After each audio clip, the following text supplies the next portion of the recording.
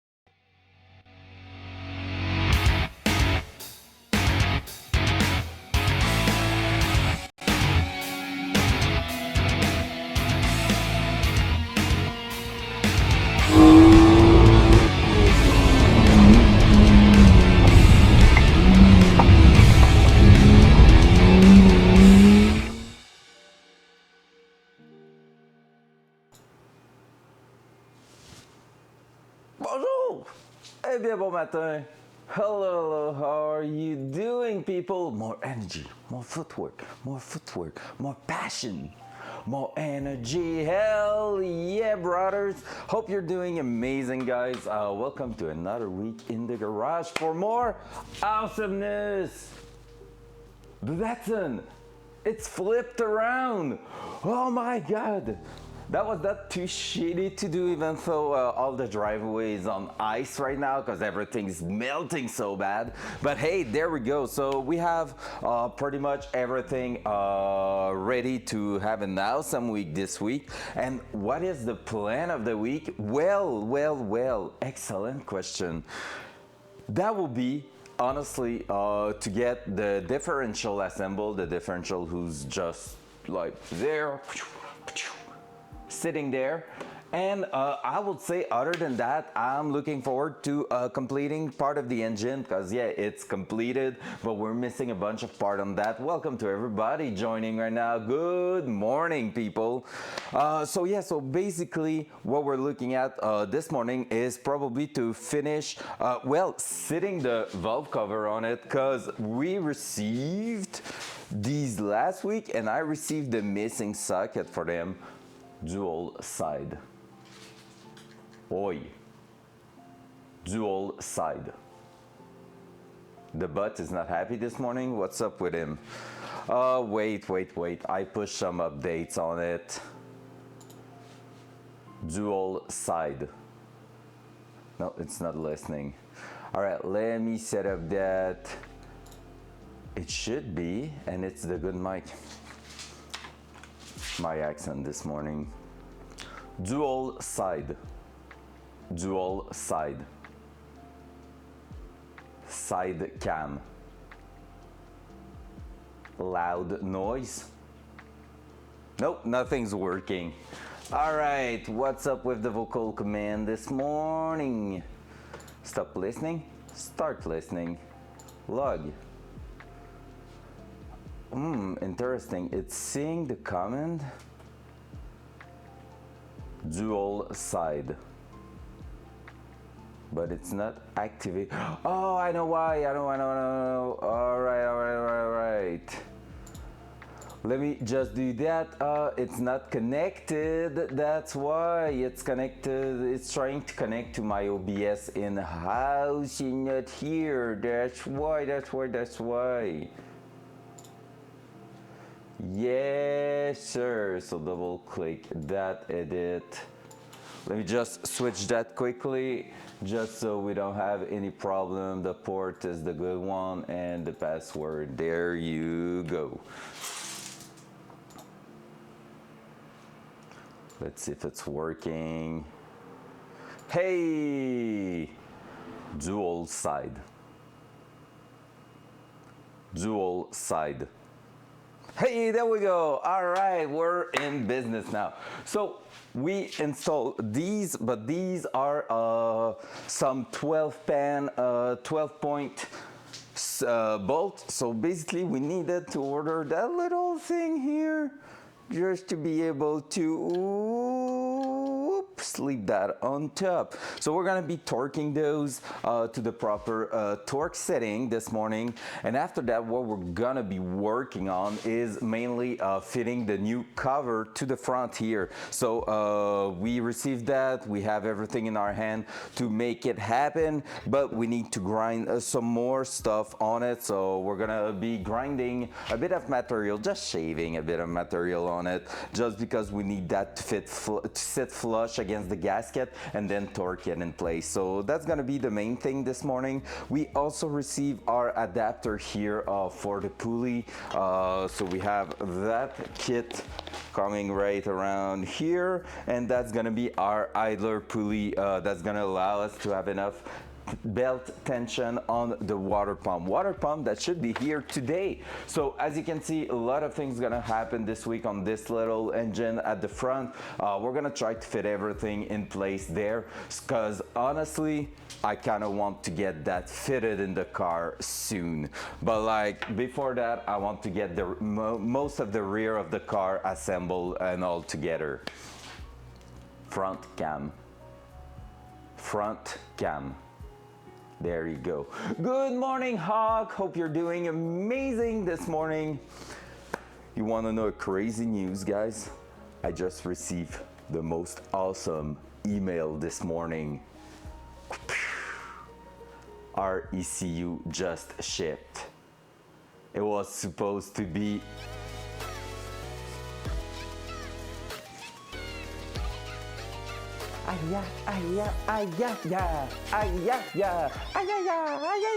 Good morning. That's what we want, this energy. So ECU just shipped, and okay, last night I was chilling on Tarkov with some amazing friend. I'm looking at you people in the chat right now, and basically I just went like on the side in between two raids. YOLO! And I bought that keypad for the Datsun, the one I'm talking about, the one looking like a stream deck, so we called it a street deck. I just ordered it, and it was the perfect timing, because this morning I received the email saying, hey, you know what? Your ECU and that thing you just bought last night are ready to ship, and I just received the shipping label and everything. So it was the perfect moment. Everything's on our way from Australia, and it should be here. I'm saying Australia, but they probably have a warehouse in the US. So honestly, maybe next week we have the ECU in our hand, which is completely insane. It's just insane. So we need that big thing in the car ASAP to know what we're missing there, because exhaust and stuff like that. What's those short now? It's like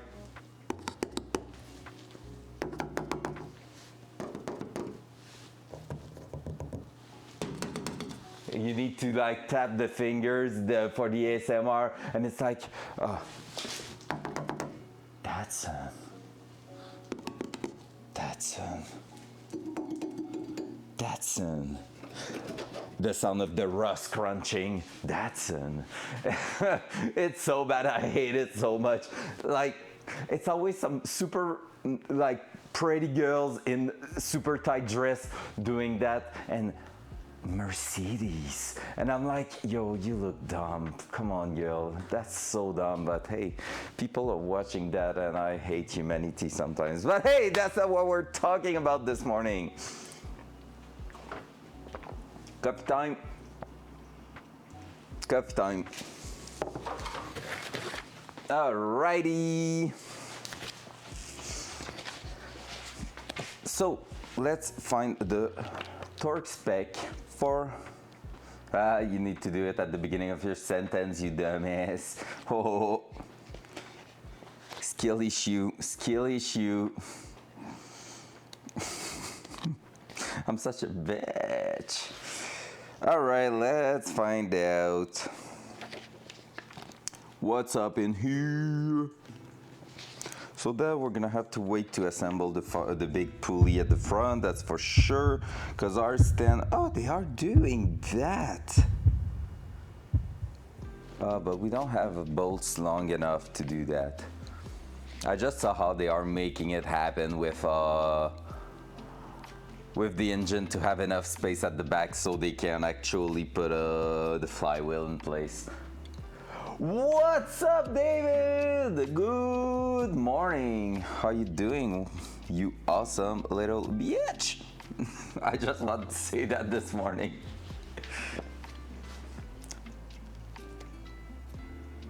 J'espère que tu vas bien. J'espère que tu vas bien. Comment ça va le retour au travail? J'ai même pas pensé à t'écrire pour te le demander. Ben trop occupé, moi. Ben trop occupé. Alright, let's find the torque spec for that. 106 inch-pounds. Oh, let me guess. My freaking torque wrench won't be able to do that measurement there. Back to work, back to watching stream. Hell yeah! In between meetings. Oh, hell yeah, bro. All fresh and new. You know, living the streamer life, getting those bleached hair in there. Important part of the character. Je pensais pas non plus. Not gonna lie, je pensais pas non plus. So let's convert that.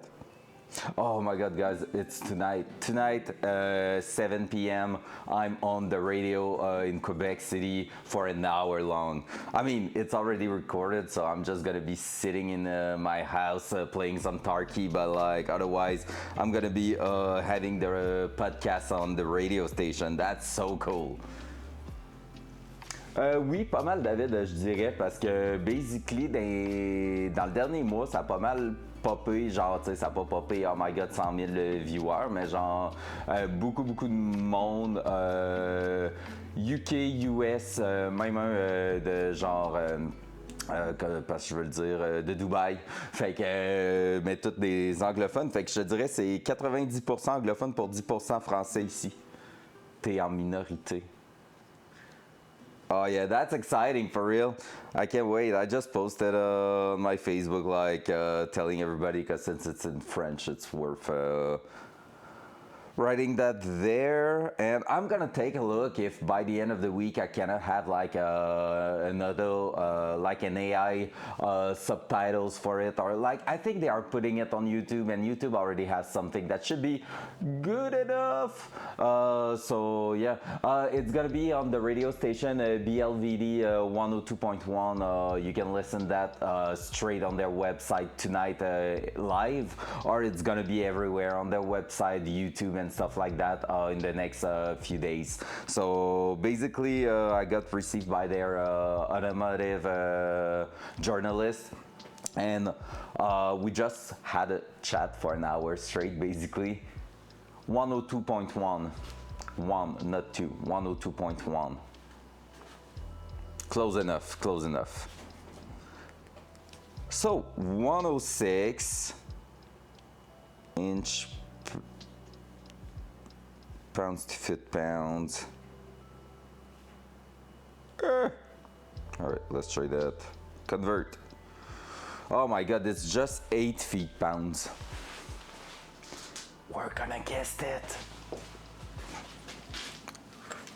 All right, guys, because it's such a low amount, my torque wrench cannot go that low. So you know what we're gonna do?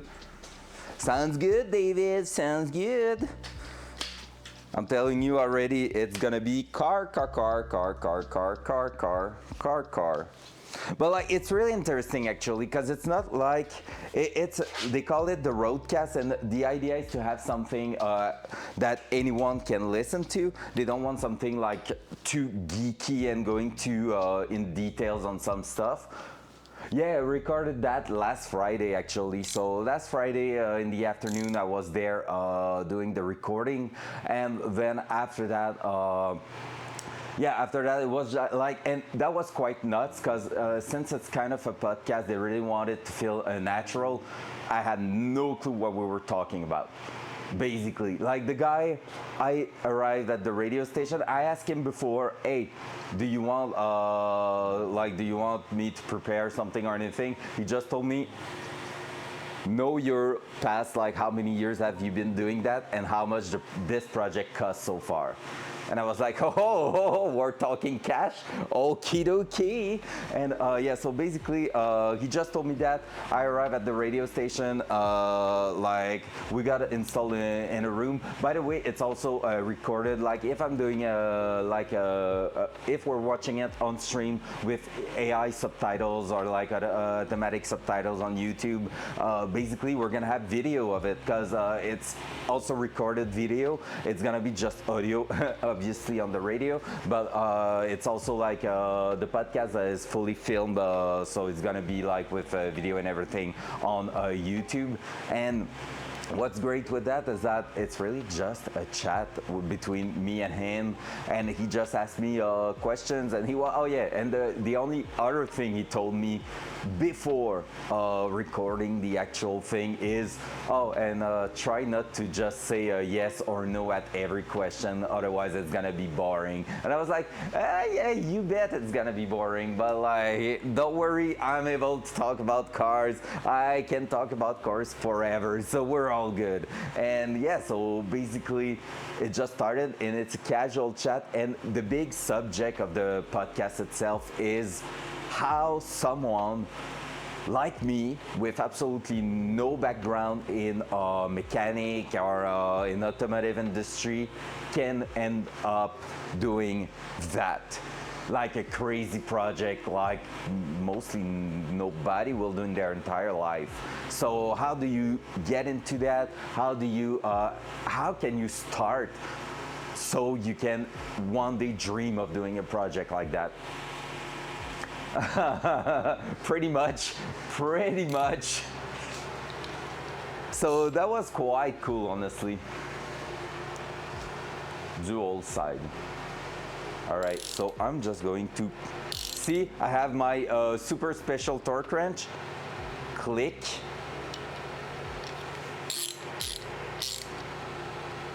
Click.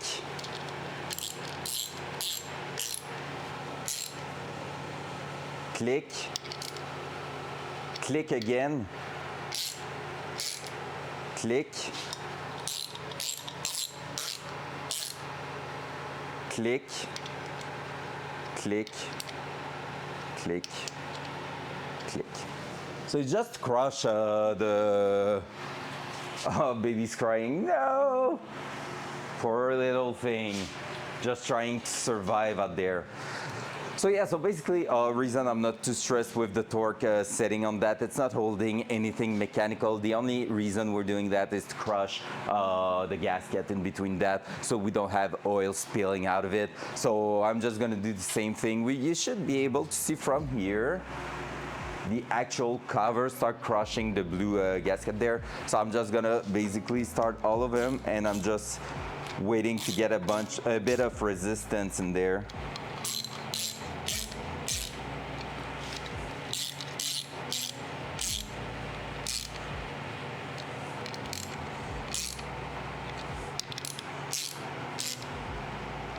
The idea is not to tight that too intense, just to actually get a good resistance feeling. So this way everything's crushed and there won't be anything dropping in our engine or any oil spilling out when it's gonna be running. Boom.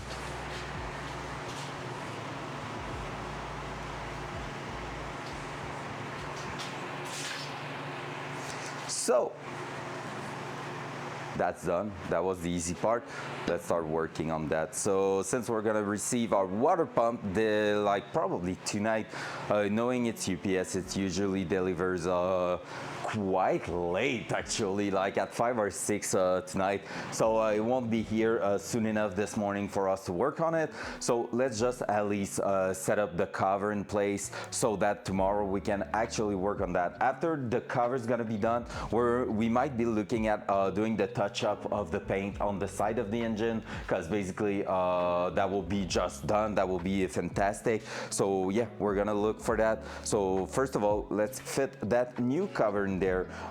For now, yeah, I'm gonna remove that because anyway we're gonna need to get access to this, and I'm gonna need to find out where I put the other bolts. There we go. So we remembered this. This is a pretty simple thing there. What we're gonna have to do, so we're gonna have to grind that, fit that in place, then take our new seal at the front there, set it in that cover, and then after that push everything in place. So I'm gonna get myself a bit of space on that workbench, the blue one here, because I don't want to be working on the ground or anything. This weekend I had such a hard time working on the fit compared to what it is to work on the Datsun. It's crazy. The difference of a car, knowing the winter versus a car that never been in the snow and in the salt and everything, it's crazy. That. Let's throw the differential away actually. Ooh, I'm gonna push that here, I'll lay that on the ground. Oh, yeah. I had to finish repairing what Flow destroy on it, so that was quite a good one. Hey, by the way, David, question pour toi. Ça va comment? La quantité de job de votre bar? Je vois des layoffs absolument partout. Puis ben, dans pas si long, je vais commencer à chercher pour une job. Puis ça a l'air moyen. Ça a l'air très moyen partout. Look, by the way, guys, this is how, once it's dry, the differential's looking like. This is what it's looking like. It's so cool. It's so glossy. I really want to do the entire underneath underbody side of the Datsun with that. It's just amazing. Knowing that it is the best product to actually get a rust-free protection on there, I want that to happen.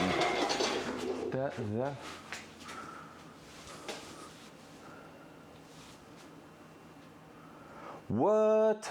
Tu fais-tu... c'est feature animation qui est resté. It's feature animation that stayed and not even like, I would have bet on VFX staying. VFX is dead at the moment. Holy, that sucks. You're lucky. I'm glad for you, man. I'm really, really glad for you. What? Puis vous workez, c'était-tu le projet que genre ça parlait ou c'est d'autres projets que vous êtes rendus? What? And you also got a race? My God. Incredible. Ça me fait quand même de quoi de plus être, de plus être là pour vrai. Genre, à cet instant, j'ai un petit peu de nostalgie de quand je travaillais là-dessus. Alright, let's start setting that. Ok, ouais, c'est ça.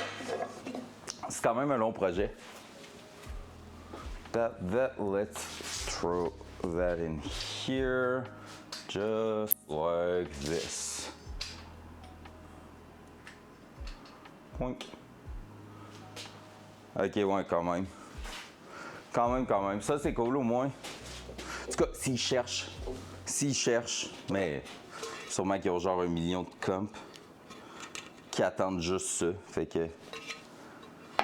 Well, that sucks. Alright, let's set up ourselves a little bit more this morning. Just so we can do that grinding session there. I'm gonna push that here. Take 2 blocks just like we did the first time. Et j'avais une 2 séquences en storyboard. Oh, nice! Enfin! C'est ça qu'on veut entendre. Let's go! Ça, c'est des good news. About time. Alright, I'm just looking for a piece of pipe to put underneath there. That one will do. Oh, pour vrai, je commence à m'ennuyer quand même beaucoup de travailler en industrie. Mais genre, pas ennuyé de « Oh my God, c'est de la merde ce que je fais ». Non. Je suis quand même vraiment chanceux en ce moment, mais ça serait juste vraiment le fun. Je m'ennuie de faire du nuke. Alright, there we go. So we're gonna press out already the little bushing in there. Well, little. Not that little. I think the biggest one was fitting quite well. Not really. So we're gonna take something else. Maybe I had one bigger. Is this? Oh, that's perfect. Just do that. Just do this. I showed my dad to Jenna, and she said that's basically my free pass to work on the next movie. Oh, nice.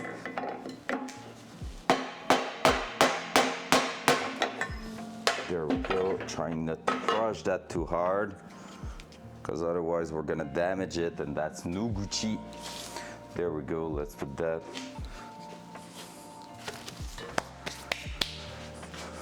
Here we go. Perf. So now, new cover, old cover. You can see why we're doing that. Basically, we added that fitting in there ourselves, but it's not clearing the front pulley. So now we bought the cover that's gonna allow us to have that exit here. We just covered the other one. We don't need that one at all. So it's just gonna be capped like this. But yeah, so we just need to go ahead and start grinding the inside because it's scratching in a bunch of different places. I'm gonna try a different technique than last time. Last time we used the grinder, it was a bit violent, let's say it that way. So we're gonna try one of these thing here, see if we can get something decent with that. Bro, wanna wash my pants? Uh-huh. Uh-huh. Ah non, pour vrai, petite nostalgie de travailler sur WAM. Puis genre, pour vrai, je m'ennuie d'un bon gros fucking rush. Not gonna lie. Genre, je voudrais rentrer dans le dernier 6 mois de WAM, genre live là. Ça me dérangerait trop pas. Toi, de ton bord, c'est peut-être un peu différent. Parce que, hein, la famille maintenant. La Familia. That, let's get ready to work that.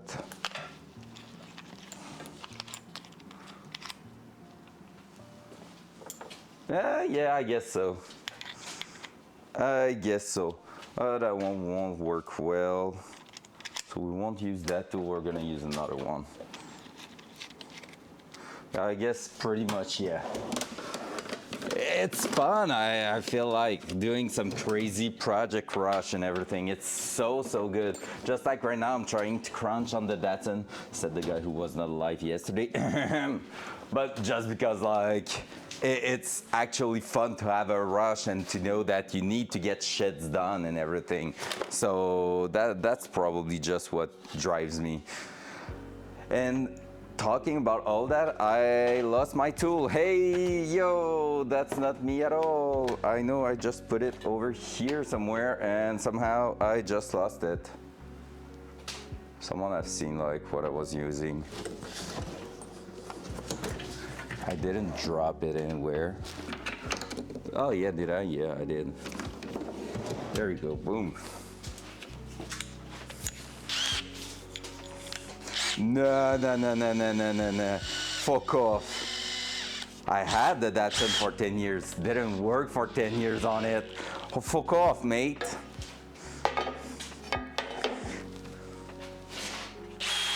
All right, we're ready to get that done. So we're gonna try to go slowly because I don't know how thick that thing is. So we're gonna have to make sure we're not going through it, and we're gonna test it multiple times. Because basically, reason we're doing that, you can kind of see it there. Yeah, you can kind of see it. Is because here the oil pump actually it's hitting on the sides because it's spaced out due to the double roller chain in there. So double roller we added just because we want reliability. So there we go. So oil pump, everything. We just need to clear a little bit the cover of that. So let's go. Loud noise.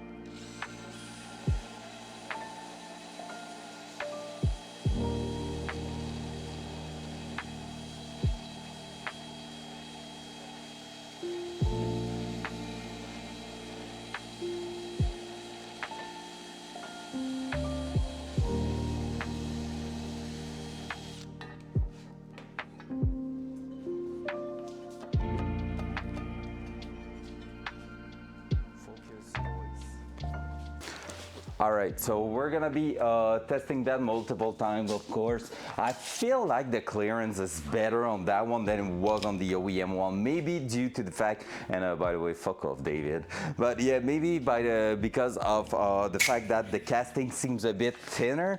We're gonna see. Wouldn't be surprising for that, because basically they wanna save anyway some material during the casting, so yeah.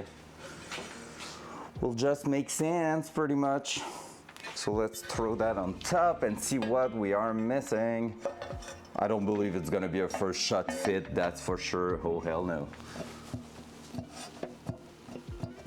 So I'm gonna try to make sure it's marking the actual surface. I kind of want to remove that because the way I did it last time was fitting on top kind of flush without the gasket. So this way, once you're getting the gasket in place, you're sure it's going to seal properly. It's not going to be having any issues with sealing the actual thing.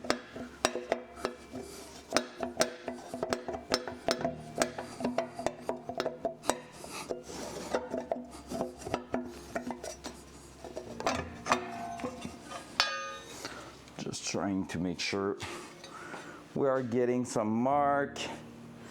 So yeah, I see a bunch of mark in here.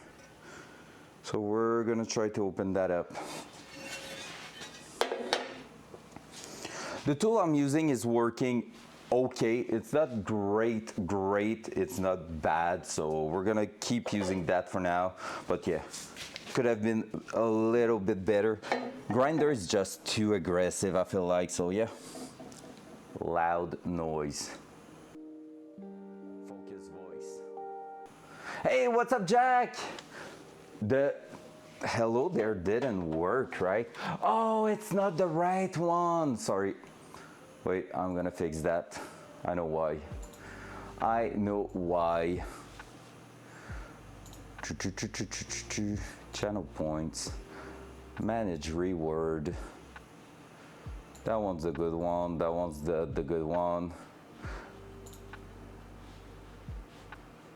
And let's take a look.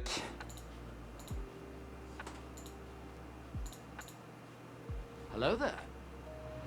Now this is working. Let's go. By the way, Jeff Hawk, I haven't seen any 9mm this morning. Wow. How am I supposed to be energetic without these?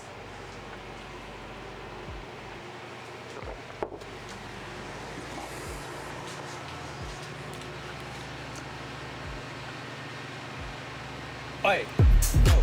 9mm not working anymore. What? I broke everything. More footwork, more footwork, more footwork, more passion, more energy, more energy.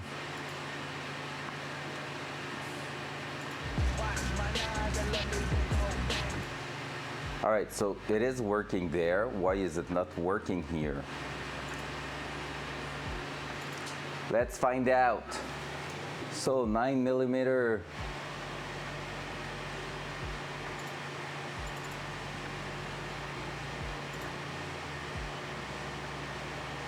I know why. I know why. It's not your fault. I broke it because I'm switching from inside to outside. Was there any other overlays? Yeah, your custom sound won't work here because it needs to be that one. I need to do the same setup inside and like in the house and in the garage. I just switch between the setup.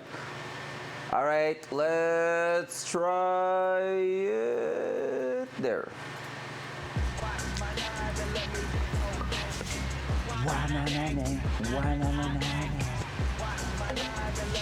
Dual side. Loud noise.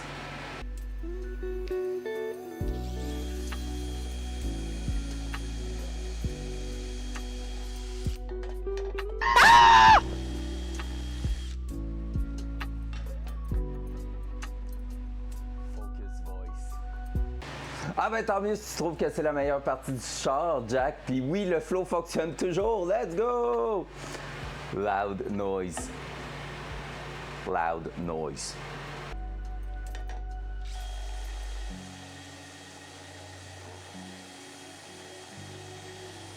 Right to jail.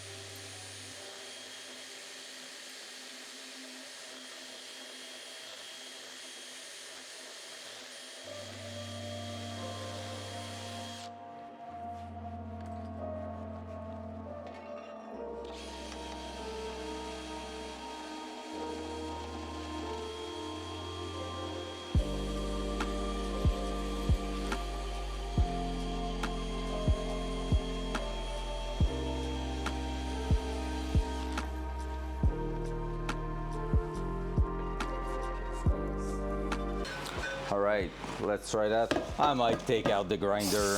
It's just so freaking long to do that with that tool.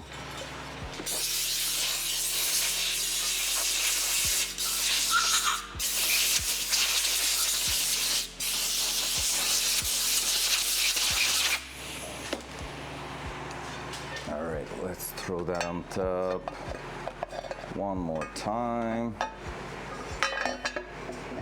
Like we're barely gaining anything right now. Not true.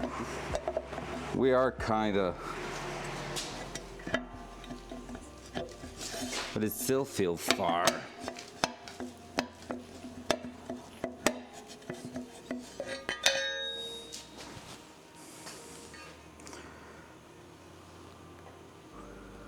Right, mostly on that side, so yeah, we're gonna take the grinder out for that one.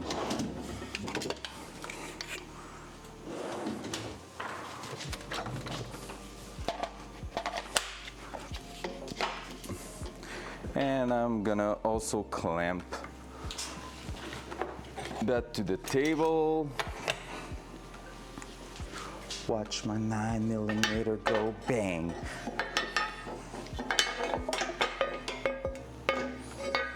All right, where can I clamp that? There you go, sir. I'm gonna clamp it on this side.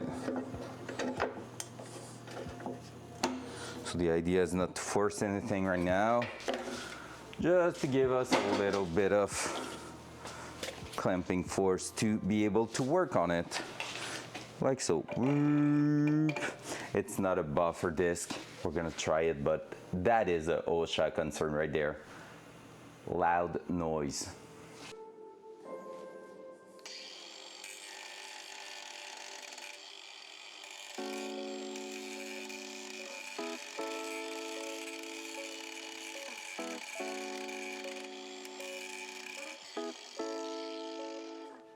Focus voice. All right.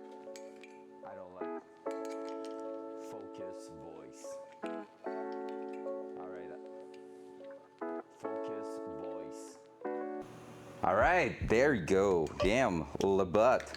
I don't like the action the cutting blade's doing right now, so I'm just gonna switch the blade for something more appropriate to that. Do we still have our, yes, it is right there. That blade there should actually do the job.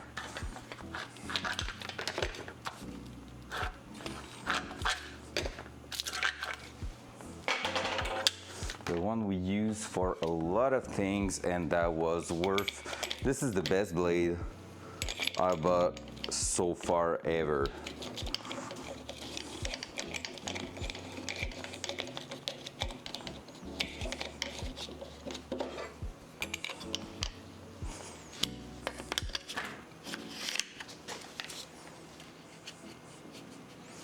Loud noise.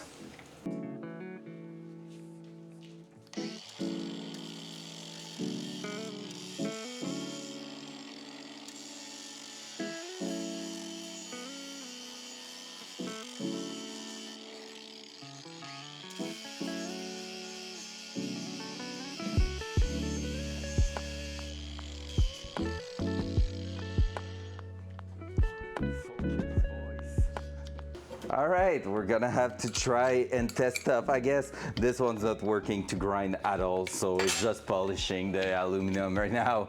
So nope, not that one. Let's try.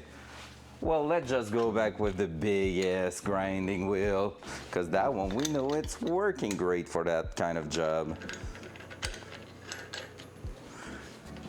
Alrighty.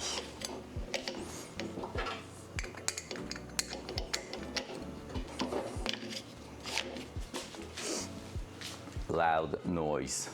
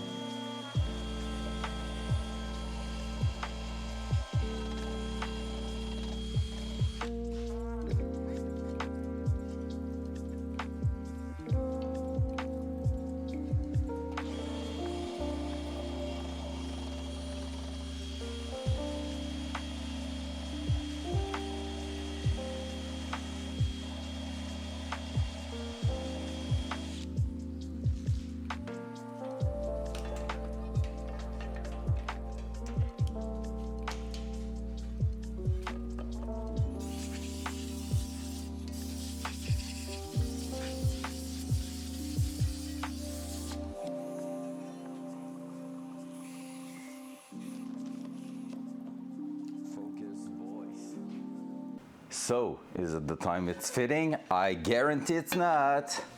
Just need to have a reference where it is still catching on.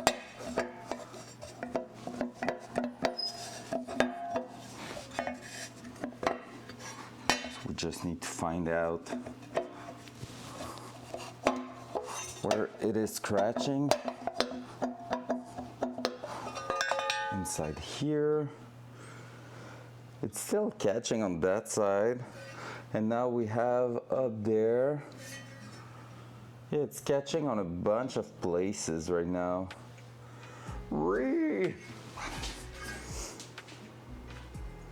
It's gonna be a bit of a painful job. Like I said, I need to take care because it feels like I have less material actually in some parts. Here we're not bad though. Here we have quite a lot of materials. So we just need to make sure this is closing around.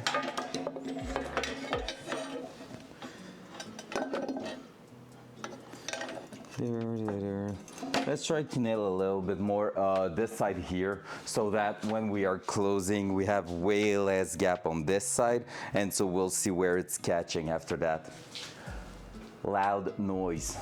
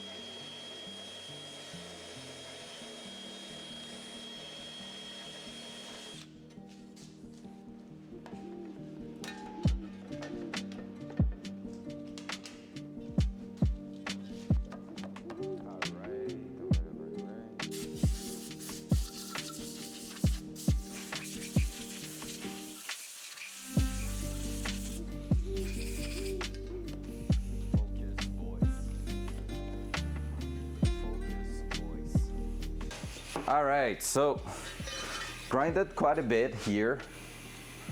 So as you can see, all that part over there, we grinded quite a bunch of material off of that. We're gonna see if it's fitting better now. The one thing I'm a bit concerned with is also when we're gonna reinstall that to make sure it's sealing actually with the bottom. We're gonna count on our tool to center it with that. To do the job, because honestly we don't have a lot of ways to make it work. Oh, here we gain quite a lot.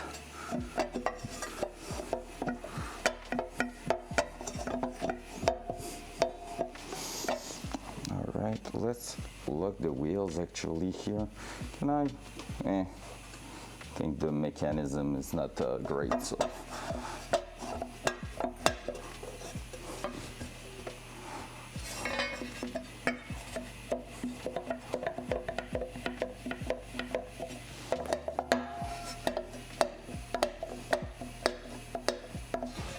Again, I'm just making sure to have some proper mark in there.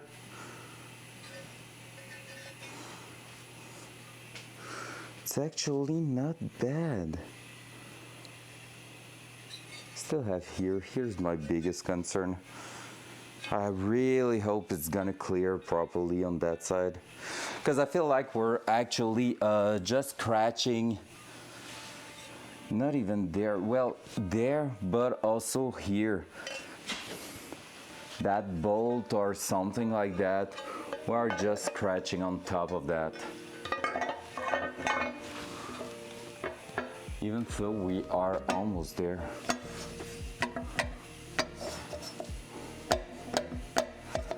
I'm really trying to find out where we are actually hitting something.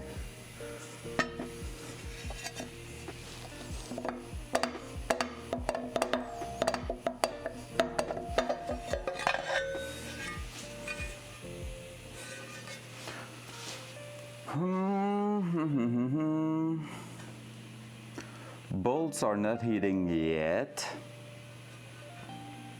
So again, if you want to know how we're looking for that here, what we're looking at right now is all these marks. When I'm putting the cover on, my bright aluminum is turning dark where it's hitting. So just because I'm scratching that surface. So this is what I'm looking for. And right now I have a hit mark there at the bottom there, and on the side here and here. So I'm trying to figure out what's hitting on that. Here it's probably due to the pickup tube or something like that, like the bolt on it or something similar to that. So I have to clear that a little bit more. Here I have okay-ish material. I won't say I have a lot of material, but I have some. And on the other side, it's like where the spring is, I'm pretty sure. So yep, we have to clear that. Otherwise, I don't get where. Because I feel like there's a pivot point higher than that.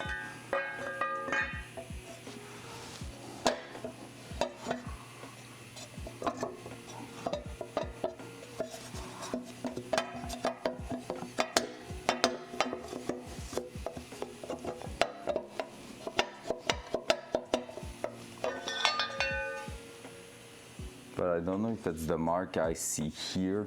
I think it might be actually. That's gonna be a tough one. I can tell you that.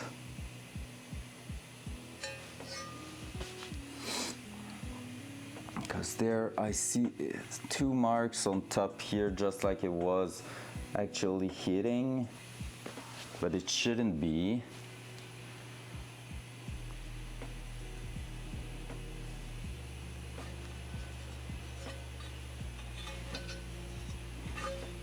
Did you know with Amazon Prime, you get a free sub every month? Any primers? No way. Easy peasy. Don't forget to use your Prime, guys. It's free and it's helping small streamer like me. Yep, we're gonna keep grinding on that side. I will remove a bit of material at the top. Also, we have quite a chunky part here, so we're gonna just remove because I feel like it might be hitting just a touch. And we're gonna try to get that even closer to where it needs to sit. But yeah, the main concern I have is like right here, because we have maybe 2 millimeter thick of material, so we're gonna have to be really, really careful on that part there. So yep. But hey, it should do it. It should. All right, let's start here. Also, I switched for something a bit more like in a ball shape. It's helping for those corners at the bottom, so gonna try to use that instead. But yeah, there we go. Loud noise.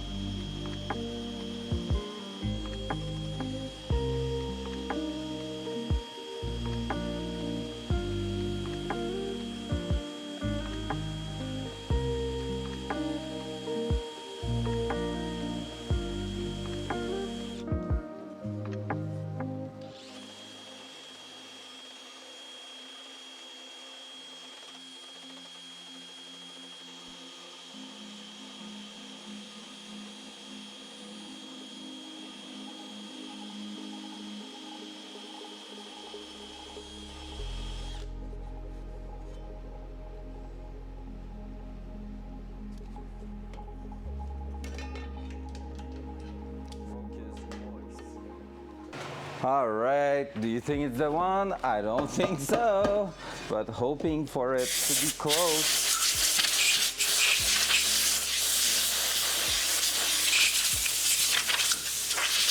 That's the crazy part. We need to go like millimeter by millimeter just to make sure we're not going through the actual thing. But at the same time, we kind of need to remove quite a bit of material to make sure we're gonna get there in the end and have everything fit nicely. It's really like small amount by small amount, because 1 millimeter of thickness on the side could actually clear everything, and we're not like even going 1 millimeter because that will be too much, but yeah, you get what I mean there. But here we have like a solid gap. There's really one place where it's messing with us right now, because when I'm sitting here and it's on this side here, so when I'm right here,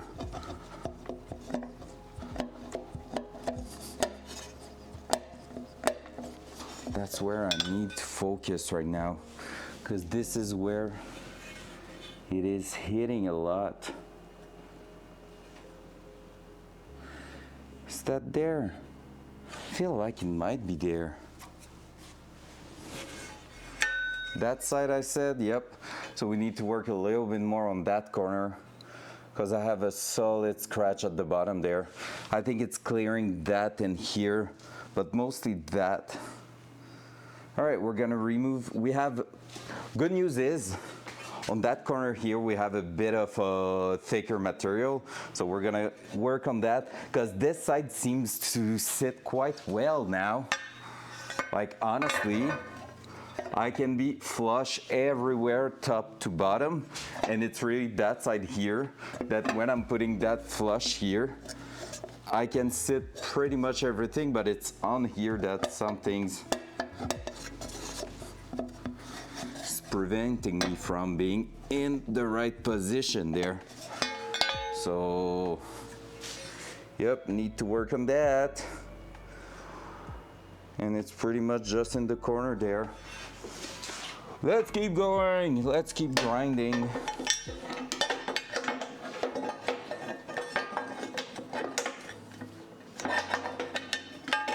There we go. There we go. Loud noise.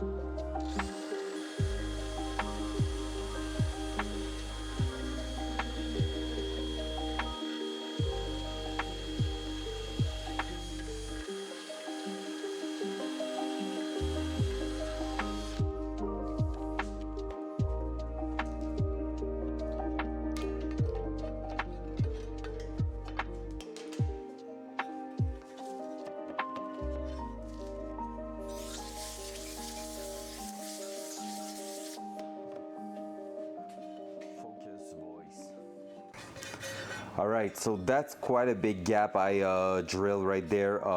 Doesn't seems like it, but like I remove a solid amount of material there. So we're gonna test fit that again and see if we gain a bit of clearance. That one should have make a huge difference right there. Right there, so we'll see.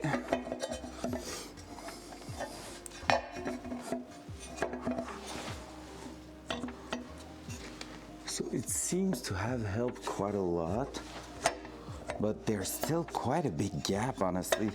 It's a bit insane.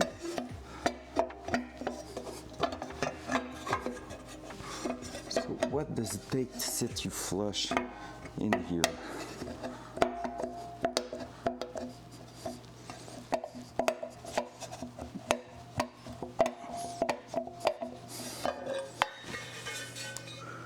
Where are we hitting now? There's got to be some places we're hitting. Why does it show me like it wasn't here when it doesn't feel like that? But I see here we had some. Is it you?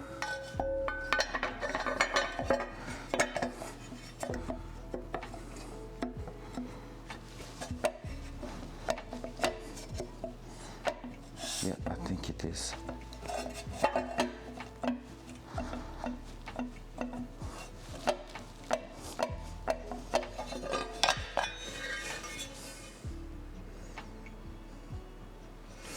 Maybe still a little bit at the bottom there, but now it seems like it's mostly on the other side here, which is nuts, honestly. Right, how much material? Don't have that much material there. This is what bothers me the most.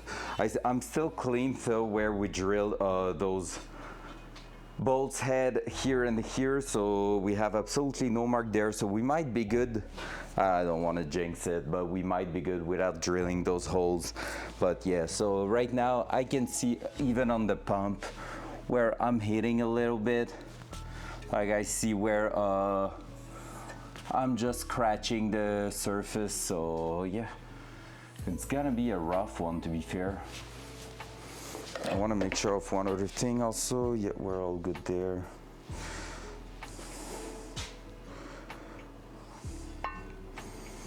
Wait. Are we all good there?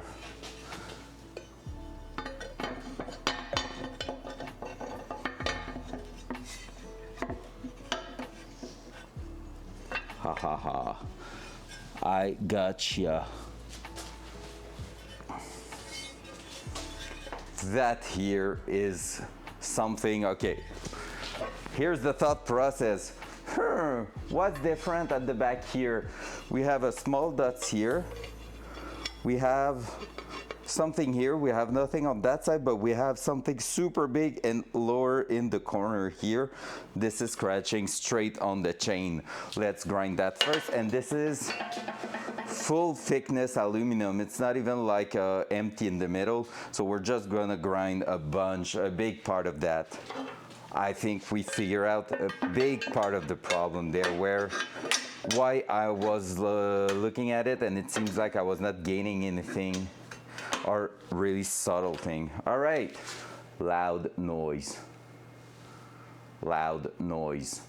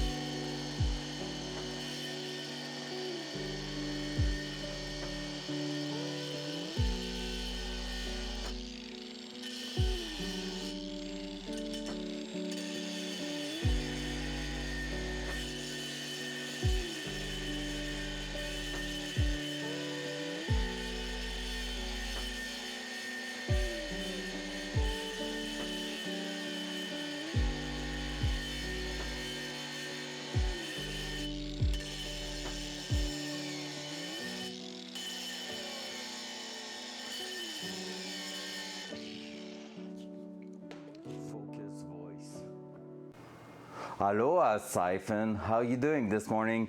Jack, tu parles live là en ce moment ou avant, avant je la démonte presque au complet? Parce que live là, elle ressemble à ça ici du derrière.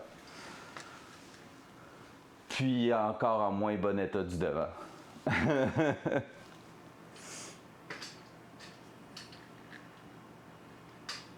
All right, there we go. Let's keep going. Loud noise.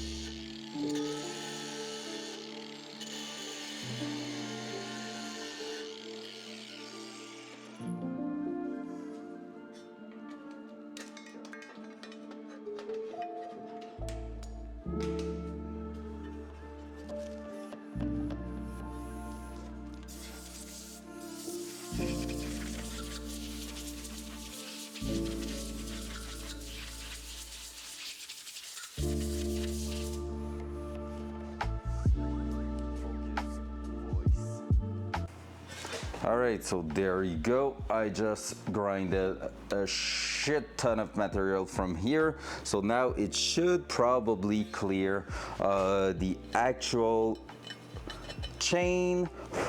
Let's just try it in there. I'm seeing a bunch of material.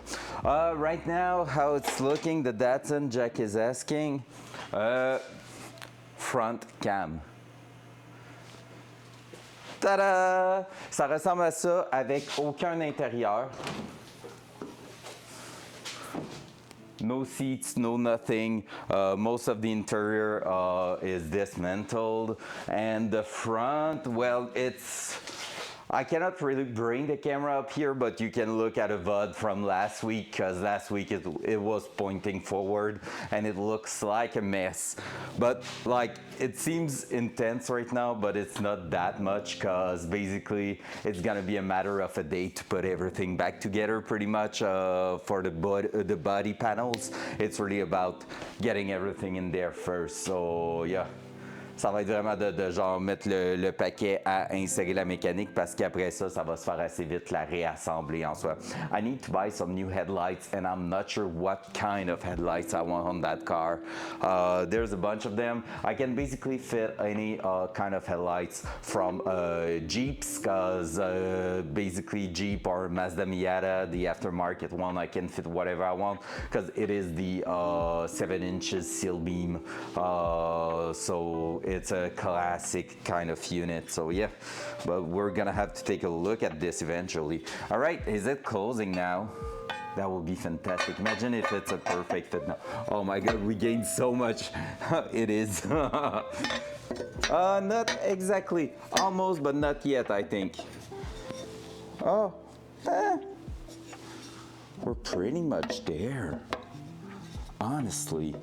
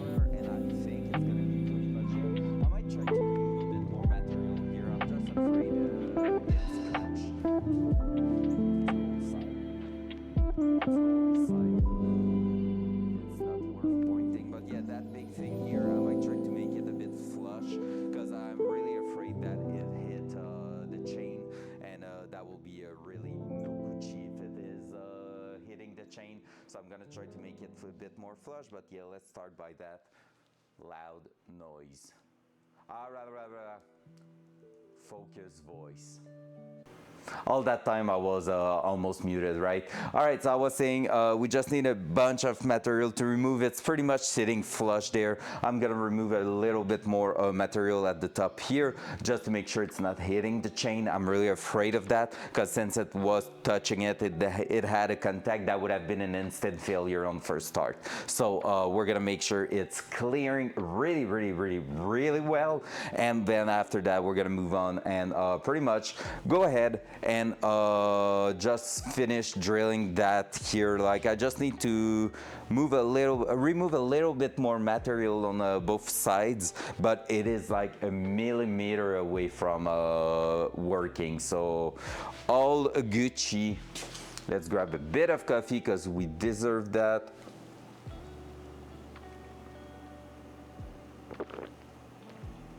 Is that an aluminum particle on top of my coffee? It might be.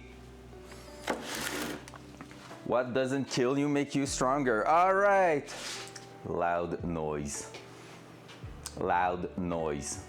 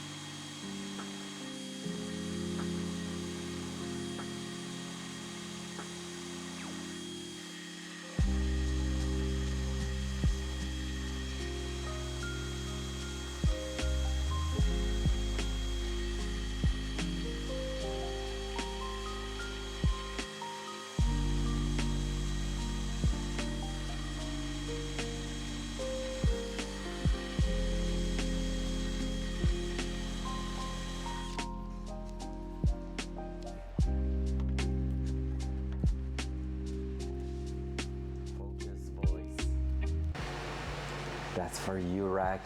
Good morning, Rack. What's up? Loud noise.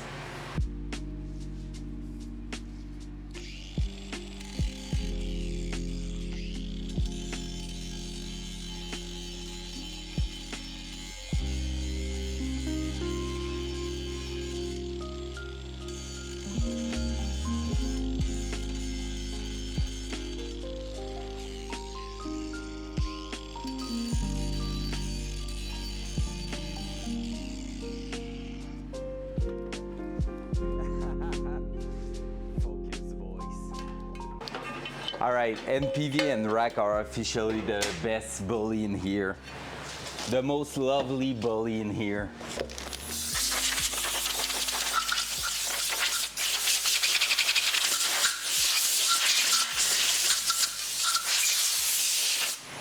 Bonjour, connard. That sounded really French from France. Oui, oui, baguette. All right, there we go. Oh, we're almost perfect. Still having just a little something hitting somewhere. We're gonna see if it's at the bottom here.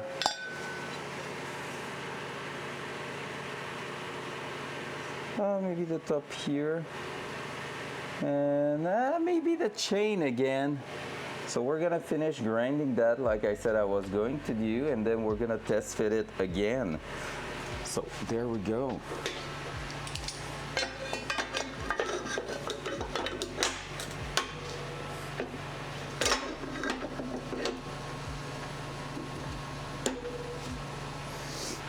Loud noise.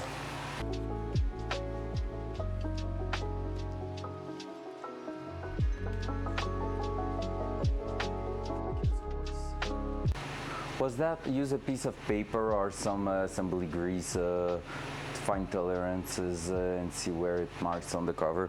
Well, basically that's what I'm doing. I'm just moving it around, and since it's brand new aluminum, it's just doing a dark mark on top so I can actually see it. Like, let me show you.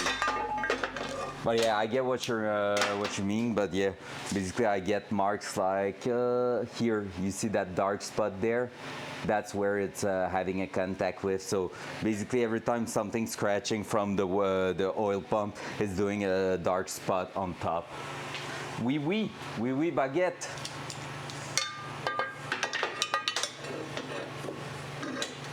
Yeah, otherwise grease would have been the best, I think.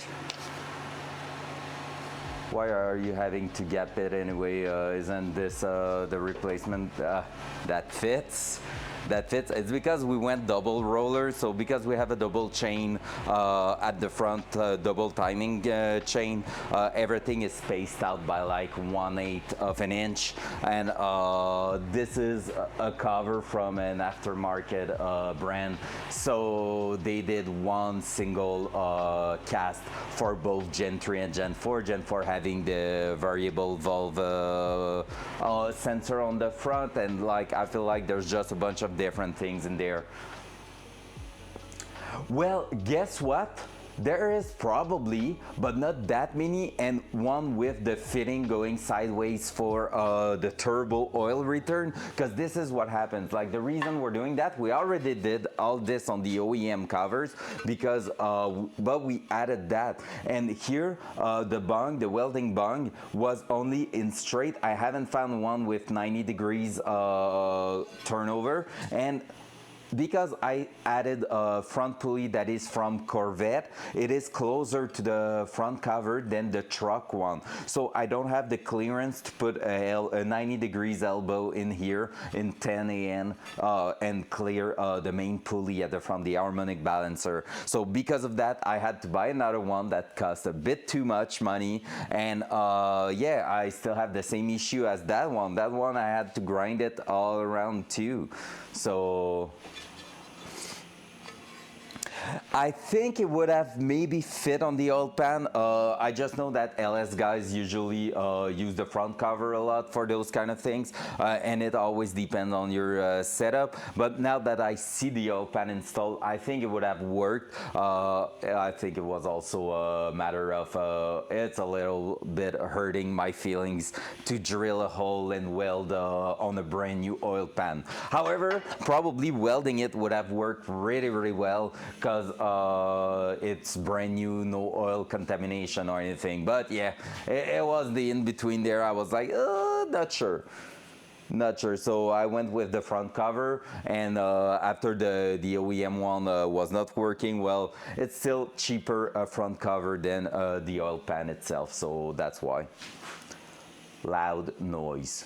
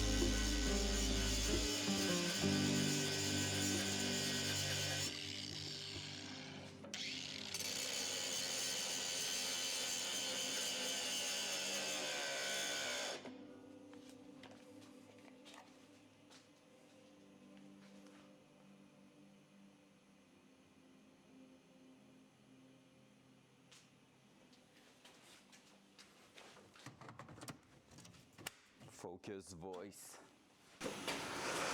You said safety glasses. Yeah. What? Yeah. What? Remember that eventually you will need you will also need a room for chain slack, so your front, so your chain doesn't high five your front cover. Yeah. On that, I'm not too worried about.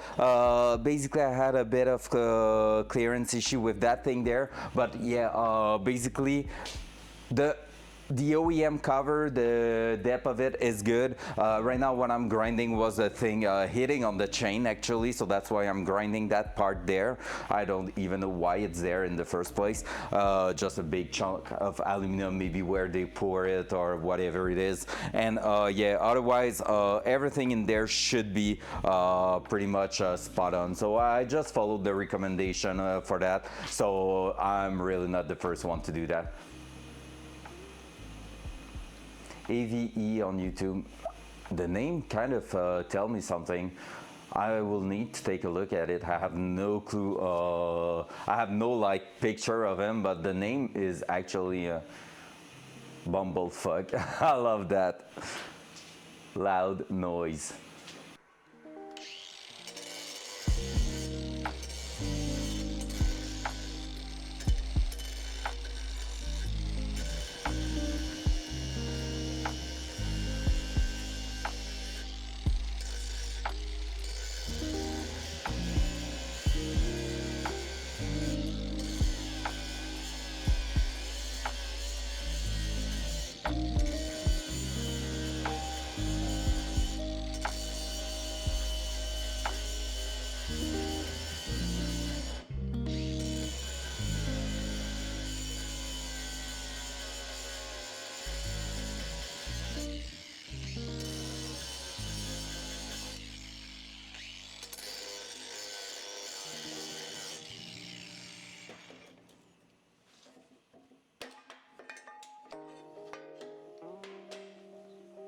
Focus voice.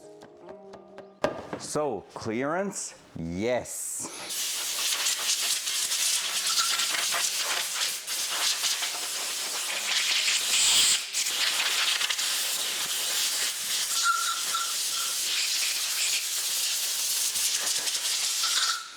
All right, let's try that again. Oh. I want to take a quick look at this.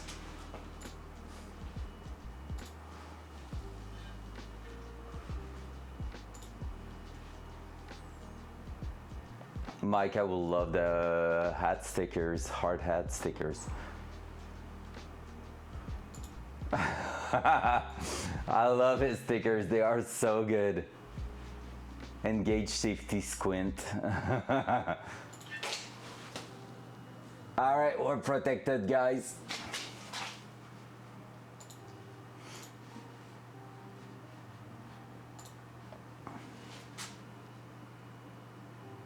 Oh, Arduino versus Evil. That's a nice channel name. That's cool. I'll need to take a look eventually a bit more, but now let's test with that. Be the right one. I feel like it might be the good one, guys. Ho ho ho ho ho ho ho. It's sitting perfectly in place. All right. We're Gucci because now we don't have the actual gasket on there. So if it's sitting flush, once I'm gonna add the gasket, it's gonna give us even more clearance. So that means with that in place, we're gonna be Gucci. So that we just open it again. So might as well lubricate the chain one more time.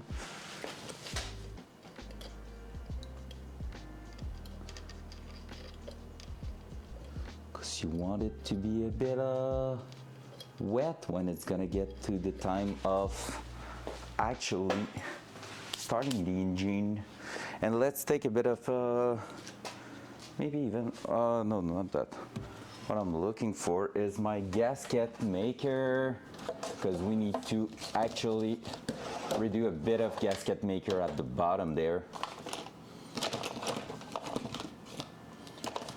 Where is it? Where was it? my RTV gasket maker there. So from here, basically,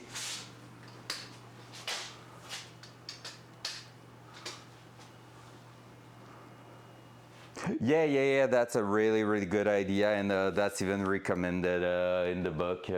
So that's what we're gonna do, yes, for sure. So there we go. So here I'm gonna try to remove part of the old gasket part here. So we're gonna crush that all over again. Let me grab a knife. So there. Because basically we were installing that before the oil pan, but now we have the oil pan in place. So we're gonna try to make it fit well, even with that oil pan right there. So this is why in the first place we were putting a bit of RTV. As you can see, we are just basically closing that between it's three parts: the block, the oil pan gasket, and actually the front cover. So that's why we're doing that. So we're just gonna add a splotch of RTV sealant in that corner there. But first of all, let's do what Rack just said. We're gonna go ahead, and I'm even going to remove the cap I bought for the one plug we're not using, and just pass a bit of air on it, just to make sure we don't have debris in there.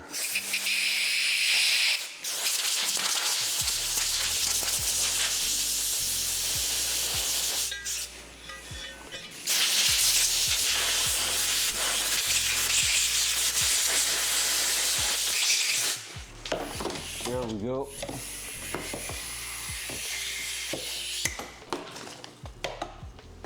There we go. 2 bowls.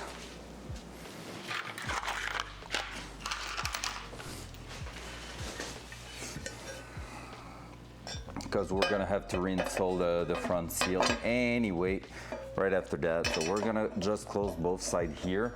So if we hear or see the cover getting popped out or having a scratching sound, we're gonna know something's wrong. So we're just tightening that up by hand.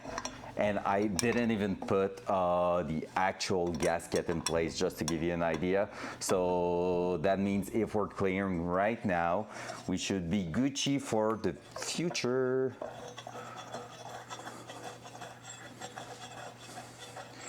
Because the gasket's gonna add just a touch of clearance on top of all that.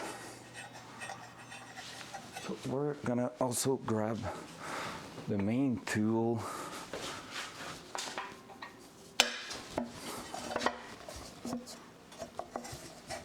Should be fitting in there. Let's just try to make it fit actually.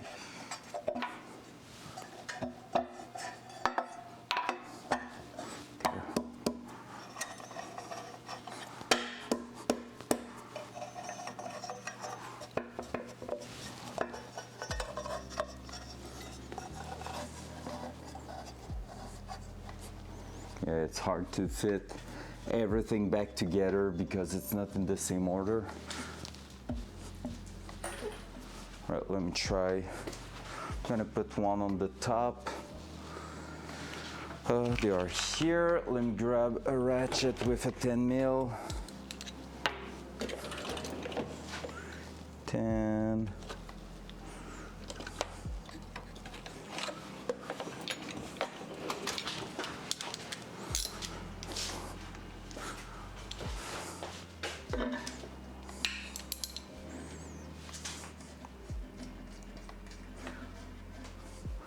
Actually, you know what?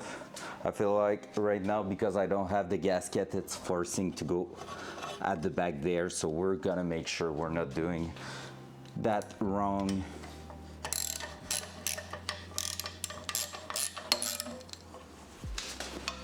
We're gonna remove everything for now. Add the gasket in place, test it, remove the cover, put the seal, put the RTV, and then GG. because I don't want to be working that around wrong. I really want it to be, because you need to test it when it's sitting like it's supposed to be sitting. Because as you can see, it's quite a tight fit there.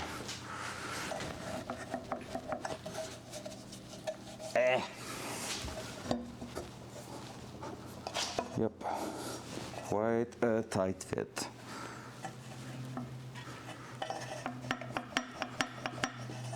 It's that tool that's blocking me now on the crank.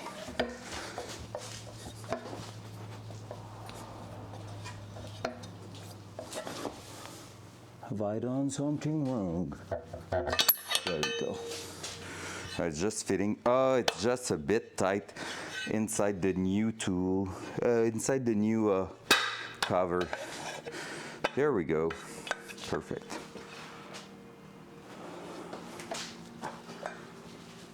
Well, that's pretty much what I did without even reading your message. There we go. Let's bring back the gasket.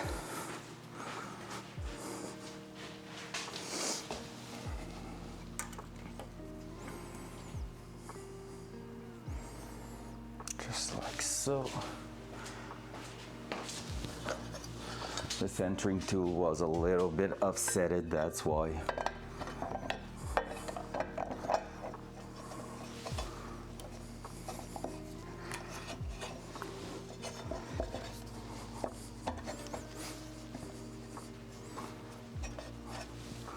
Yeah, it's not working as great in that side than what it was previously. I'm gonna try to slightly tap it with a hammer, a rubber hammer at the front. My rubber hammer is here. I'm gonna try to slide it slowly on the crank.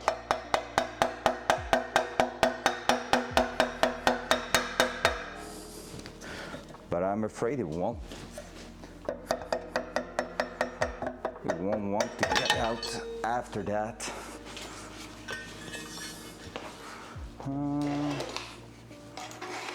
Oops. Wood looking? No, it is rubber. It's just a hole. It has some experience.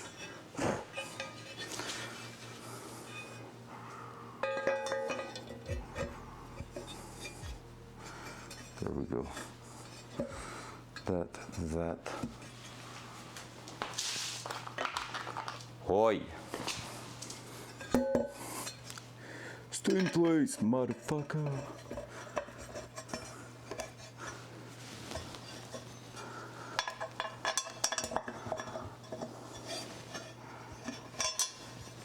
That one's not the greatest one to access to. Not gonna lie.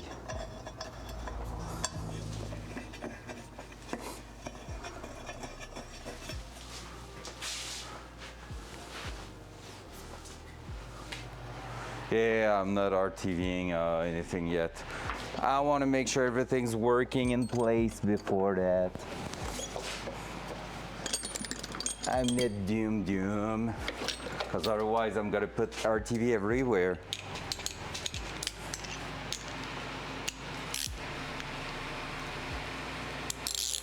Yeah, I think that's what I'm gonna do.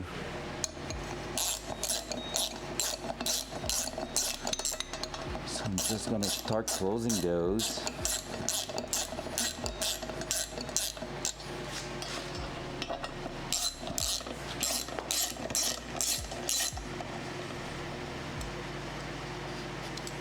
Like so, but they still have a bit of space. And I'm gonna just, like you said, put a touch of oil around that. Oop.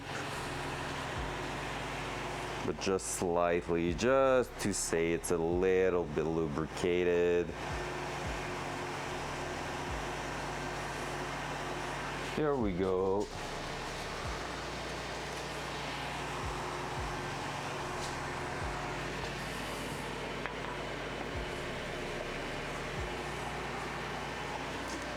All right, I feel like I'm gonna have to bring that down a little bit.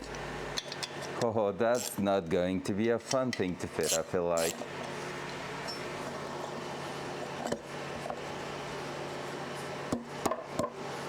Yep, because basically the problem right now is that, all right, we were getting there. The problem right now, and I'm gonna lubricate just a touch the inside here so it slips a bit better on the crank, is that we have the gasket of the actual oil pan forcing against our cover. So we need to bring the cover down once it's in place.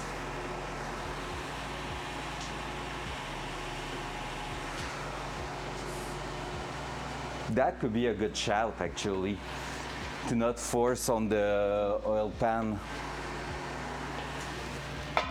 That could actually be a good thing. Let's try that, because yes, actually it is usually going after. Some people replace them without loosening the oil pan, but I think it's a good shout. All right, so what was that? It was 10 mil too, I think. So let's loosen that up, and we're gonna have to replace everything. Well, to retorque everything right after.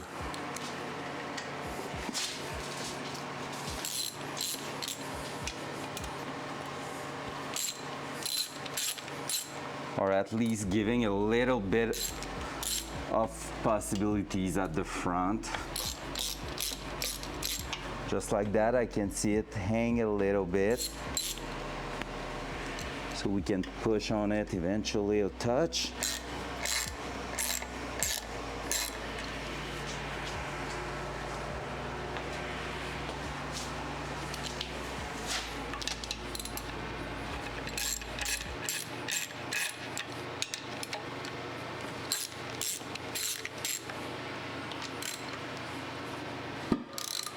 There we go.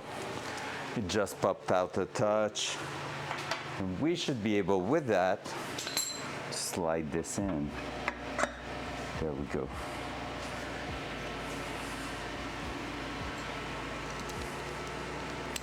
Good shout, Rex. Just like that. Centering tool out, and we're gonna spin that engine. So let me grab the big bolt, let me grab the big key, 15, 16. And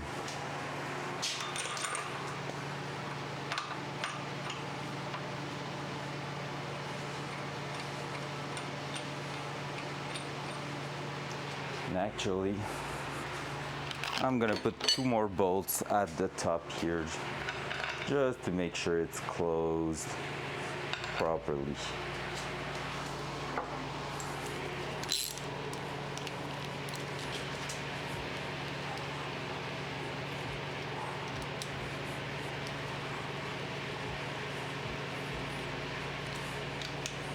Just to make sure it's sitting in place. So I'm gonna remove my earbuds, no alerts for a few minutes, and I'm gonna listen to, oh, heater stop right at the good moment.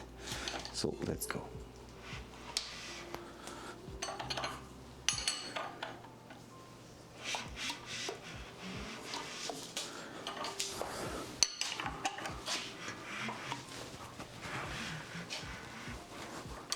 Nothing suspicious right now.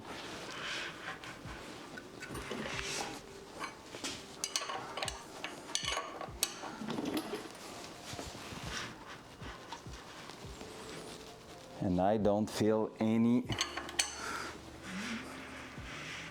vibration in that cover. I think we're good.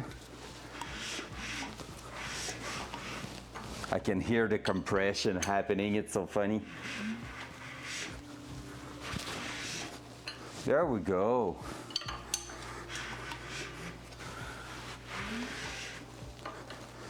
It's looking great, honestly.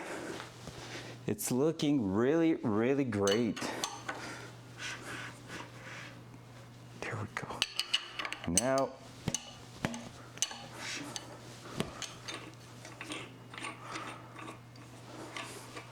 we're clear. It's working, so we're gonna remove it again, and then we're gonna start bolting it in place.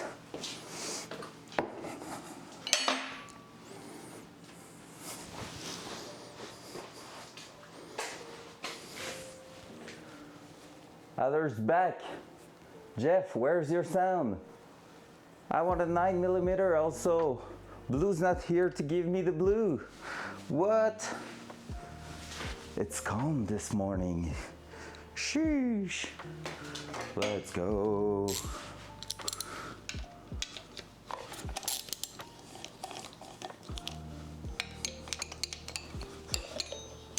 It's crazy. I feel like I'm Monday today, to be fair. Just because yesterday was basically my only day off.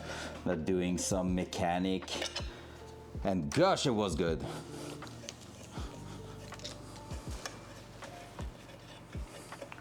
What time is it right now? 11:57, damn. I think I'm gonna basically grab myself a bagel this morning with cream cheese on it and keep going for a while. I think it's gonna be one bigger stream today. I feel like it. Will be fun. Just chilling, enjoying the moment. Clearance was amazing. Rack, I just spin the engine 2 times, and basically the second rotation I was keeping fingers on the cover like this just to feel any vibration on it, and I also removed the earbuds to make sure I was not hearing scratches or anything. And we're gonna take a look also in the cover.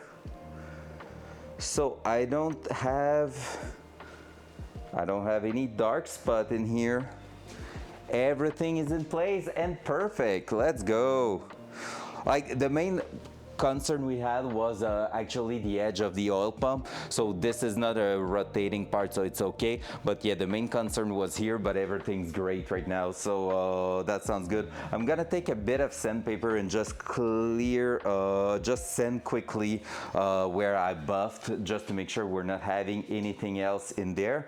And we're also going to install the actual front seal, and we're gonna put it back in place. It did work perfectly. The oil pan just popped out a touch, and it worked perfectly for our needs there. So good shout.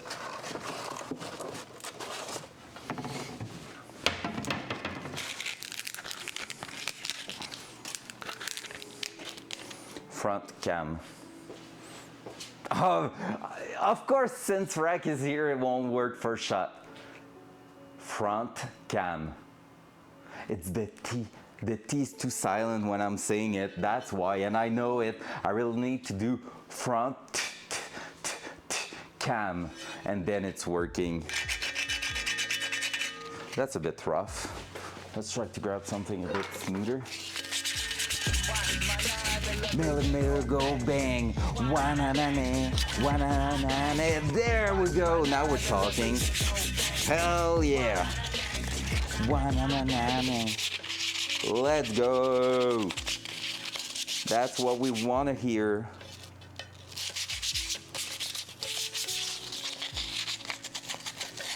So just cleaning the edge quickly, making sure we don't have any schmutz.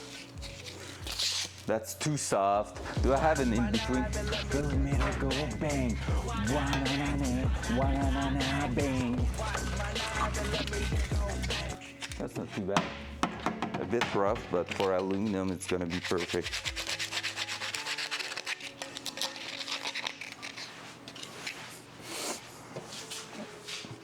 Awkward. It didn't. Wait, what? That's why it was 2 times in a row. I broke everything. Oh, it is doing that.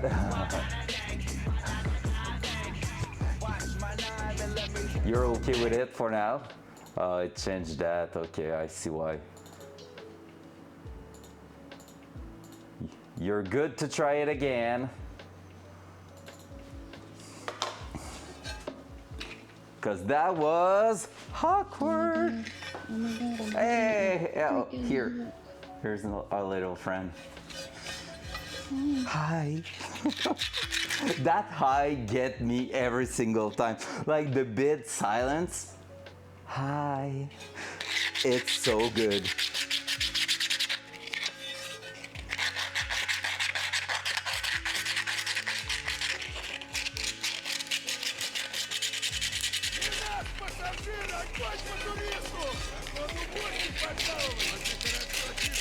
Badass Bluey is badass.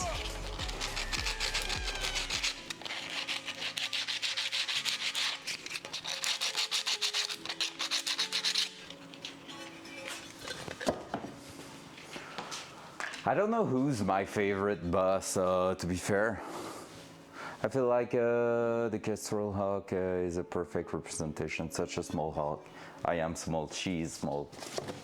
She's super small.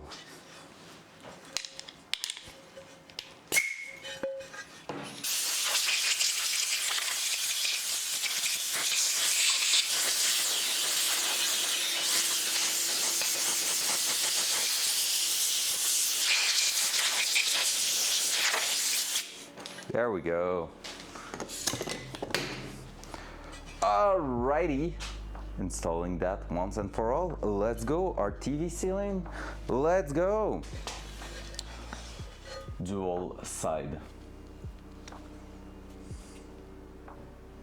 I'm just going to remove the top section there. Oh, I need to install first of all this front seal. Dumbass. Ow. That was my elbow against the engine. That wasn't fun.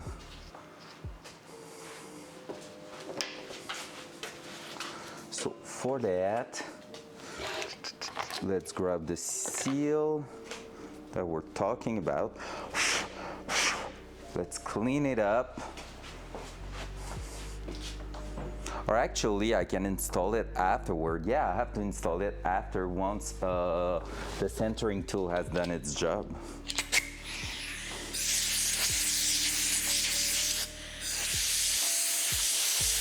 I'm gonna give more centering power to the tool.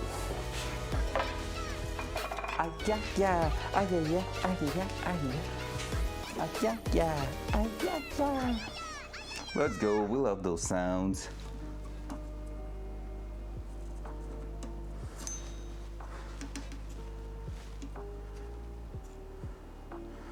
There we go.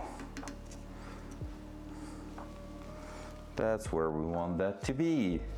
So fresh RTV, and here we go, sending that in there. Part of me would like to put a bit of assembly lube straight on the chain, but it's not what it was saying in the book, so I'm like, yeah, maybe not. But part of me will like to stay there. Take that. Here we go.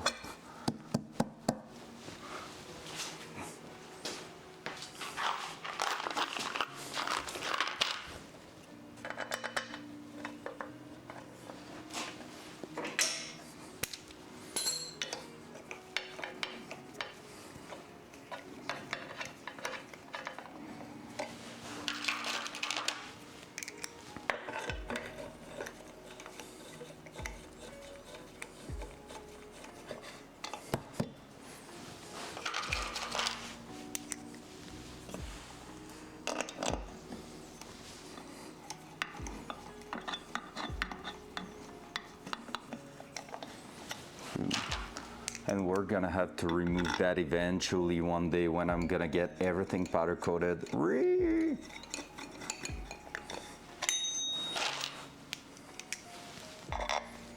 Except if the engine blew up on the first start and we're just buying another engine in a year from now. That will suck, but that could happen. That would be sad. Imagine spending so much time and like everything goes wrong on the first start. I will be destroyed.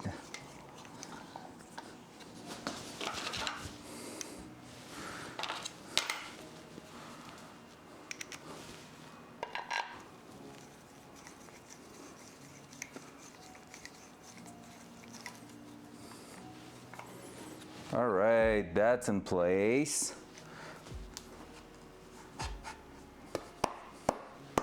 That's perfectly centered.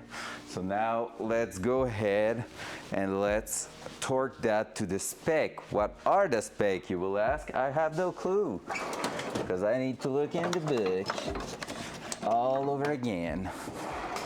So let's take the torque wrench, let's take the book, let's take a look. So front cover, where is that happening? Nailed it.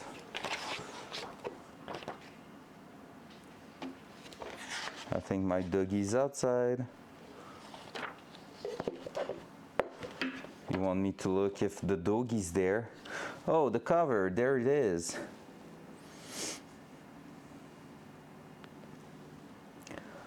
Uh, 18 feet-pounds. Trio gas, perfect. Was that my doggy? Let's take a look. No.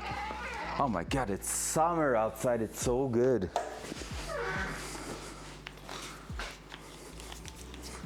All right, so 18 it is.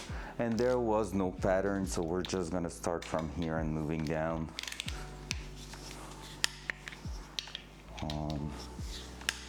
Two.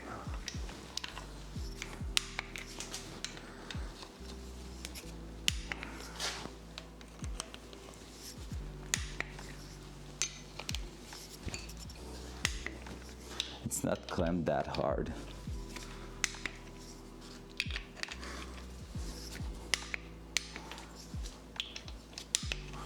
All right, let's make sure.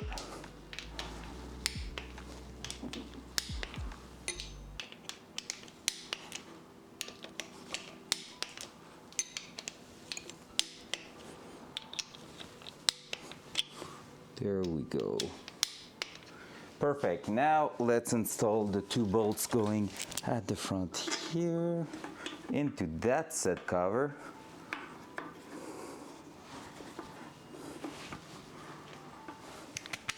Hopefully everything lines up, otherwise we're screwed. It is fitting.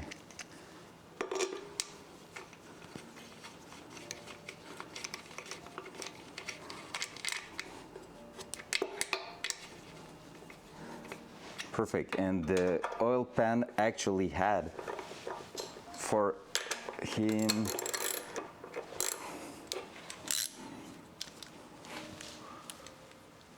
Whenever reading American manuals, always triple check that it's feet-pounds. Yep, don't ask me why I do that.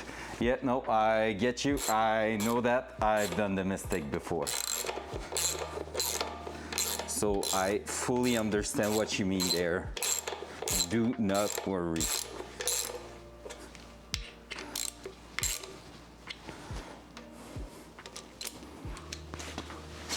That is the worst. Americans have, they have a bit of difficulties to stay consistent with what they are doing and using some logical units and stuff, you know? Classic Americans, that's how they call it, I think. Classic cars, I mean.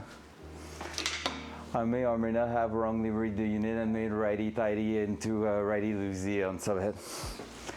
Did exactly the same thing. Yup, and that sucks big time. Let's flip that engine over actually.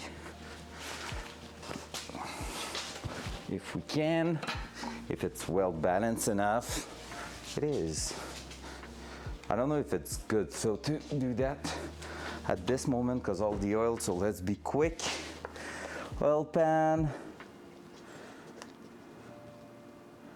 There is actually no pattern for that. I could have done it the other way around. I thought there were a pattern for these, but no. So let's just go ahead and retorque everything. It's dripping.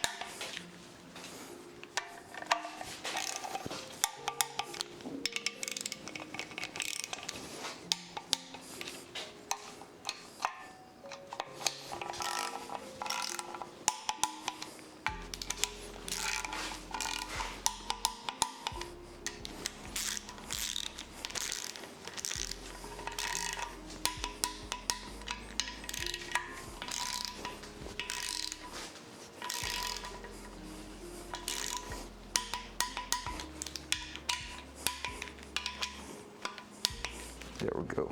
Let's flip it again because it's dripping oil. Stop going everywhere, you engine assembly lube oil. Damn it. Are you leaking there? Why are you leaking, good sir?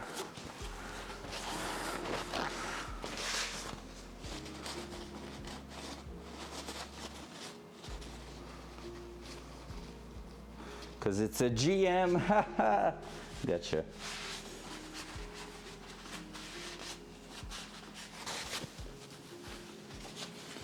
So we had a bit of a leak through some adapters here on the top here.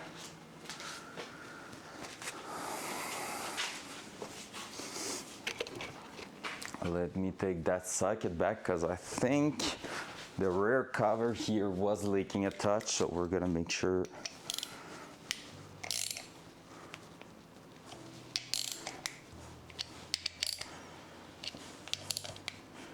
We're compressing it enough to seal. That one looks great, so perfect.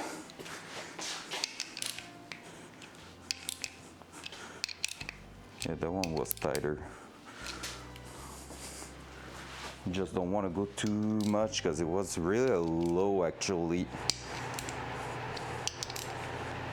There we go. Seal motor. Gucci.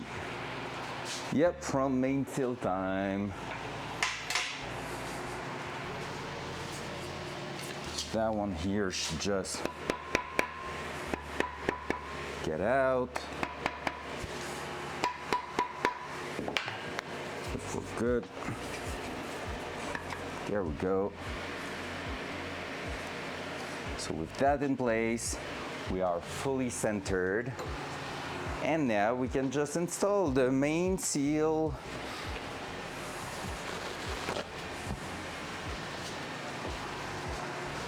Just going to clean the mating surface to make sure we're clear. We won't have any debris. And take the seal in question and throw it there with the install tool, which is the same exact thing. So we can just go ahead like so.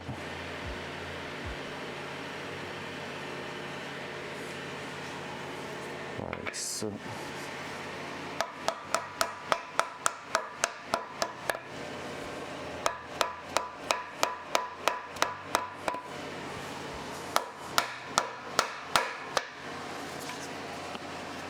It is starting to go in place.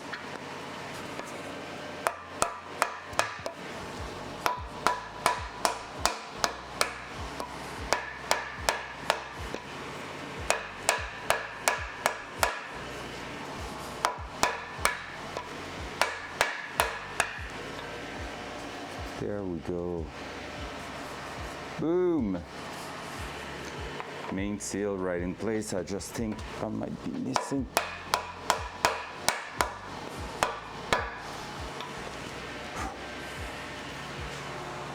GG. And we're done.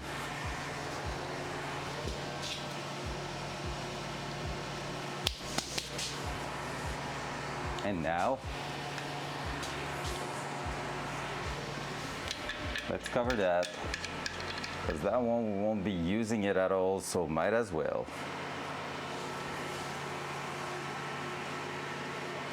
There we go.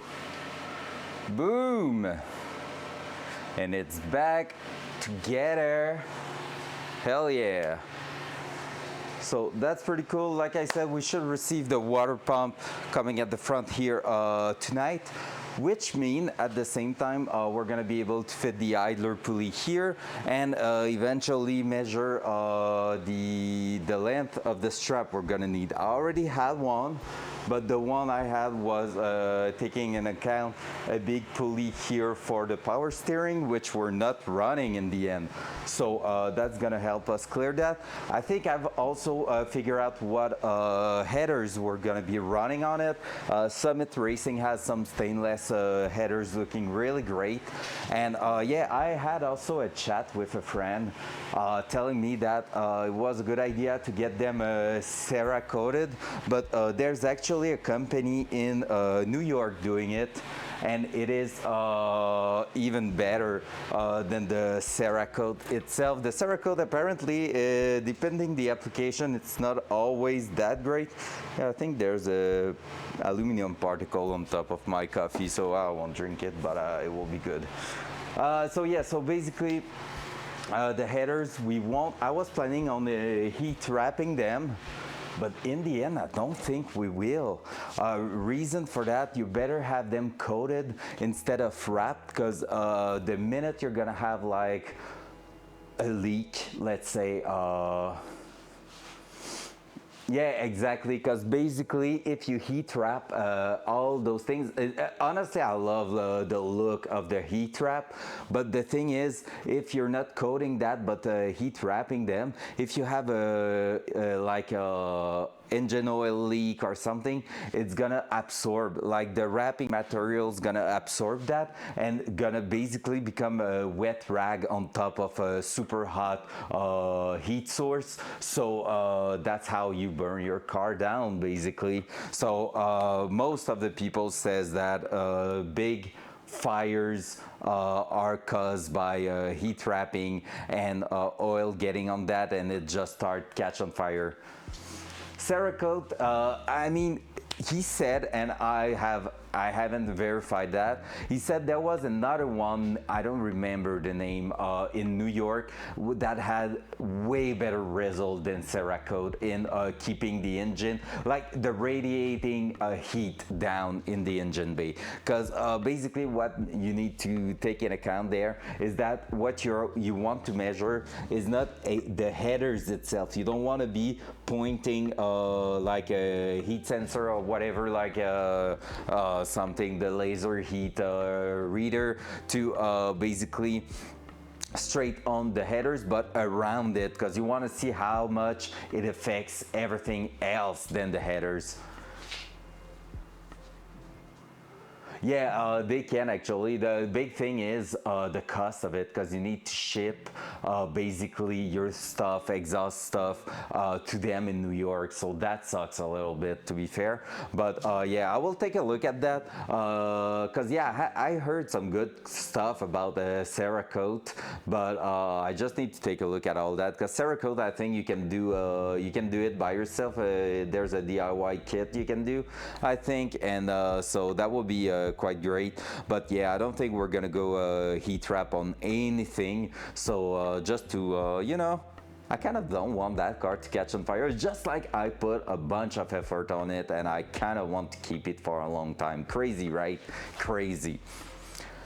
So yep, that's pretty much it, honestly. Otherwise, I'm happy this morning. Covers fitted, everything's fitted. When we have that, we can measure everything for the actual belt, and it's gonna be ready to throw in there. We're not ready to throw it in there, but it's gonna be, oh, rack, I'm gonna have my ECU probably in a week or two. It just shipped today. So just received the label, the tracking number for the ECU. So, and the street deck also, which is gonna be awesome. All right. Next step, what are we doing? I think it's gonna be time to eat something. Guys, are you, okay, here's the deal. Do you give me 10 minutes? I won't stop the stream. I'm just gonna put my be right back page in here, and I'm gonna go grab lunch, and I will come back in the garage, and we're gonna keep going if you're all good for that. So I feel like doing one more bigger stream instead of two small streams today. So basically we are done for today on the engine, and next step will be differential. So differential, it turns out great. You can actually see it right there, sitting on the ground, shiny. So it turns out great. The drying process was pretty straightforward. Haven't done anything special over the weekend. So basically now all we have to do is grind again, like just pass a bit of a buffer at the back because there's some cardboard stick to it now, and after that, once the rear is good, we're just cleaning it again, cleaning the inner side of the housing again, and we're gonna install what's on the workbench there. Whoop, whoop, there, this thing, bright little thing. So I received the sleeve for that and everything. So yeah, so basically I'm gonna be back in about 10 minutes. Just give me the time to make it another coffee and grab some Gucci stuff. So how are we sitting that here? What's up, cochonnet? Je pars pas pour longtemps, je le promets. All right, so that I'm gonna put that in be right back like this, and let me actually add the cam. Add that scene, and let's add the actual hand cam.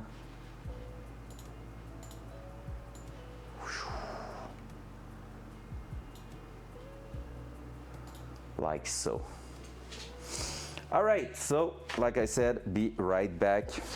I'm gonna go make myself a little bagel with cream cheese, and then we're gonna be moving on to the differential and another coffee too. So be right back. I love you. Bye.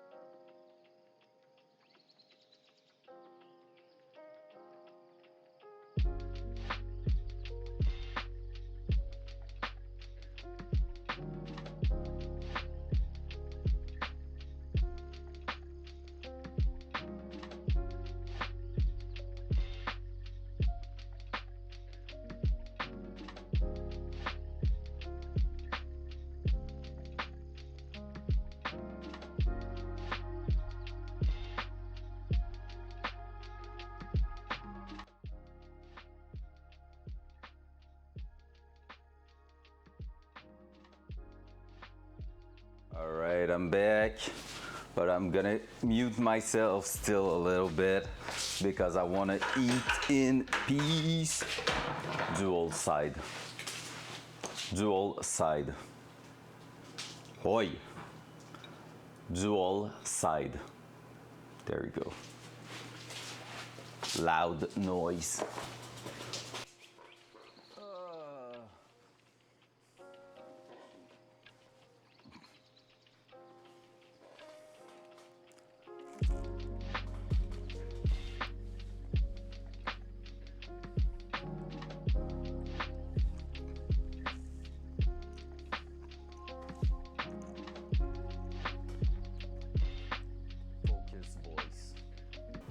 Anyone wondering what I'm eating? It's some blueberry bagel with some cream cheese on top. It is delicious. On a un petit tête à tête ici, cochonnet.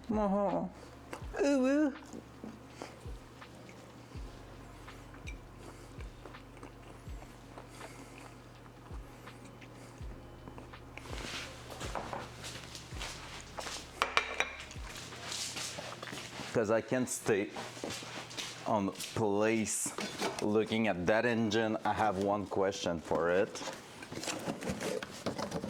Is it actually gonna work with the main pulley?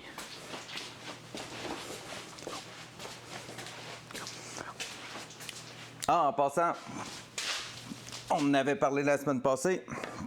C'est officiel, c'est à soir. Oh yeah, that's gonna be a perfect fit. Perfect.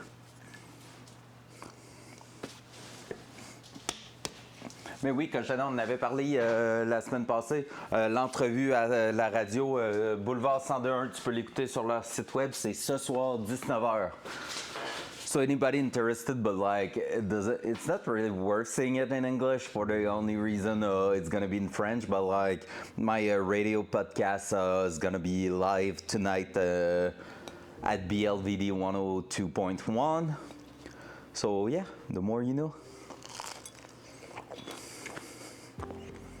So, main pulley, it's gonna work, it's gonna clear, so that's perfect. Loud noise.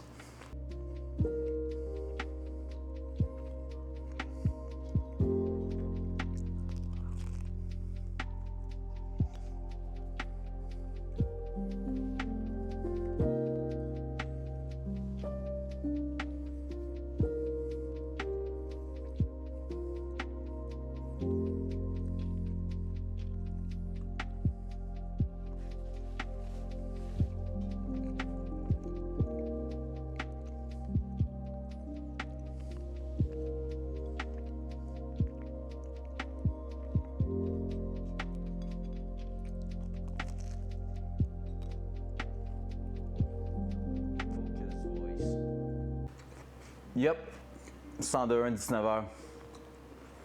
malade. Au final, j'avais aucune idée exactement de quoi on allait parler. Puis,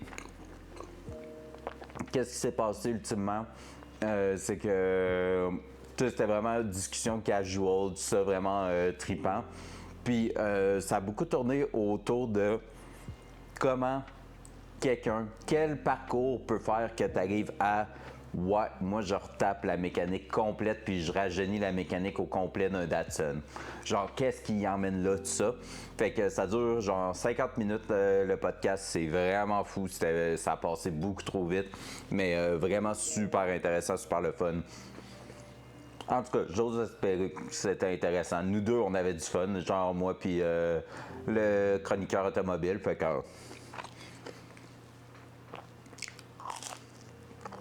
Puis on aborde un peu aussi le coût d'un projet comme ça vers la fin, puis sa réaction est priceless.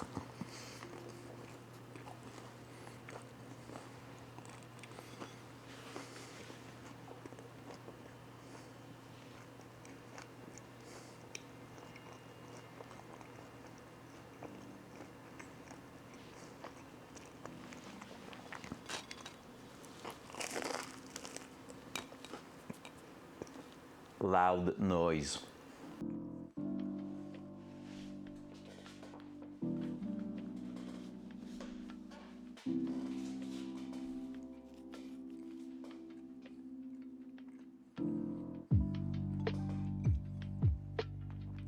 Focus voice.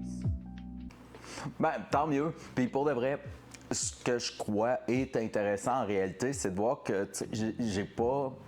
On parle beaucoup de mon background, un peu de qu'est-ce qui m'a emmené là. Puis au final, genre, j'en parle, mais tu te rends compte que juste quelques décisions qui ont fait que, genre, éventuellement, je me suis senti en capacité de faire un projet de même, mais tu sais, pour vrai, ça reste techniquement accessible à tout le monde. Tout comme, compare ça à faire des grosses maquettes en Lego, genre... Au début, si je donne ça à un nobody, ben, genre, tu sais, mais tu me donnes ça, moi, demain matin, je vais faire, puis genre, je vais comme paniquer un peu si tu me donnes un genre 1500 Lego à assembler. Mais si tu m'en donnes un plus petit au départ, puis ensuite que tu m'en donnes un moyen, puis finalement un gros, ben, c'est sûr qu'arrivé au gros, je vais me sentir plus à l'aise, parce que j'en ai déjà deux derrière moi de fait. Puis c'est un peu là-dessus que, genre, on fait quelques références, tout ça. Genre quelques comparatifs, mais tu sais que c'est un peu ça l'idée de pas starter en disant je me tape un Datsun demain matin au complet, mais plus avoir le big picture de je vais faire tel projet pour atteindre tel skill, telle connaissance pour ensuite de ça me sentir à l'aise là-dedans, puis faire tel autre projet pour tel autre type de connaissance pour ultimement arriver et terminer vers genre un gros projet plus majeur. Puis terminer, on s'entend que le Datsun c'est pas mon dernier là. Ça risque d'être mon dernier pour un bout parce qu'il a mangé tout ce budget, mais bon.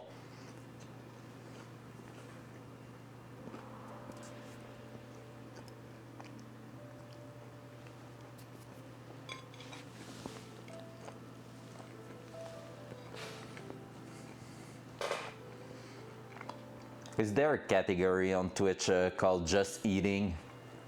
That will be perfect, but maybe some weird people will come by if I put the stream in there.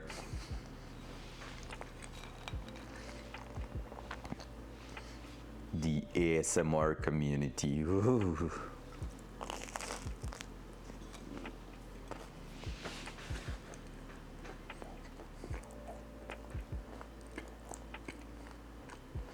I'm saying that, but Flo's cousin needs ASMR to go to sleep.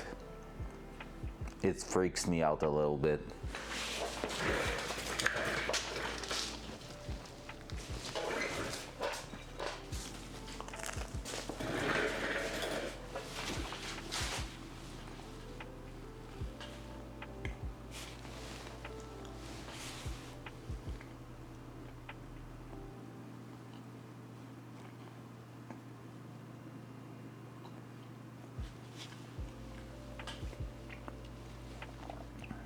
Par exemple, j'avais jamais touché. Alright, guys, if you want to know why I'm streaming, that exact message there is the reason. Cochonnet just said, for example, I never touched a car in my life, but with your videos and tips, I'm pretty sure I've successfully replaced my timing belt and water pump on the Celsior, which is actually quite a big job. It's not a first time job I will do. Like that is intimidating for me, and you just did it. That's nuts. That's crazy, and I love seeing that. And yes, le seal de crank. Au lieu du crank de seal, mais oui, le seal de crank, en gros, le crank étant le gros morceau au centre qui tient les pistons, puis le seal étant qu'est-ce qui va venir joindre entre la poulie et le crank à l'avant, puis éviter que l'huile puisse sortir. Fait que the crank seal is changed and installed now.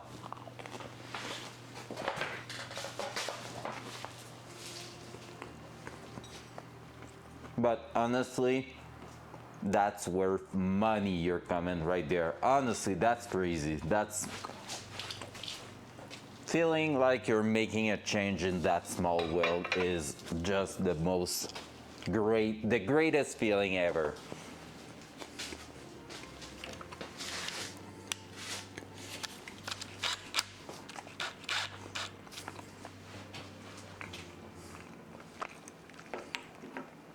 Yeah, see? And pretty much what's crazy about that is that no matter like the car you're working on, there's some like specific things for every car, but there's also a shit ton of similar things between them. Because like the brands, the engineers behind a car are not reinventing the wheel every single time on a car. Sometimes they are, but most of the time they are not. They are using some known features and some known way to work around something. And so it's just working well. So see, it's like not that crazy to understand what's going on in the car. It's just, you need to take time. And once you took the time to do that, well, you're good to go. Understand what you're doing and then just do it well. Take time to read. Take time to grab the information. That's also a big part of the podcast tonight. It is about like, hey, you want to do something by yourself? Well, before starting dismantling the said thing, did you gather the information to make sure you have the removal and installation procedure? If so, go ahead, give it a try. Like, we live in a world now that I mean, if I had to do something in the garage right now on the Datsun, I can call someone to come and pick up the Datsun in less than an hour and bring it to a garage, and from there, like, have the job done on it. Like, it's super easy nowadays. I mean, even if it costs like 100, it's always about budget most of the time. It's not about like, is it possible? It's more about money than anything else. So you just gotta prepare yourself for that. All right, so engine work's done for now. So super happy with how it turns. It looks amazing. It's gonna be great. So we're gonna have the main pulley here, another big pulley here for the water pump, and then it's gonna be like a belt going here, picking up the alternator, coming underneath the water pump, moving up to that idler pulley and coming back. It's gonna be a super simple setup at the front of the engine, which is going to be, first of all, looking amazing, and second of all, easy to maintain. Like, also the kit I bought for the idler pulley here is a tensioner, a manual tensioner. So basically I can just adjust the tension on my belt right here. So if I see that at high RPM I'm having a bit of slippery action in the belt, I can just put a bit more tension in it. So that's offering me another like adjustment possible there to make sure everything's holding great. And yeah, from there, we're gonna move on. I'm gonna push that back there. I'm gonna clean that desk first, that workbench, because we are coming this way. Pump. And so let's clean that. We don't need that anymore. We need to work on the differential. Oh, I'm saying that. Are we painting the engine first? Let me clear that out here. We could be painting the engine just to make sure when we're gonna be ready to throw it in place, everything's done. We won't have to wait for that. Like now we have pretty much everything installed on the engine, so it will be just logical to do that now. All right, so that's a new socket, special socket I'm gonna put there. Let's put that here. Done a bunch of cleanup also over the weekend. Let's do that, let's do this. Let's push that here. There.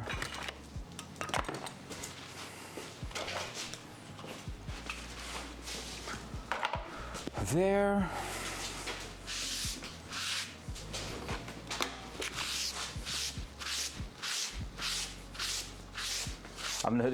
I don't know if I'm gonna watch the actual podcast tonight. Actually, it will depend, because I kind of want to hear it, yes, on the radio, but I would like to see the video of it too. I'm gonna probably watch it 2 times, once with Flo and once in live on stream. They gave me the right to do it, which is amazing, honestly.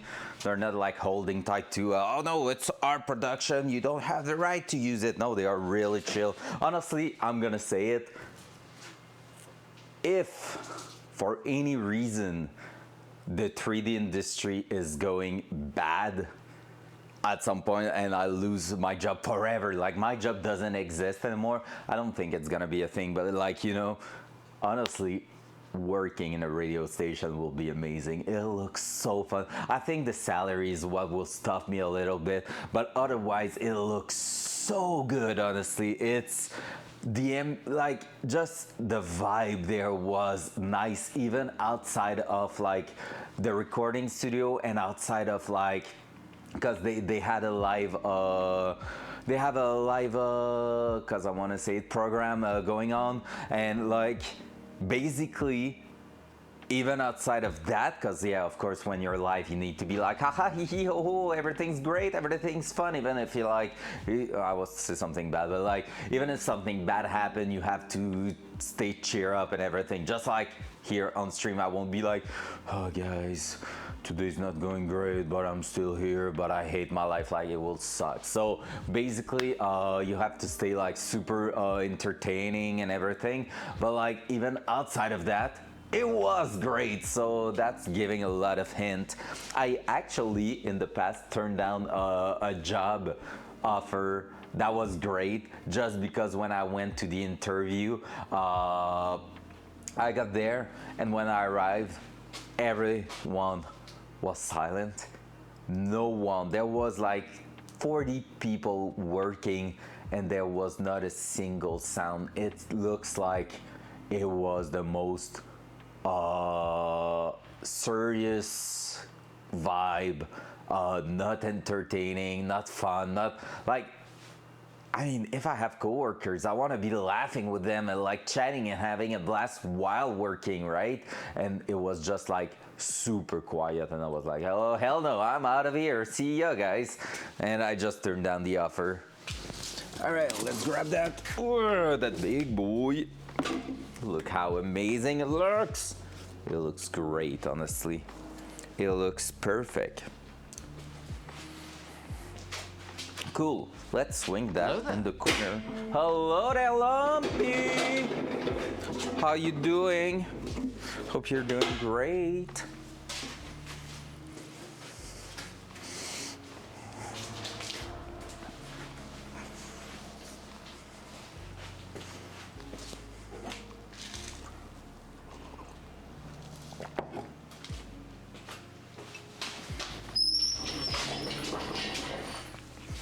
All right. Engine block looking good. Hell yeah, brother. Yeah, we are being safe now. I mean, I'm drinking my coffee that doesn't have aluminum on it. So I guess Billbuck, we're safe now. Heck yeah! So this is how it's looking right now. I just removed the pulley. I just had it in place temporarily. Basically what we're missing, and it should arrive today, is the water pump. All those big bolts here are going to be for the water pump. So water pump, big black pulley on top here, big silver pulley at the crank, and I bought a kit that's gonna be a tensioner, manual tensioner. Just let me show it to you on the papers. Let me do it for you. So here basically we're adding two brackets, one behind like here and one on top of the actual water pump, and from there we're gonna have is it actually, it's straight on top of the water pump, I think.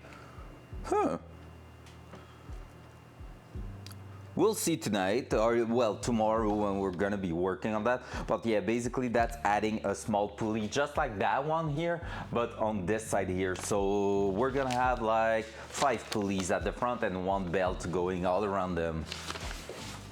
Reason for that is simple. I needed to add that. We call it an idler because it's not doing any action in itself, but this one is a tensioner because it's gonna allow me to add tension to everything. And the only reason I'm adding one there is because with my water pump pulley here and my other pulley here, that one basically, it's hard to explain actually when I think of it.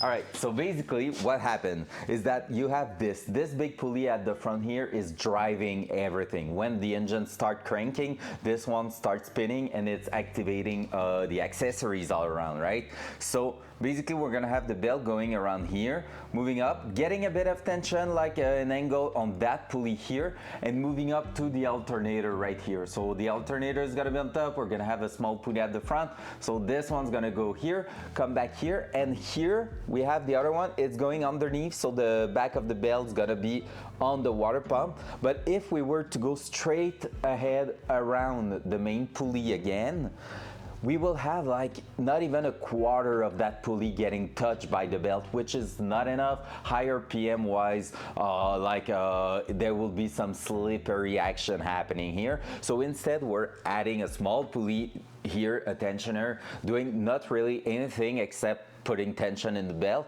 but also rerouting everything so that here we're gonna have almost half of the water pump pulley getting in contact with our things and moving here and going back down. So it's gonna be wee woo, wee woo. So that's the idea. Computing, yeah. You're gonna see that when it's gonna be done. Let's say that. So there we go. So the engine is pretty much done. We just finished we installed this morning our new cover because the one we basically welded our 10 AN bung in the front was not clearing the main pulley here. So now we bought the cover with 90 degrees merged and casted in them. So that's gonna be better, and it's clearing now. As long as you time your water pump. What do you mean timing a water pump? You're not timing a water pump. You time the engine with the crank. The welding was okay, it's just that it was not clearing in the end. So I still have it around somewhere. The welding was not great, but it was doing the job. Like, there was still contamination in it, but you know, it's not a beautiful aluminum weld, but it was doing the job pretty good, knowing there's no pressure in that part there, and it was looking great.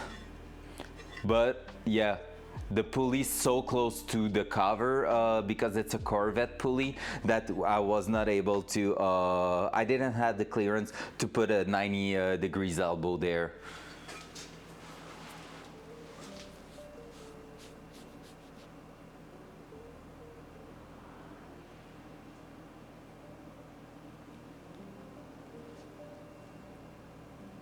you're messing with me, Bill Bug, there, because that makes no sense what you're talking about.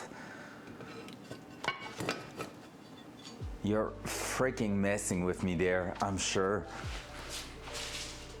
There's no such thing as timing, it's just a freaking pulley spinning.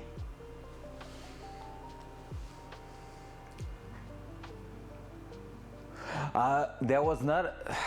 That's a good question. I think no. Ceiling wise, it wouldn't be the greatest. However, like maybe could have worked, maybe not. Oh no, I've been found. Oh, but yeah, basically, I think it could have worked. I thought about it, but ceiling wise, it was like just asking for having a leak there. So I prefer to go that. And see, we have like another plug if we're going twin turbo one day. So see, that's just for the future. Cause what does Rag the Goose says is, if you have a turbo, you need a bigger turbo.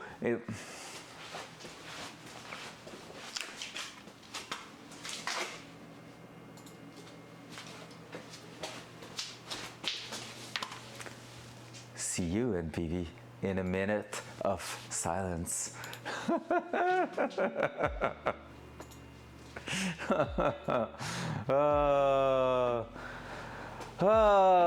It's so fun to do, but I prefer to do it not in here, NPV. I really love when I'm doing that in Peach channel, cause there she's just like, oh my god, and she's feeling a bit awkward about it, I think, but she. Like, I think she gets it's a joke, but she's like, yeah, I hope it's not too much for NPV, because she's really happy you're there, by the way, bud. She's really enjoying the fact that you're taking time to go and chat in there. So just so you know, and I know you will like to answer to that, but you're timed out. Sucks to be you, fucker. All right, let's keep going. That was violent for nothing. Always bigger, that's what she said. So we're gonna try to remove all the paint that wanna go out. Just gonna spin that a little bit to get a bit more access to it. So we're just gonna see where it want to peel. We saw that with just basically air, we could do that. We might have to remove the crank sensor, but that's no big deal. I mean, we're gonna remove everything that wants to get removed there, and then after that move on to remove that, plug it. Hey, hi, welcome back. How you doing, NPV? I hope you heard what I said, because she really means it. Like, she told us last night, actually it's probably straight in her VODs, but yeah, she told us she was really glad you guys, like you, NPV, but Jeff and everyone taking time to go see her on her channel. It really means the world. That's not a great sound. There you go. Loud noise.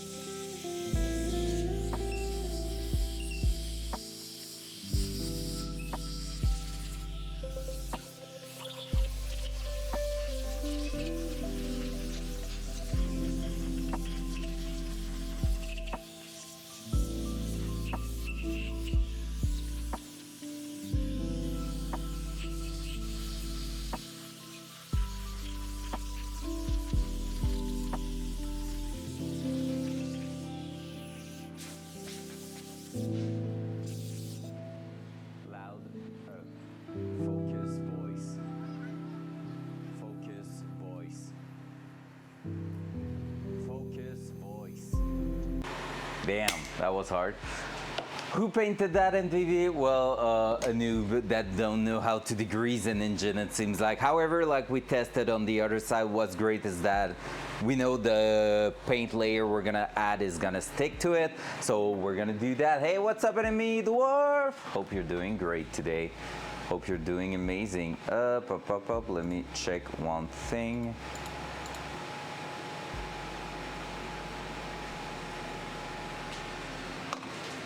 Nice. That's what we want to see.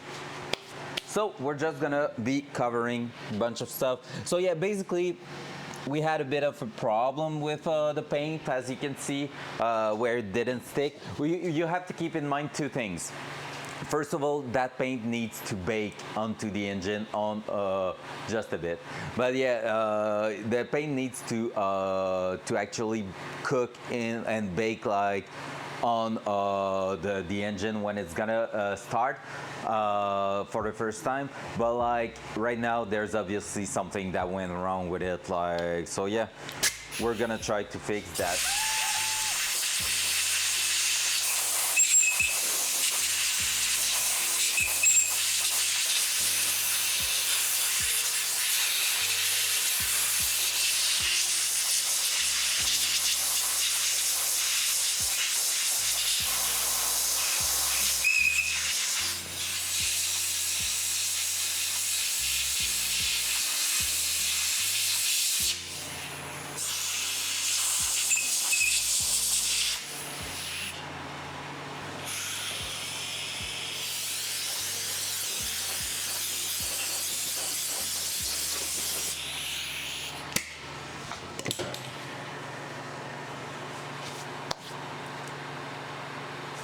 I actually showed you the video. No, because it's in French, but yeah. She made a video for our friends where she was like, so I just arrived in the kitchen and there was a weird smell. So I just saw the oven was still on and I was like, shit, did we forget that last night? What the heck? And she opened it and there was just like a cover. Well, the front cover I was actually heating up to remove the oil, the old one to weld in the aluminum like Bill Buck told me to do, and I didn't told her I was doing that. So she was just smelling a bit of the engine oil smell in the kitchen, and she just opened the oven and she was like, huh,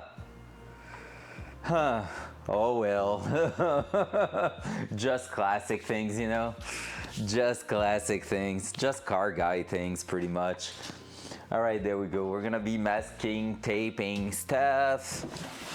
Let me grab, oh, I'm almost out of masking tape. Do we still have some there? Nope. Do we still have some in here? We have another bit of a roll there. But other than that, do we have some spare? I hope so. It's not looking good. Oh, I think we're out of masking tape. We're gonna find a way to make it work, don't worry. True, that's true actually. But yeah, Flo was not well, I mean, she doesn't care anymore. There's still car parts in the freezer, I just never took time to install them. But it's like door pins for the Camaro, because the door are awful to open up because they are saggy and all. And there's just oh, you are dishwasher safe, hot. Good to know. Good to know. Let's just cover a bunch of little things because we're gonna be painting around these.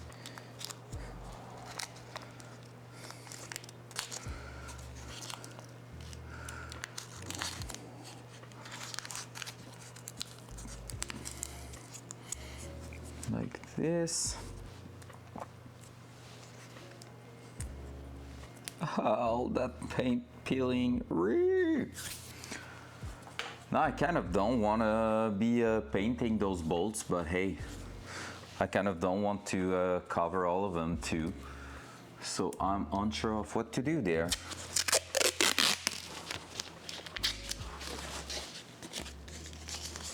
I should have covered that before spraying air everywhere, but hey,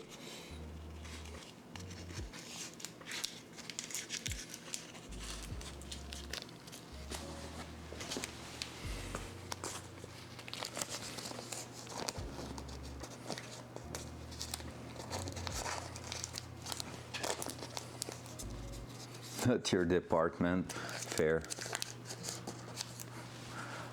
Just like that. We're gonna remove the crank thingy, crank position center. There. Because basically after that it's gonna be drying on the side and that's gonna be perfect. Won't have to think about it anymore.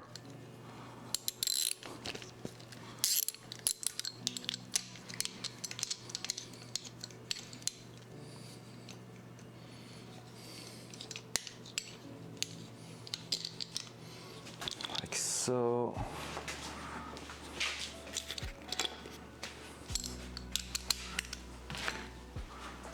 Masking tape that, or actually blue towels could do the job.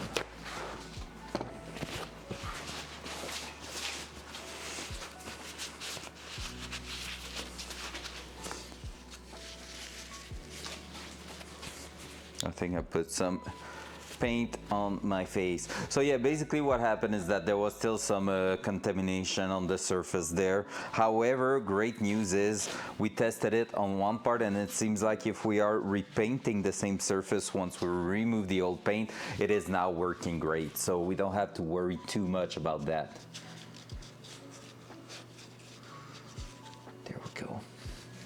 So that should just prevent us from having deal with too much paint going inside the engine, which is kind of a great thing, you know, because we don't really want that.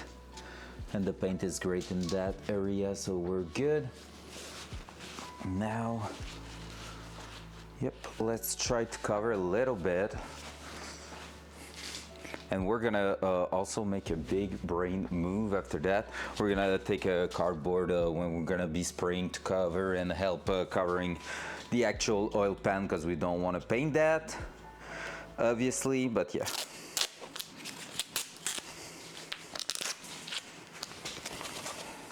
I'm just going to try and see if I can make something for those bolts. So I just really don't want to be painting these. Oh, Lump!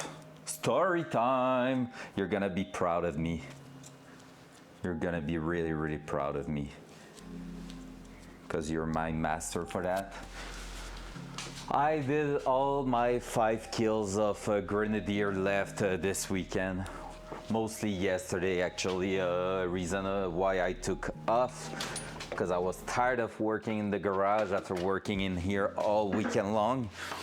And yeah, you were right. Grenadier in reserve is great. However, not that many people are taking D2 anymore because they all have Red Rebels now. So I had to find a good spot at the dome. D2, I got 2 there in so many raids. I actually survived most of them. Improvise, adapt, overcome. And that's what I did.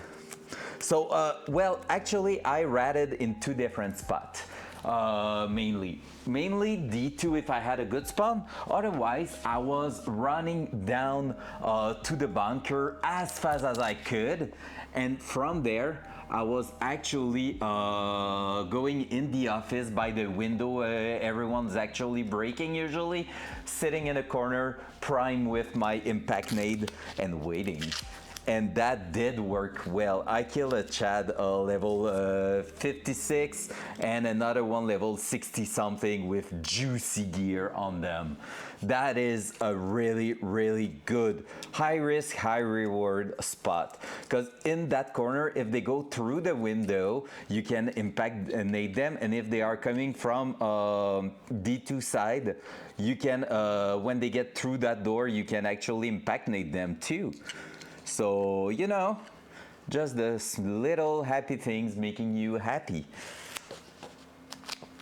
So I got a bunch there and the last guy was right on dome. You can sit on the edge and just wait for them to go to the Red Rebel extract there. And while they are going there, you can just fireball them in the face. From the top, so it's really easy to aim your nade also from there. So that was fun. That was actually fun. So Grenadier is now done, and I'm working on test drive now. And I have a bunch of other small ones to do. Like I need to actually do the flash kill too. I might go on the factory for that, trying to flash people and spray them in the face. We'll see. Or maybe with a KS-23, that will be funny. But yeah, I'm thinking of that. That was too much.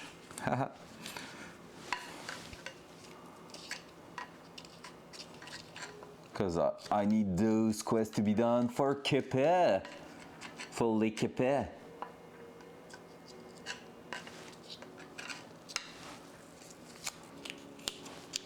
Let's try to push that one. So I was missing a little bit of material there. But that was super fun. Ratting is different. Is that the thing I enjoy the most? But from time to time, it's quite funny. You can imagine how the other person is raging and want to just uninstall the game, and you're like, yep, that is funny. All right, last but not least, we have to cover one of the bright plugs here with that little masking tape.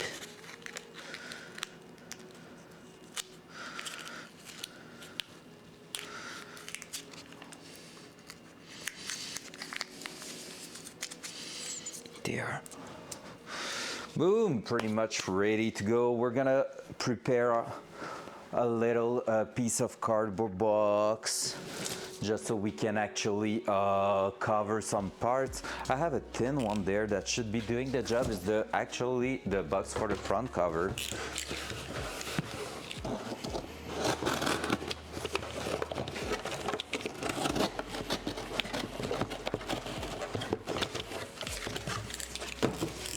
Just so like that, we have a straight edge that we can use like this to cover most of the pan while we are painting. So that's what we're gonna do right there.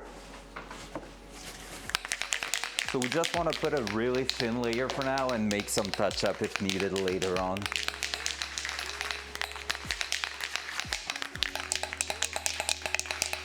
No, I didn't, because when I tested it, at first I did warm the block, warm everything and all, and that's what happened. And when I redid a test, I just did a straight test spraying on it, and it worked better. So,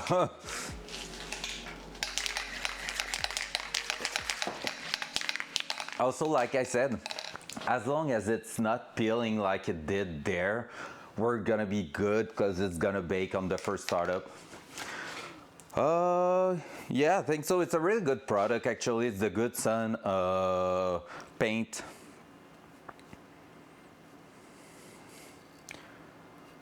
It's not saying actually what it is exactly, but it's engine block paint, so yeah.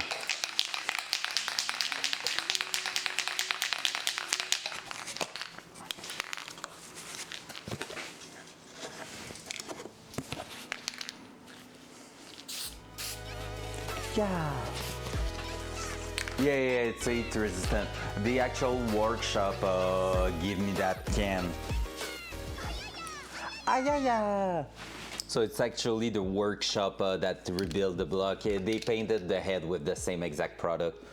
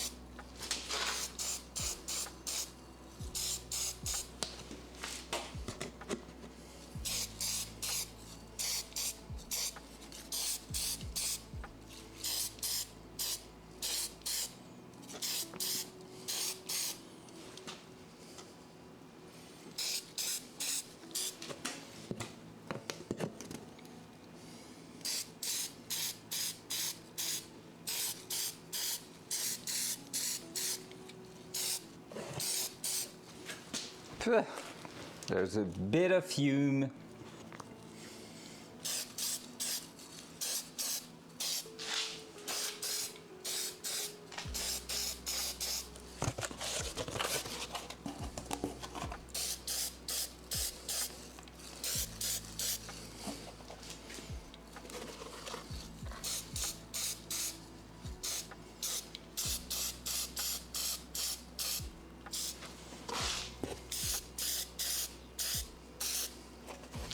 There we go. That should be better.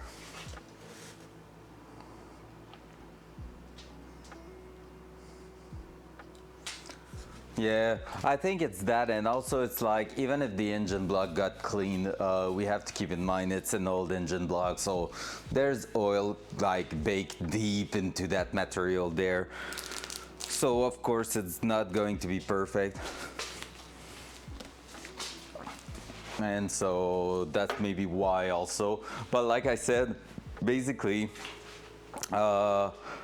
first time I heated the block, heated everything, and then spray it, and it stick well, but yeah, it peeled off. And when I did a second try on the other side, in a place it peeled, it basically sticks straight to it, and it's not coming off with my fingernail. We oversprayed a little bit on the oil pan, but hey, it's gonna be what it's gonna be. It's not too bad. There's worse than that. It's not showing up too much, and anyway, it's gonna get dirty one day. Hey, hey. So let's spin that like this. Am I removing that straight away? I could. It's gonna be going on the corner for a while anyway. There we go. We're just low on masking tape right now, which sucks a little bit. Let's just grab a small pliers like that and remove the masking tape there. Oi.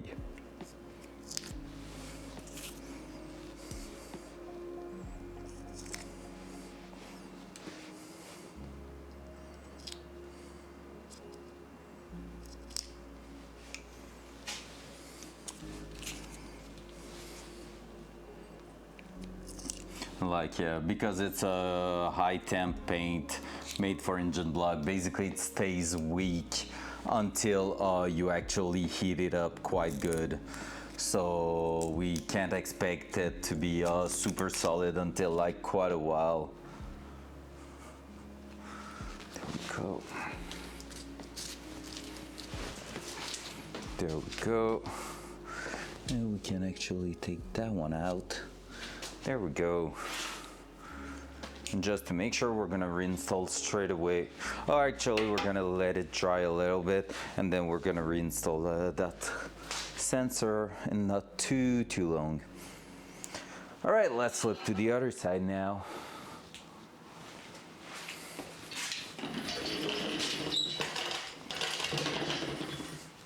Hopla. So that side here, we're gonna have to remove that module for sure, but let's start spraying a bit of air on top. Gonna take care not to be too intense because we don't want it to go stick to the other side. Should have cleaned that first, let's be honest, but we're not talking about it. Everything's gonna be good. Anyway, it's just aesthetic right there. Loud noise.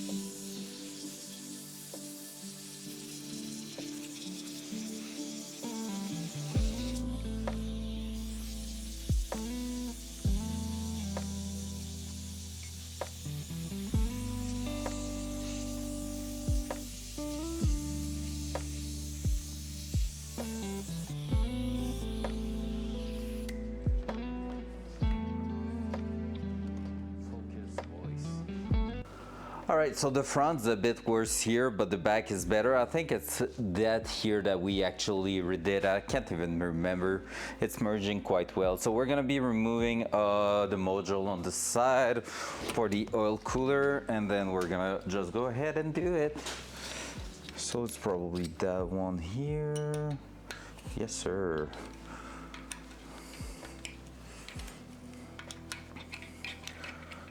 So here's gonna be our module to actually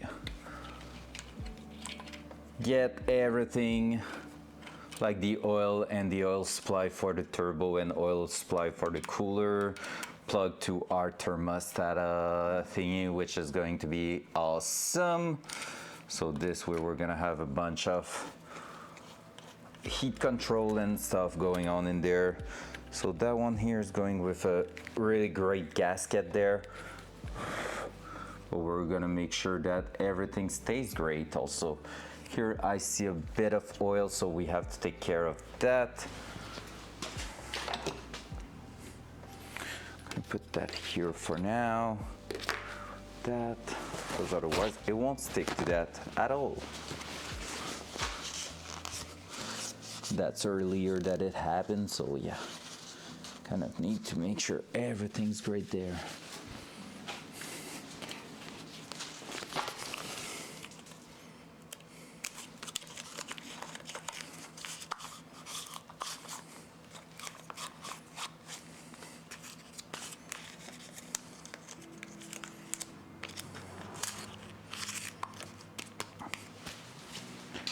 There, then we're gonna do the same thing on the bolts, and we're gonna install that. I just want to pass a bit of air.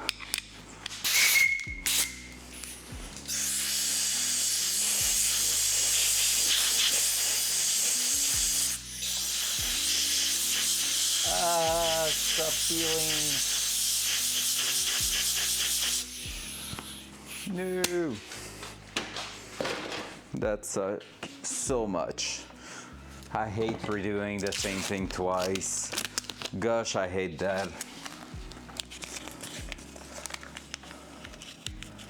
You know, when you try to make something good the first time and it didn't work like it was supposed to work, well, that's us right now.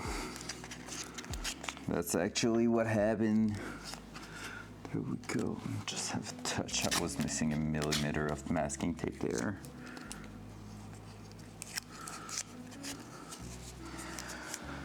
There.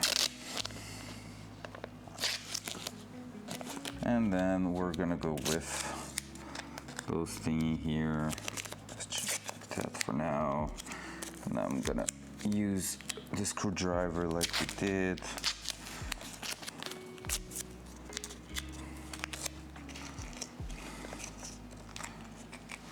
Actually, you're going there and you are, sir, going there. Perfect.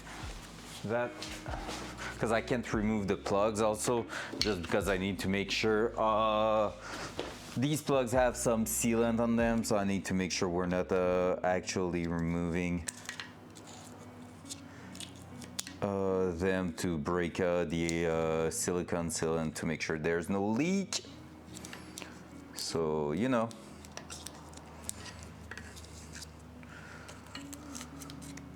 Just normal stuff. There we go. There we go. Just covering the bolts because OCD, I want them to be clean. I'm gonna try to cover a bit better the oil pan on this side, just because it bothers me a little bit that we had some overspray on it.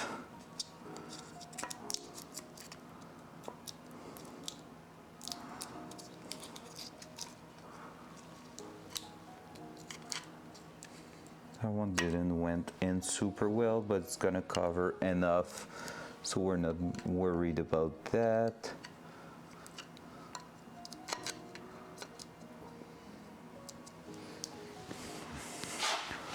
Let's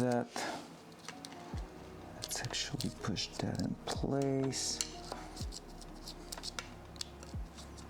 There we go. My screwdriver is now magnetic somehow. That's funny.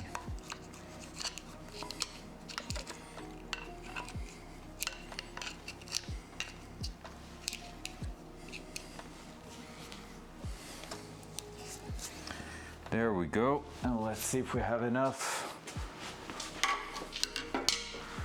masking tape for the bottom edge.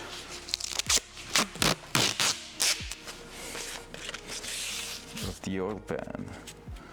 I think so. That will be amazing.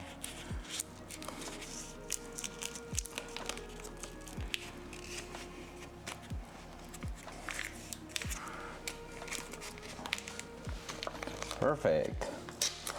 Heck yeah. There we go. That's gonna help a lot. That. Let's also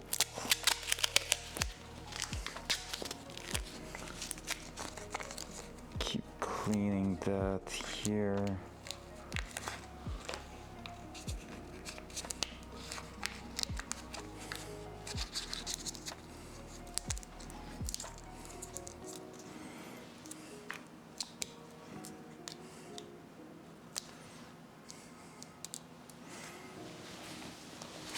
There you go. All right.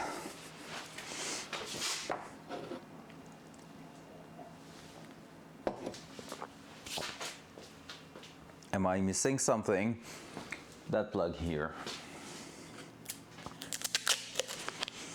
And since the paint seems good around it, like not on top but the bottom, yeah, kinda.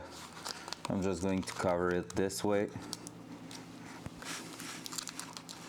Maybe try to push a little bit of the masking tape in there.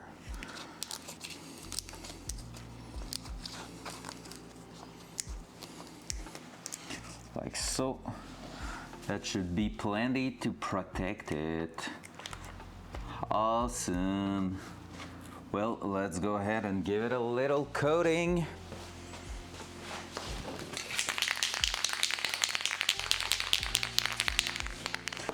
The main part being at the front there anyway, so yeah.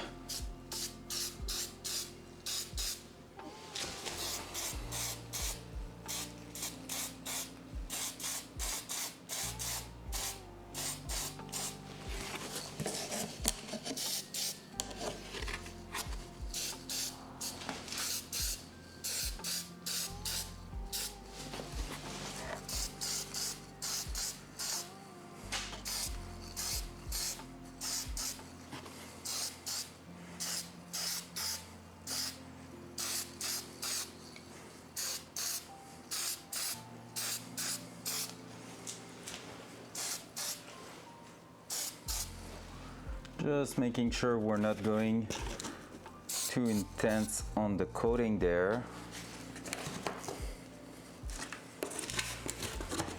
Can I get it to fit?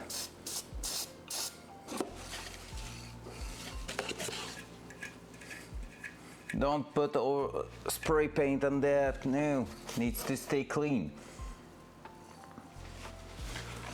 Right, we're looking quite good there.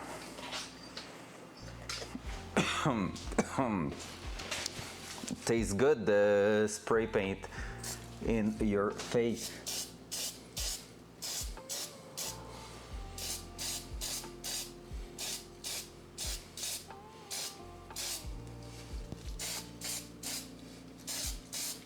There, it won't stick because there was oil dripping there.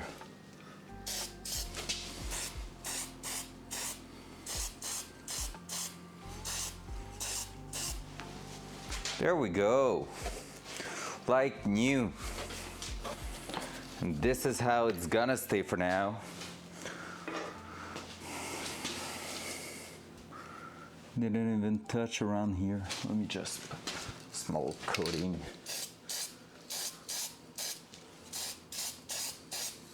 Okay, boom. Perfect. Grabbing this. Throwing everything on the ground. that. How's that? Oh, that's perfect. Oh no!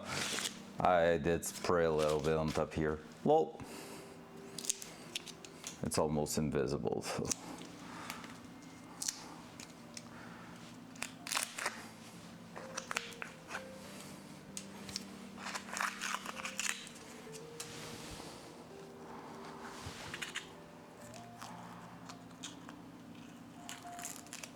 There you go. All right. We're gonna be ready to push that back in the corner. So that's looking great.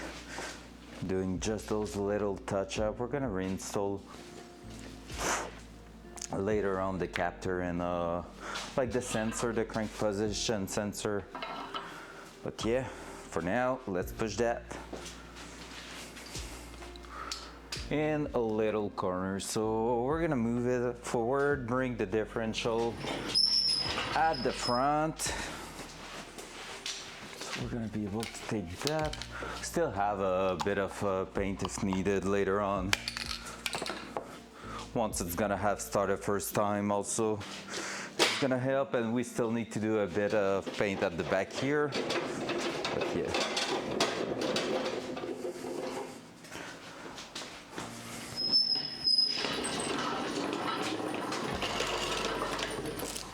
There we go. And it's gonna dry right there.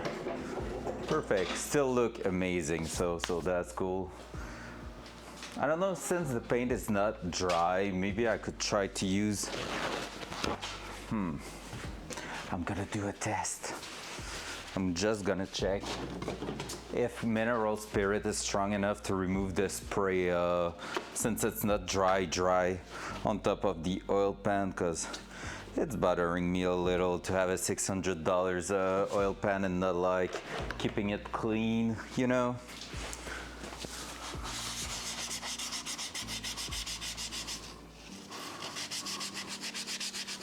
Nah.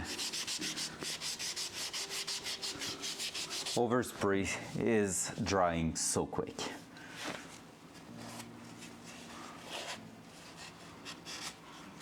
But hey, part of the game. No big deal. No big deal. Like I said, it's gonna get dirty and it won't show up anyway. So, differential action time. If we want to be ready to work on the Datsun on the rear and suspension tomorrow, we need to get that done first, so might as well start working on it. So we're gonna need that eventually, but for now we're okay. Let's throw that back in here, send that here. There you go. And those sensors, we're gonna reinstall them probably at the end of the stream, just because we don't need that now because it's drying. So what happened with that little beautiful differential? Well, we treated it with port 15 last week. Everything went super well, honestly. I let it dry for over the weekend and now it's so smooth. It's smooth. The coating seems amazing. It seems like we put so many layers and like a thick layer of coating on it, but actually we didn't. We didn't at all. So there we go. You have it there, the full little differential unit. The only problem we have right now is that since we painted it this way, you can see what happened on that cardboard right here. So what happened with that is that we now have some cardboard stuck to the rear right here, all around. So we need to clean that up. So that's what we're gonna do first. Then we're gonna clean the housing and we're gonna start installing the ring gear on top of our LSD unit. So the limited slip unit is gonna go in place probably today. I will have to say, I will tend to say yeah. And just at least the first time with new bearings and everything, just so we can see if everything seems to work great and the backlash and everything, if everything's great on that. So we're gonna test that and see how it's going. So yeah, let's go. Let's just remove the cardboard first, because that's no Gucci. Let me switch that. I don't want to scratch the surface, even though it's supposed to be super resistant. I'm not gonna like test it ideally. So let's do that, that, and that. This way it's all on cardboard. I'm gonna grab my wheel I used to buff that surface and remove everything we don't want there. So, loud noise.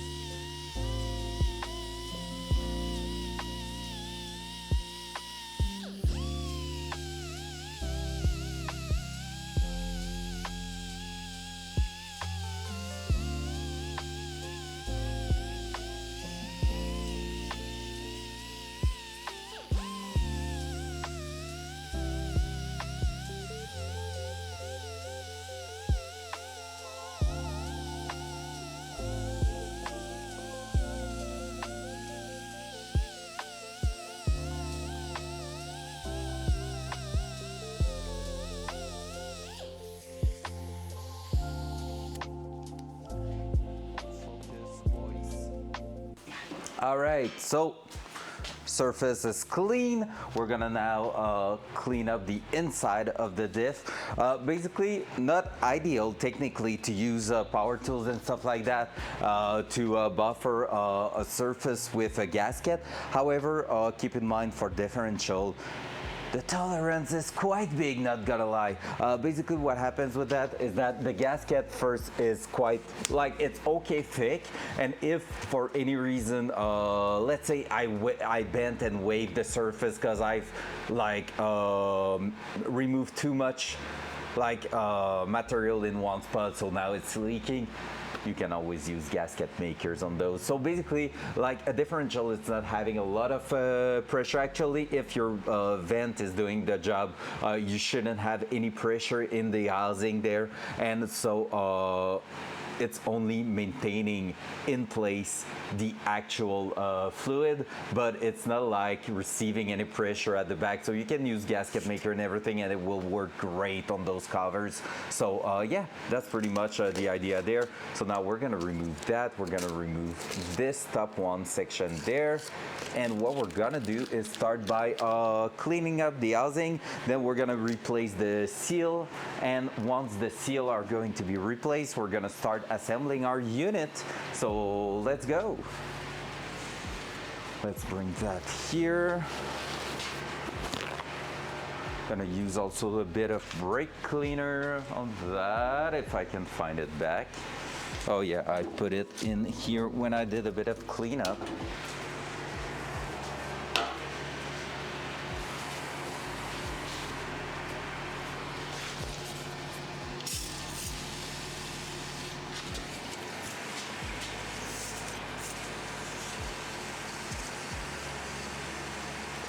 Make sure to make everything super wet and then bring that dusty part down here. So we just want to make sure we're bringing that as clean as it possibly can be.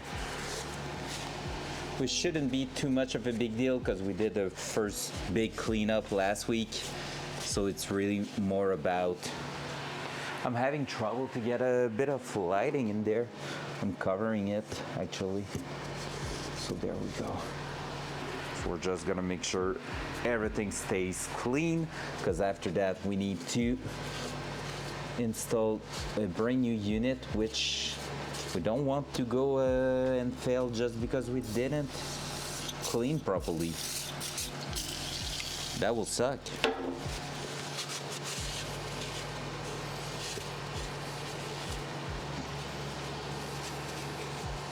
There we go.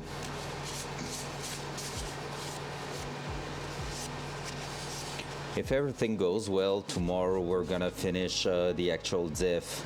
I don't think we're gonna have I'm gonna have enough time today just because at some point I'm gonna get tired.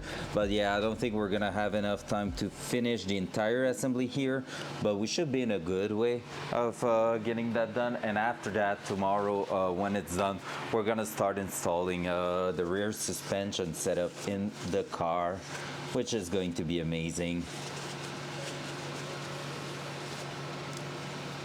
And maybe coilovers at the same time. All right, so now that this is done, let's rotate the cover a little bit so we have a bit more access to some other spot here.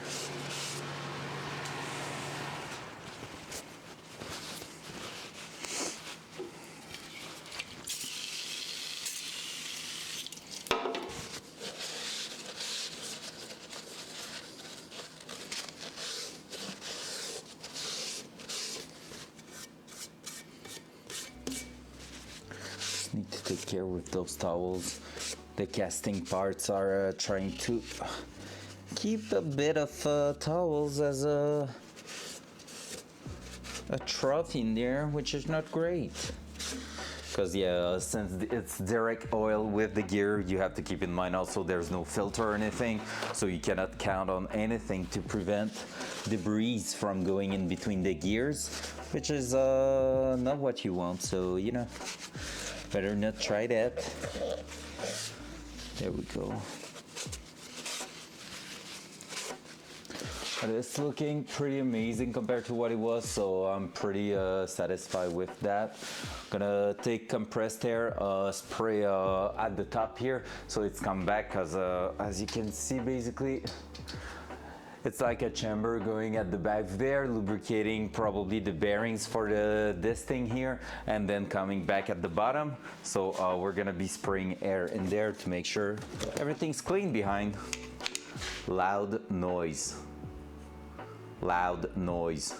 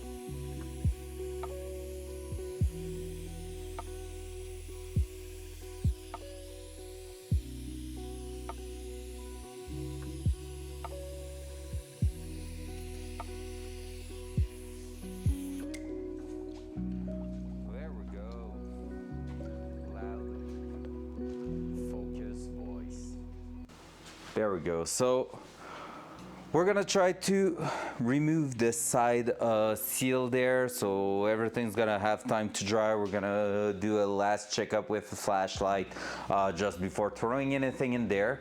But yeah, everything is pretty much in place right now, so that's pretty cool. So let's try to remove those seals. I have no clue how to remove them properly, to be fair. So we're gonna guess it's pretty straightforward and probably just pushing them towards the outside, which will make sense. Because basically, towards the outside or the inside, because we are, yeah, since we're pushing that, it's probably towards the outside. It gets added on top here. And yeah, that will make a lot of sense. Let me check.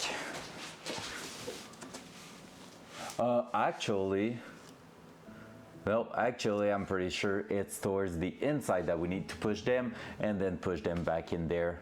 Yep, just the way they are done. It's just like those front cover and everything on the engine, but here I can see, like, we're gonna try it, but if you're looking at this here, the way it has a clear edge, we can definitely push them towards the inside there, so that's what we're gonna do. So let me grab a screwdriver again. We're just gonna go slowly and try it, but I am pretty sure. So here, hammer, and there we go. So I'm gonna go there,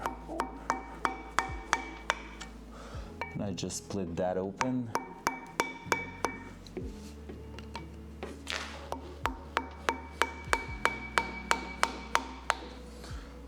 Here, I don't know if it's gonna be moving. I might have to strap it down again to the table.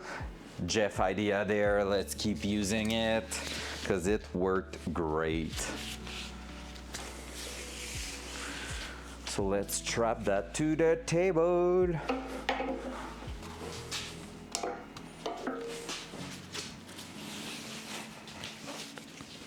Basically what we're doing is really simple. We're just grabbing one side of the table, putting that on top, going like this, and just strapping that down so it won't try to get out. So now I can actually use that to smash on it. And let me try to find maybe a box that's gonna be big enough for it.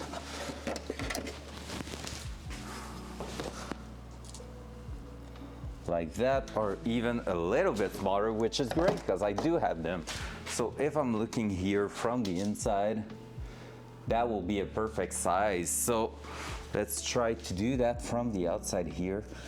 Actually,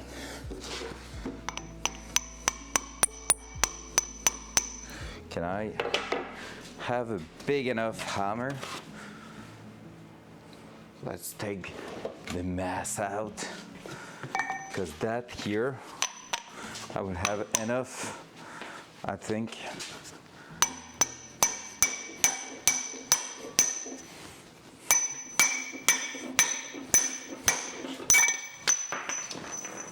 Nailed it.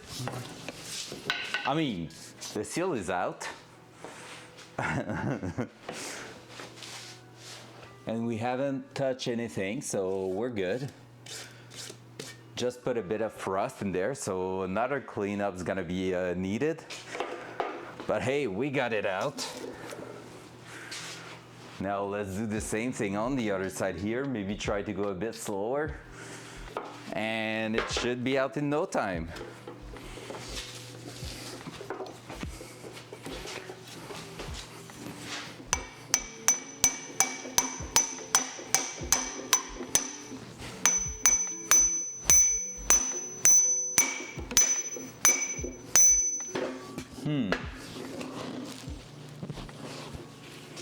Loud noise.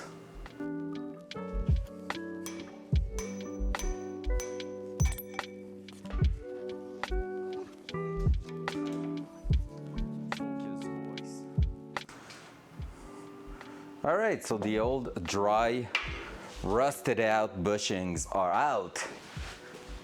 Easy, not even hard. Lol. So we're gonna get that with brand new one. So we're gonna be good to go.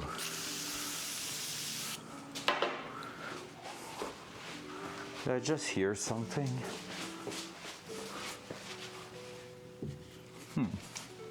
No clue. I thought I heard maybe a delivery package. Water pump would have been great. Even though since we painted it will be probably a bad idea to actually try to install that.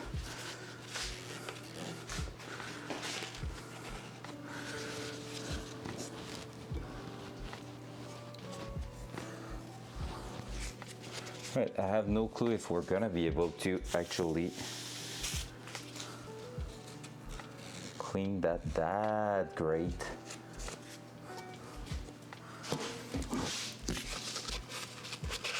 But this inner side for sure.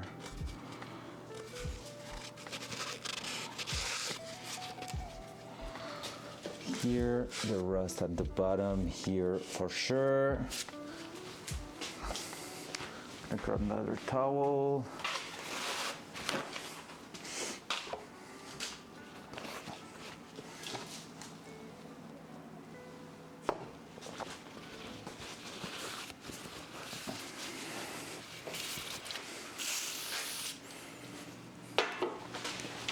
I'm gonna go from here.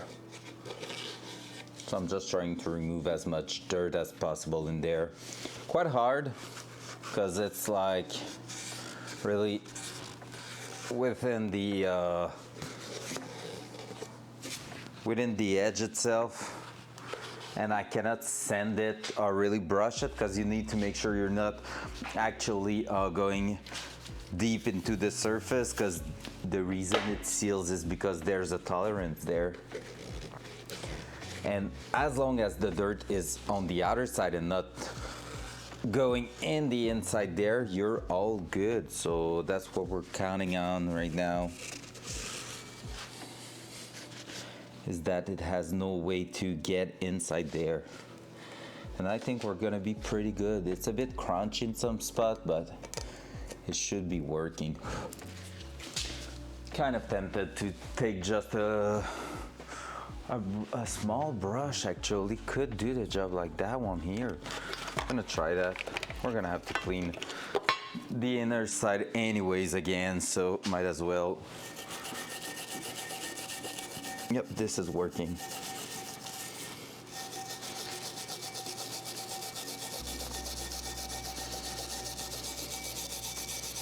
So I'm really just trying to bring back the good looking metal there.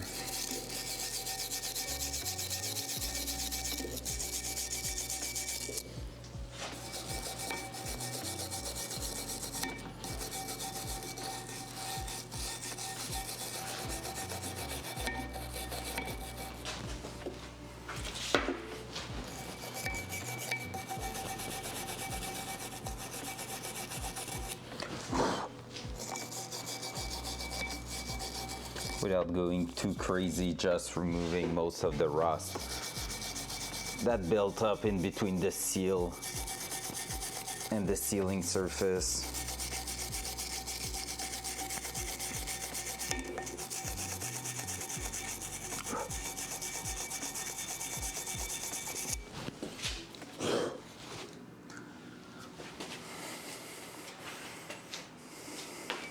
Still rough in some spot, but hey, it's gonna be already 1,000 times better.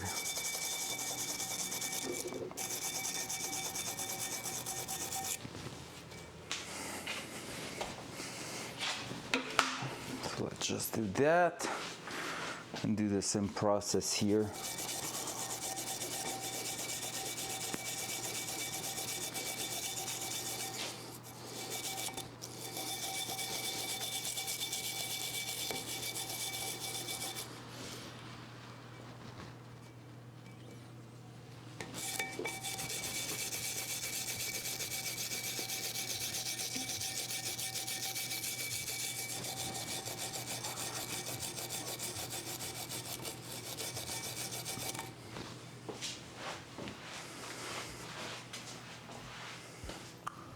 We have a delivery. I think it's Amazon and not the water pump. So.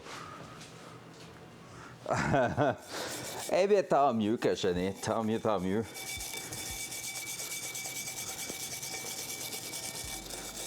T'aimes ça me voir faire du va-et-vient dans un trou. All right, let's keep going. We're almost done preparing the housing.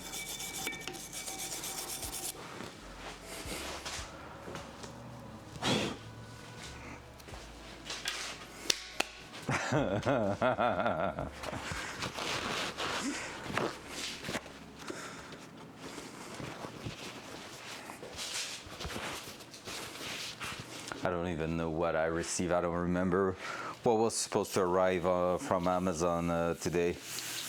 I've ordered so many things, guys. It's just crazy. It's a little bit stupid, the amount of things I ordered.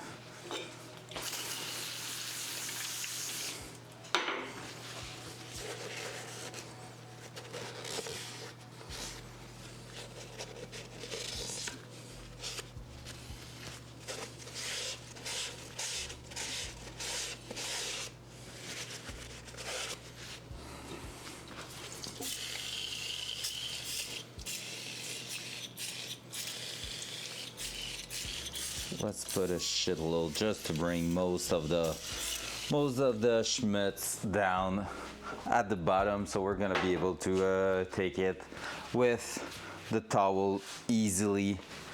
So we just have to brush a little bit on the sides, but since it is some loose dirt, it's gonna be easier to grab it at the bottom here.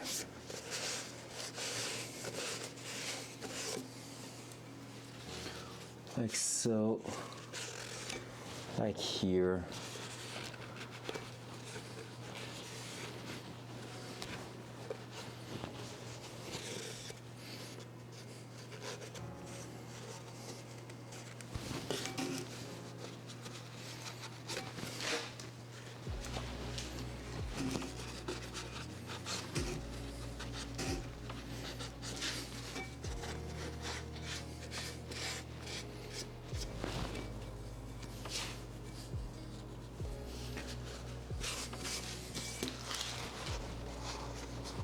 I should start a new challenge also next week or something, or maybe even tomorrow or whatever. Why not today? Why not today? That's how you need to think about it. I'm gonna take a picture of that because I need to start thinking about, like, if I want to grow the channel a little bit, maybe posting a little bit more often on Instagram. Like, I don't want to do shorts because I'm really bad at keeping a rhythm, and I don't feel like there's a lot of great shorts to do in the garage because it's moving a little bit too slow, so it's hard to get enough material to do shorts and stuff like that. But like the YouTube channel, I'm putting every single VODs in there, but I should try to start from now on every single day post a picture of what we did during the day on Instagram, just so people could follow there and eventually maybe come on Twitch. That would be great. Also, I'm starting to think, because right now the cinema industry is really not going so well, and I'm really starting to think of like, all right, if I can't find a job when I'm gonna be close enough to being done with the Datsun, or I will be out of money to stay streaming, to keep streaming full time, what am I going to do? And to push that a bit further back, I'm thinking about maybe adding a sub goal or something, like a daily sub goal. That will be actually quite nice, because that could push the moment I have to go back to work a little bit further by like almost a month. So that could be awesome. I have to think about these things. I just don't know. I feel like adding a sub goal, it feels a bit weird, because it feels like, hi, if you enjoyed that, well, think about giving me money, because you know. I've decided to stop working to do the most awesome project of my life, but now I need help and I hate that feeling. I want to be independent. But yeah, I'm thinking about all that at the moment because it's really insane how bad the industry is going right now.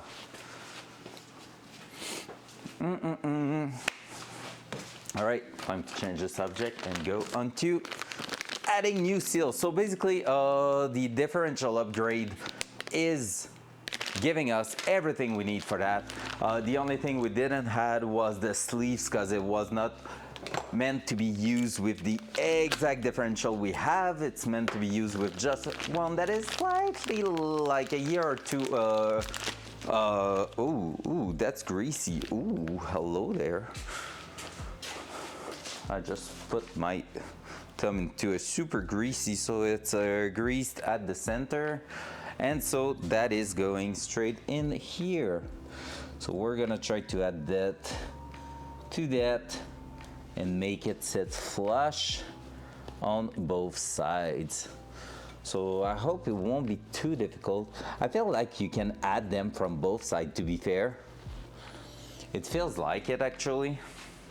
Gonna take a look if this one's big enough. I'm gonna try not to drop that. Yeah, I will see if I can get a bigger socket to see them flush. Because I don't want to be damaging them. So the 39 mil there will fit-ish. What about that one? That one will again be maybe the best one we can have.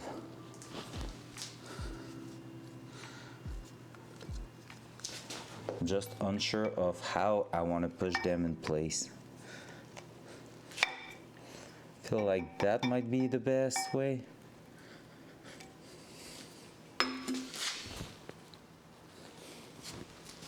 But I won't have place to actually smash on that. All right, that's a really good question there. How are we actually going to, I'm gonna use the plastic to lay them on top of it.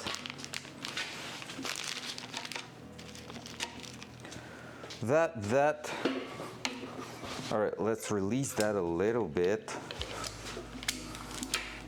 So we can actually, we have a bevel here, so it's probably in that side that we need to start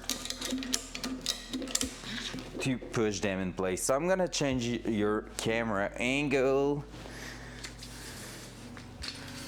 Wee, woo, like so, boom.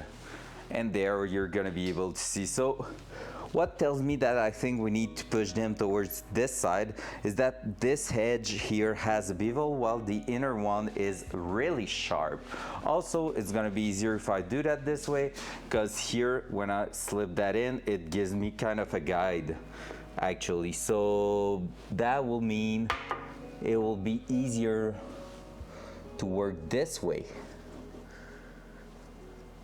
Now the only thing is, I need to make sure I don't have anything there. So let's just remove any. Guess who's gonna have to do another cleanup inside? Me. But it's worth. So like that, yep. This is definitely going in this side. And therefore, loud noise.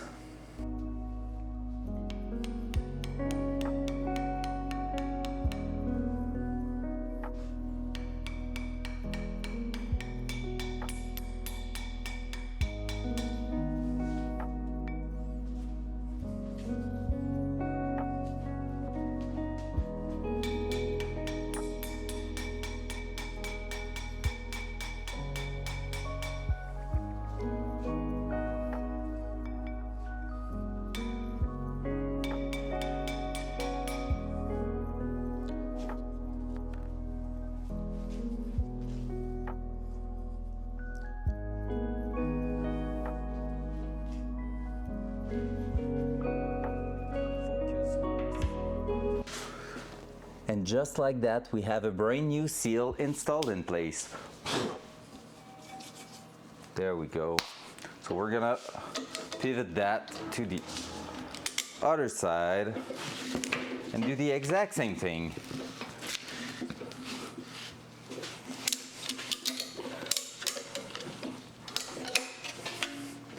So we're gonna clean our edge.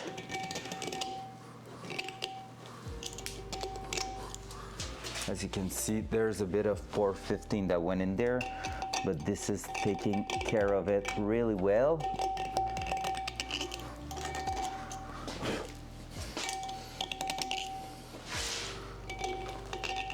And it's even removing a bit of rust, which is perfect, because that's what we want, everything to be super duper clean. There we go. So I'm gonna start installing that like so. Socket on top. Loud noise. Loud noise.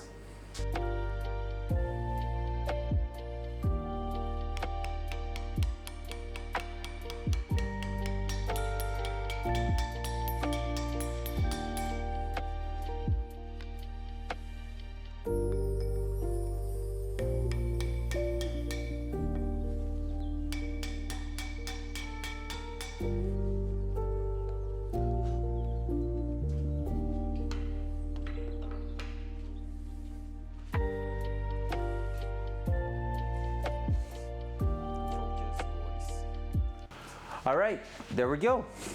Not hard at all. Honestly, it's really easy to do. Anyone could do that job with the proper socket. I would say that one, it's rare you will have it. This is a 46mm socket. So yeah, it's quite a big unit. But you could probably find something like similar, like a tube or something to make the same job. But hey, that did work super well there. So we have both our seals sitting at the same spot. Everything seems great, everything seems flush. So now we're gonna be able to start working on reassembling the actual unit there. So I'm going to keep it strapped down actually, just because it's easier for us to work on it since it's not moving at all. I'm gonna blow a bit more air into there. Give you a better viewpoint. Sorry for the quick movement. Too fast for you. There we go. We're gonna have that view here of this housing.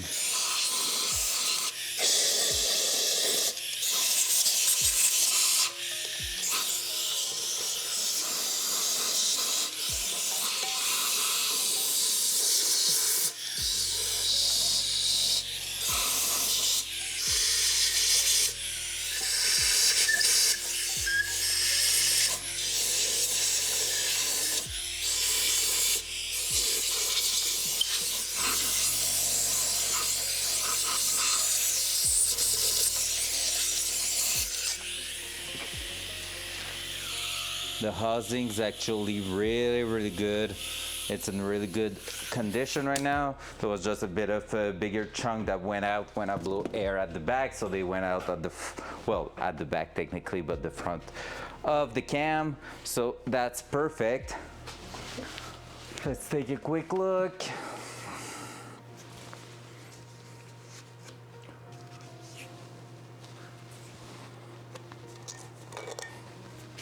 Everything's in great condition. Perfect. It's time to start assembling the actual LSD unit with the ring gear. So let's start that slowly but surely. Gonna put that aside for now.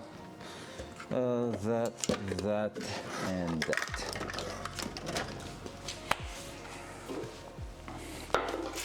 The big hammer too can go. And actually I put you there, but I'm gonna change your camera angle again. Because we're gonna be working on this side here. So this side, while installing and preparing the unit, I will even try to actually slide that to the side. I don't like it. I will push it to the other side. In fact, because I was right on my mechanism, which means I was maybe going to scratch it, and we just painted it, so that's really what I'm looking for. Whew. Now let's bring that. We're gonna put some blue towels in here. They are over there. Double or triple sheet? Double should be plenty, yep.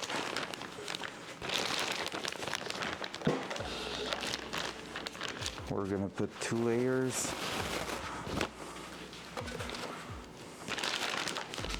Hopla.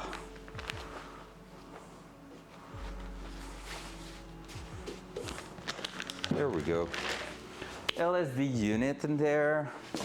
I'm gonna bring the new stuff here and that one here. So, what's up with that? That's gonna be an interesting one. So here we have the LSD unit, right? And the LSD unit's gonna go with actually the ring gear that we had, because the ring gear, you have to know that it is matched, so it is the biggest gear in there. It is matched with that. So the ratio of the ring gear cannot be mismatched with a pinion.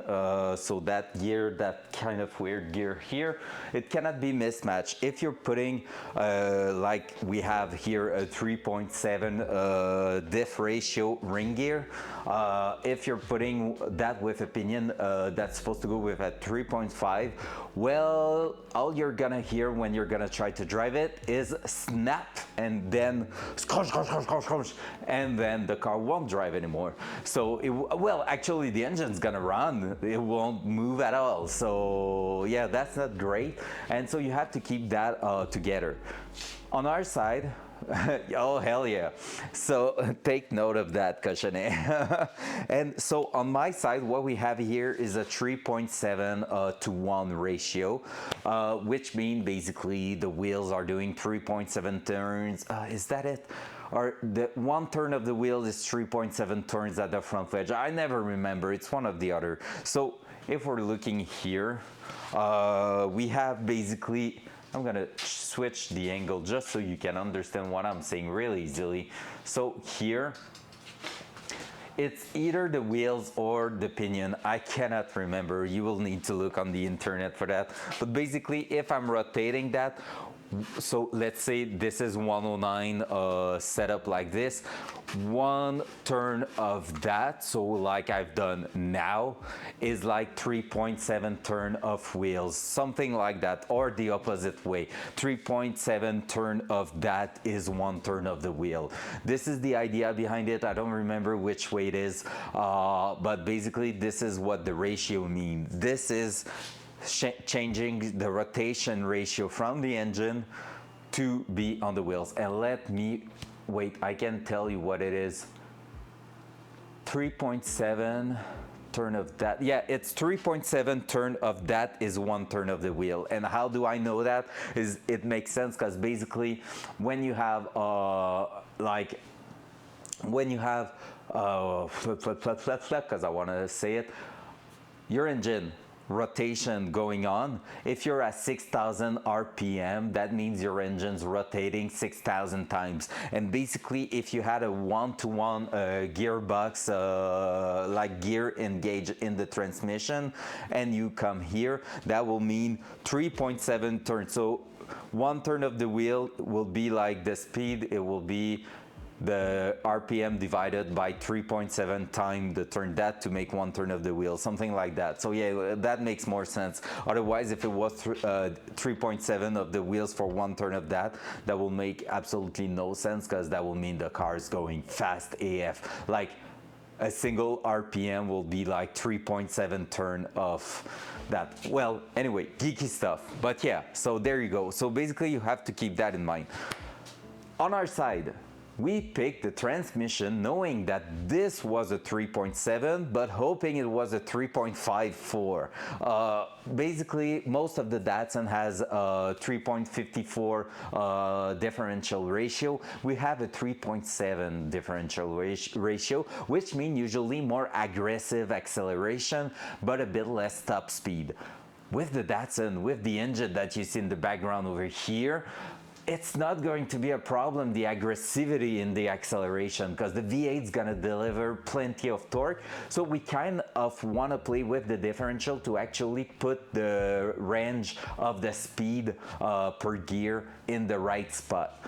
Right now, it's gonna be a tiny bit short, but not too bad. However, that also means in the near future, if we find the car being too intense in acceleration and we are always changing gear, let's say on the track I'm always in between second and third and fourth, well, I could play with that here plus the big gear to actually change the ratio and get something I prefer. So like I said, Datsun, usually you will find easily a 3.54 differential ratio. So basically I can make every single gear have a top speed that is a bit bigger. Right now I should be at around 110 kilometers per hour on second gear with that ratio here. That's theoretical because camshaft and everything that takes that will change a little bit, but in theory it should be around 110, and if I'm changing to a 3.54 it should be 116 theoretical top speed. 6 kilometers per hour might seem not that much. It can make a world of difference on a racetrack, just because those 6 kilometers per hour could be the difference between being in the limiter, the rev limiter, or actually still having acceleration to get to that next corner. So we're gonna play with that over time, but for now we're going straight with the 3.7 and we just want that to actually work properly. So those differentials are really solid. We're gonna keep that in mind and we're gonna be going on with that. Let me grab some gloves for that because my hands are dirty and we want to keep everything clean, and we're gonna install that in place.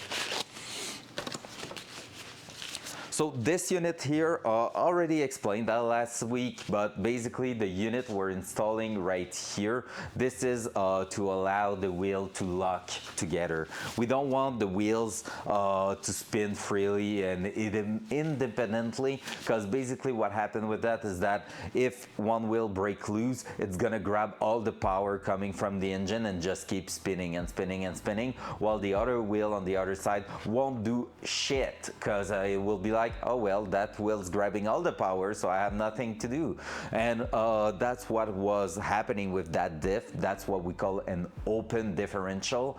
Now LSD, limited slip differential, this thing here is going to act like oh, you're braking free, well, I won't allow you to have all the power. I'm gonna keep some power to the other wheel that actually still has some grip, and then both wheels are gonna, well, the wheel with grip is gonna keep working and putting power to the ground, while that one is going freely around the, like it's just breaking free there, and until it grabs some traction again. So that's gonna be really, really helpful.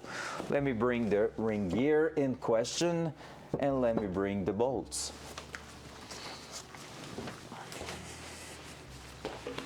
There we go. So here's our ring gear. We're gonna clean that up for sure. And that's not good. You don't want to throw that on the ground ideally.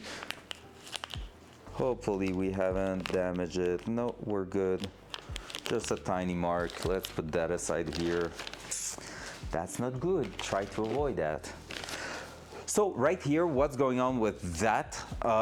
Basically, I had to order a special kit that I had right here, and I just I throw them on the ground too. Wow. So I ordered a special kit of shims. Those, in fact, it's sleeves. It is some sleeves. The reason for that is that these are 10 millimeter some 10 millimeter bolts here, like the diameter of the threads is 10 millimeter, but that differential is meant to have some 12 millimeter one. But since it is grabbing in here, I cannot really re-drill that to 12 millimeter or anything. This is like meant to be just some 10 millimeters ring gear. We might at some point change that to a 3.54 and have 12 millimeter in here, then everything will fit together. But for now, we need to use the 10 millimeter bolt, and that means there will have been a loose in here. Once torqued properly, it shouldn't move. But with the amount of power we're planning to have, it could move. Someone was saying to just clock it so the loose is towards the reverse pattern. So when you put reverse, it could maybe slip, but there's not enough power, so it won't. And then have it like just going straight against the side where moving forward, but that sounds a bit sketchy. So what I did instead is buy some sleeves that's gonna reduce the hole in here from 12 to 10 millimeters. So it's a 1 millimeter thick sleeves, which remove 2 millimeters in diameters. So it should be a spot-on fitment in there. So this is big brain stuff. And that was actually not pricey at all. It was like $10, so we love that. Something specialized for one usage, and it works. We love that. So let's just grab one, make sure our bolts are fitting in there before starting to work on everything. At least I didn't drop on the ground the actual ring gear. That would have sucked. Yes. I need proper. Can I get that open or not? The fight of my life right there, because I don't have the dexterity with that. Just pop open, please, sir.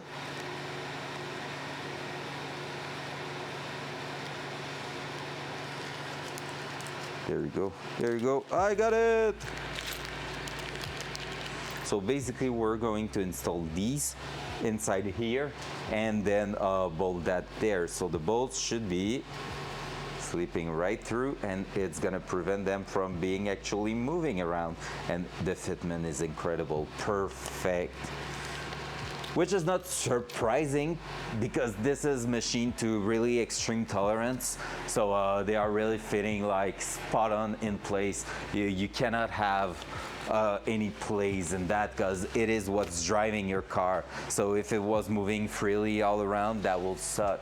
Just looking, have you muted because I'm doing stuff but randomly listening when I can. Hey, sounds good, Mildred. Appreciate that. Appreciate that. Thank you so much.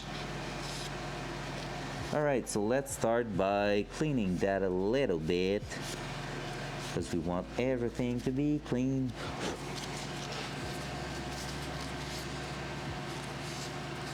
After that, we're gonna have to measure the backlash. Is it backlash or, yeah, it's backlash if I remember correctly. Basically what that means is that it's just the play you have between both gears. So that one at the bottom here and that one, there should be just a slight amount of play, and that backlash will result into a measurement that we can take, because now we have the tool for it. With my Camaro, I had to ask a friend to come by one that is actually, he had been working with differential in a past job, like rebuilding them. So he teach me how to take those measurements and everything. And honestly, it's not too bad. On the Camaro, we had to play with a lot of shims. Here, I don't know. We don't have shims, so like there is some from factory. And since we're replacing the carrier here, which will be resulting in replacing also technically the bearings and everything, it should be different. We're gonna see if it's in the tolerances, because I haven't found some shim package, some shim kit for those differential. So if we need shims, well, that's gonna suck because I need to find them.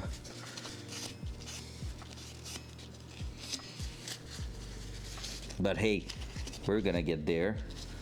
Honestly, that's not the biggest part of the build so far. We can get that done, right?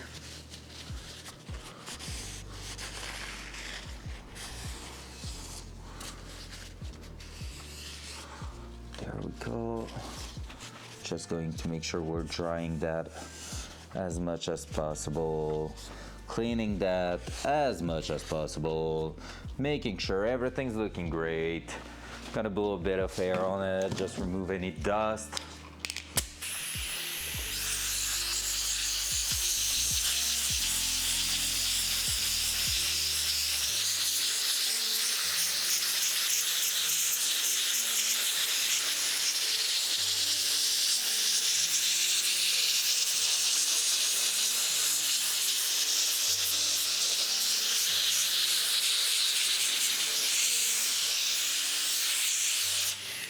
There we go.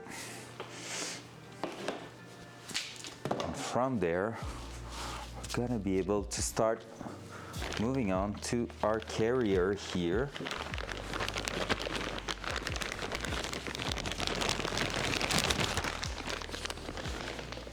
Like so.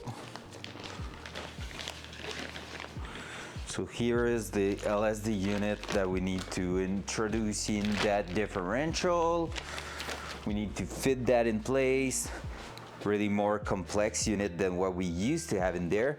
And we're gonna see if we can just slip that in place. Otherwise, we're gonna use the bolt themselves to actually press them. But if they are just slipping in, they are. All right, that's gonna be perfect. We're just gonna, they are not sticking to the sides, but they are fitting well. So basically we're just gonna use that with the bolts themselves and it's gonna work great. So that's perfect. So from there, we should be able to just go ahead. I'm gonna clean the top here and then we should be able to just drop that straight in place. So just gonna make sure this is oil free, because there's always a bit of oil, like I already told you guys. Always make sure to clean your surfaces, because this is coming with a bit of oil, just preventing that from rusting in transport. Because imagine it's on the boat going through the ocean with and salt water and stuff like that, and like it's in a container with full humidity and moist. That will mean rust usually. So the only reason those kind of stuff are not rusting is because they are protecting it when sending that to you with a thin layer of oil. But that's usually not the kind of oil you're gonna have in your car, so you need to take care of that. I can already tell you it got scratched a little bit here.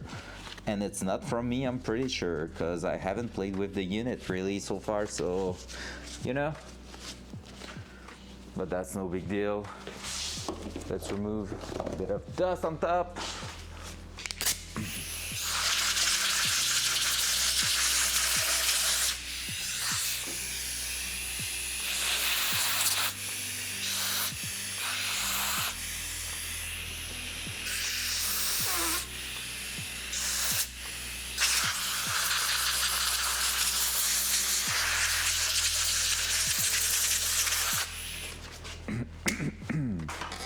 All right, and now we should be able to just slip that right down there. It has been scratched there. All right, so here we go.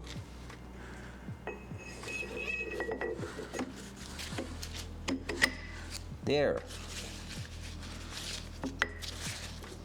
If I'm not mistaken, I should be able to. Oh no, it's too heavy, that.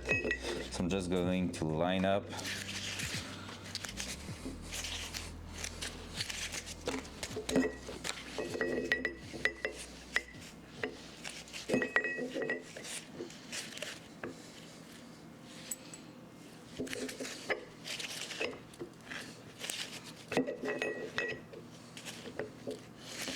All right, I'm just trying to line up, but it won't work. So we're gonna flip it again. There we go. Now it should be pretty much lined up there. Let's take a look. Yep. Hole seems to be pretty decently fitted. Oh, let's try that. So just that with this, and then throwing that in here. If this is lining up, it should be bolting. If it's not, it won't be bolting. Duh! It is not lining up perfectly. There you go. I can actually play with it there.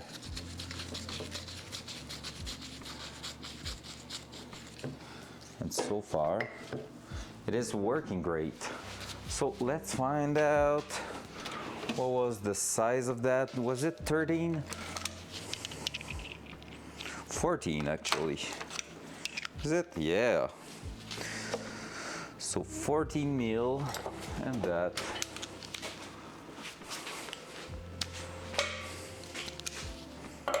So we're just gonna use that as a screwdriver basically.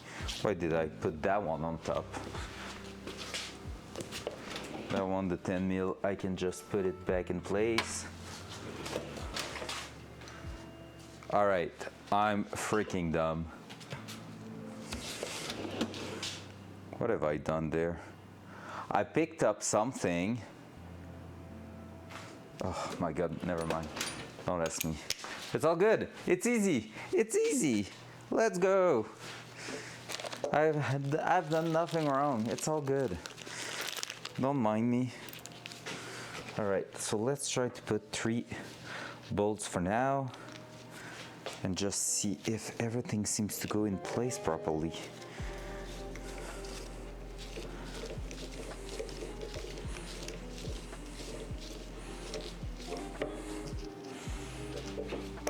And then we're gonna read again the procedure to torque those into place, just to make sure we're great on that. Hopefully the shims won't be just a touch too long, otherwise that will suck hard. I don't think no, cause here that one just went in its place right here. Yep, we're gonna be good with that. I'm just going to try to actually make sure we have a full contact. We do have a full contact. Perfecto.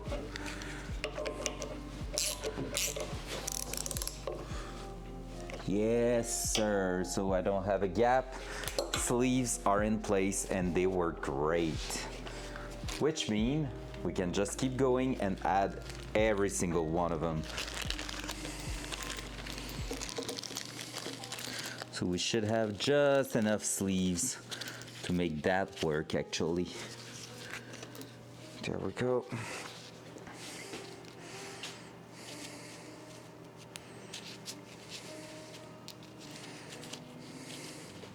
Alright, I'm gonna try to clean up the bolt a little bit because that one is a bit filthy.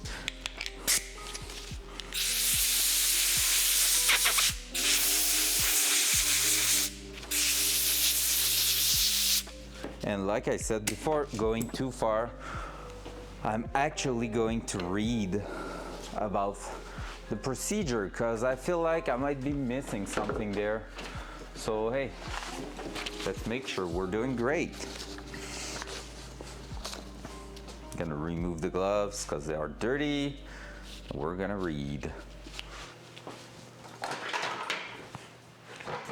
By dirty, I mean oily, not dirty like it's a danger to play on the differential with them. So I'm just gonna do that.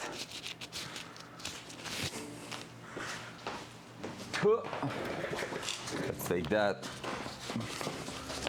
That's gonna look so great. Not that it is something we're gonna see, but hey, pre-disassembly inspection done. Assembly and adjustment.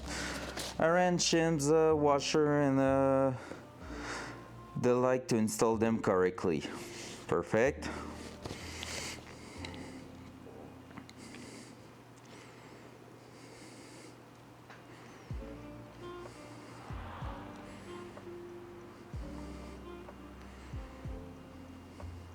Okay, apply gear oil when installing bearings. That's good because we're not, they're already there.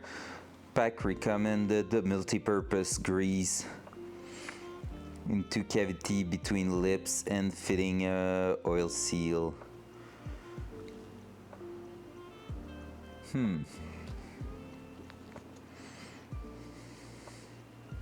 Backlash or adjust the clearance between the rear surface. Pinion mate side gear for a tripod drive shaft, except tripod drive shaft. Wait, what? What is a tripod drive shaft?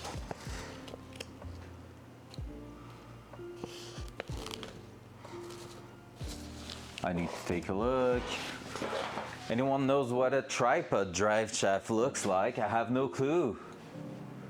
Google is my friend. Tripod drive shaft.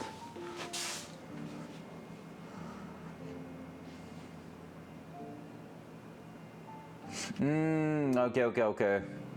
By the drive shaft, they don't mean what's connecting transmission to the rear, but basically the sides. And we don't have a tripod drive shaft, I think, because this is basically a CV axle when they call tripod. They call tripod is probably flange, and then dual, like a universal joint, which is not really universal joint, those one, but hey. Yeah, it kind of makes sense. So us, it's gonna be between 39,000 of an inch to, is it 1,000? It's even less than that. It's 3,000 of an inch or 4,000 of an inch to 8,000 of an inch that we have to fit. And if it was for tripod drive shaft, it will be 6,000 of an inch of backlash, but like it needs to be less than that actually. So yeah, so anywhere at 40, under 60 we are well, under 6,000 of an inch we're gravy in both cases, so perfect. Between 40 and 6, between 4 and 6 sounds good. Pinion shaft lock pin using a punch after it is secure. Yeah, we don't have to do that actually, because we just replaced the case basically.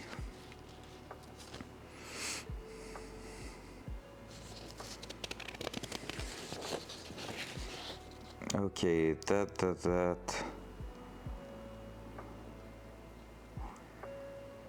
we won't have to deal too much with that. Yeah, they are going through the entire freaking thing.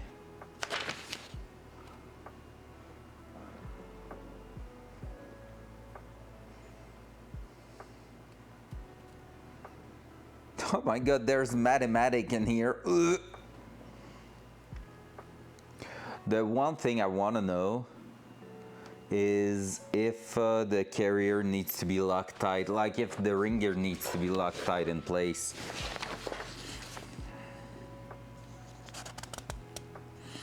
Alright, so I have measurement 50 feet per pound for those bolts, perfect. I don't think they have to be Loctite, but I just want to make sure of that. Alright, okay, here.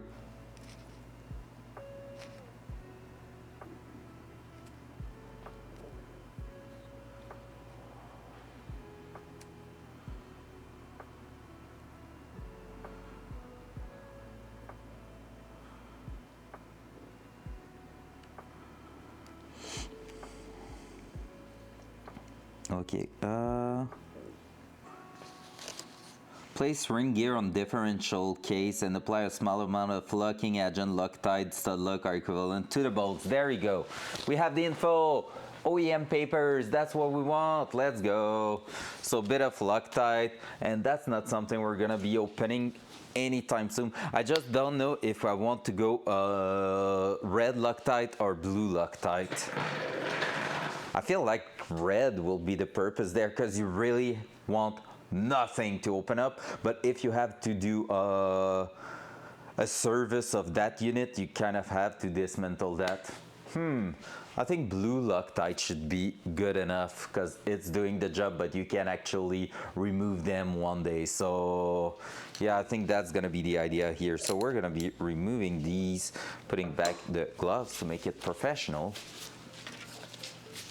You know, it's just for the look, not actually for the purpose of it. So we're gonna do that. And actually, not gonna lie, I'm really splitting everything. I want to make sure I clean the back side of the ring gear, which I didn't just now. So we're gonna go and just make sure everything's super clean in there. Whee! Just like so.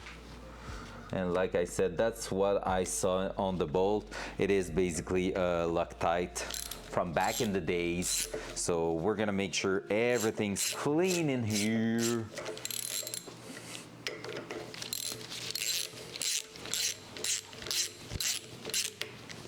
There we go.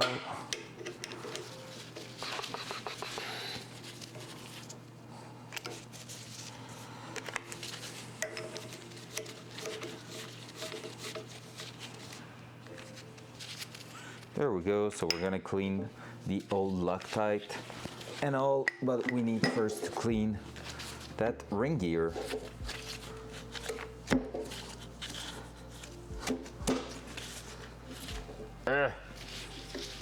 It's hard to split sometimes.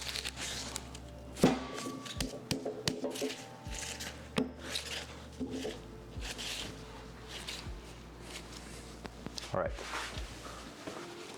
I'm gonna use a secret tool. That one's not super clean. Let's just grab a classic screwdriver. No secret tools.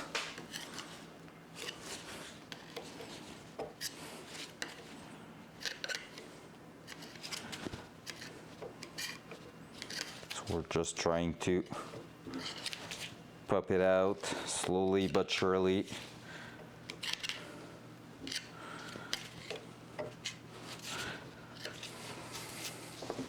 All right. That's starting to piss me off.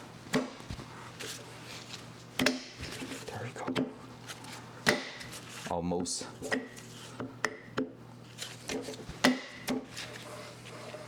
See, everything's free now. Hey, there we go. So we're gonna make sure we are cleaning the back surface here. I think it was quite clean, to be fair, but like, I just really want to make sure everything is super duper clean. We have kind of one, it's not really one try, but like, you know,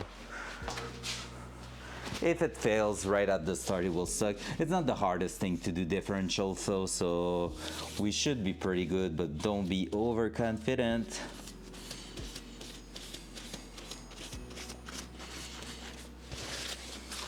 But we take all the safety measure for that thing to work well, so yeah. Let's grab the air.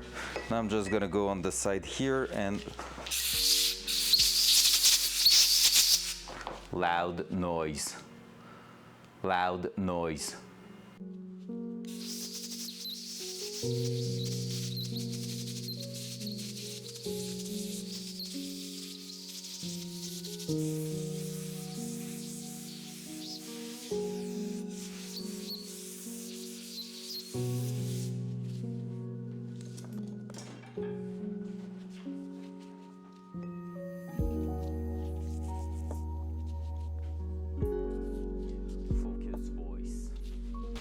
All right, so I just really clean really well the holes.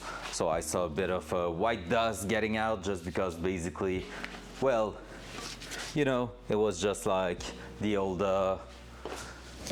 actual Loctite in there. So the 40 years old or maybe less, but maybe really 40 years old Loctite.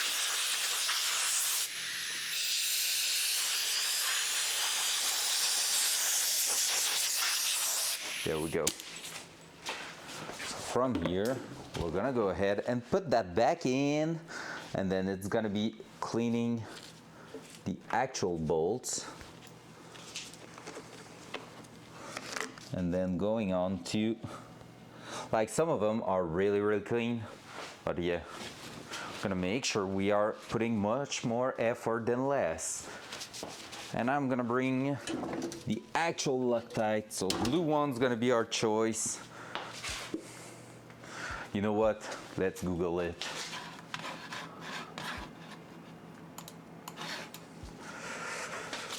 Blue or red.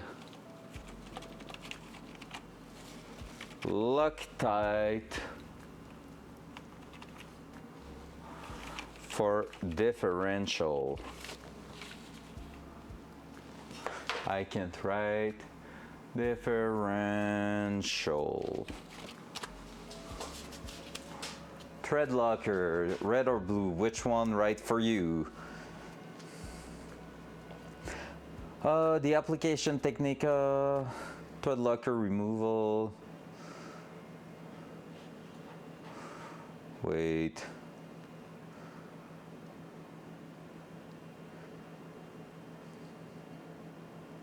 Occasional servicing like car parts, oil pump, blah blah blah. It's the industrial grade and for really high temp. All right, blue one is perfect. Blue one is perfect. We don't need the red one for those. Perfecto. So that's gonna be the way to go. Just gonna make sure I'm actually mixing it because it tends to split a little bit. So there, so we're going to reinstall that again.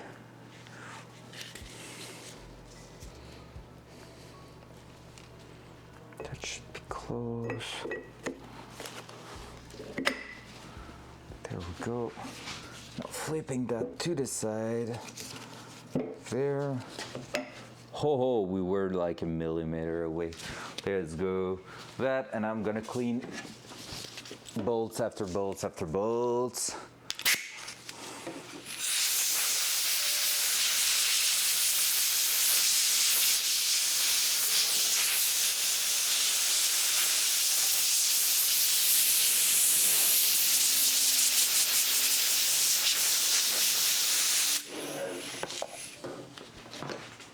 Going on, cleaning that, putting a sleeve, and we're gonna add Loctite on the threads, like so. So a big, well, big, kind of big splotch at the end there. Then we're just gonna start to thread. The reason I'm not applying all around some thread locks is basically because all you have to do is to have some in the first few threads, then it's gonna spread around while you're actually screwing that in place. So that's the reason. So I'm gonna grab that, clean that up here.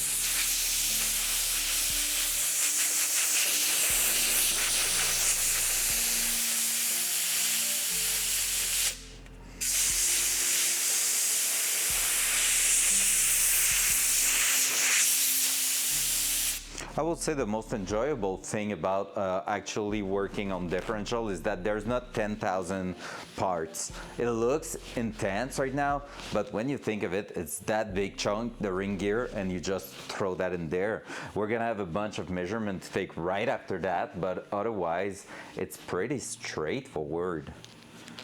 There we go. Big splotch. And we're gonna go straight at the bottom.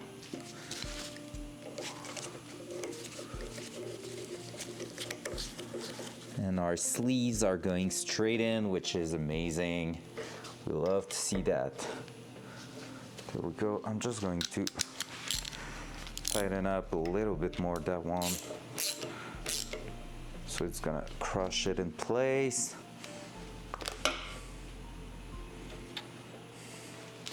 There we go, let's keep going. Just a few of them.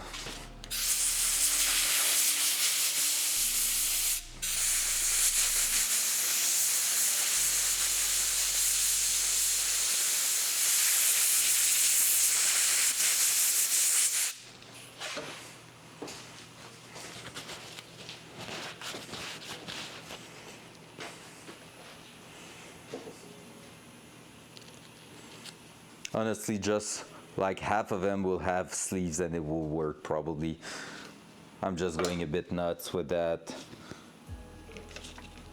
Just because I want to make sure it's gonna be reliable over time.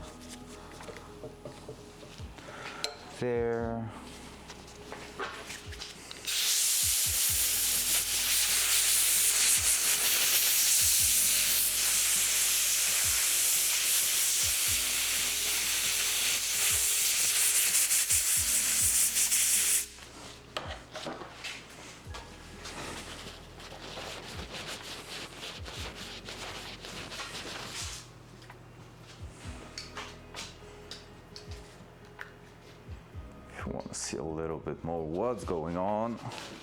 There you go. So sleeve on top here, thread lock on top here, and then just throwing that in those holes.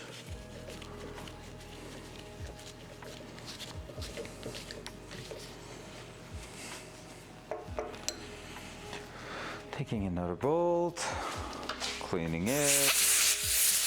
Ooh, that one needed a good cleanup.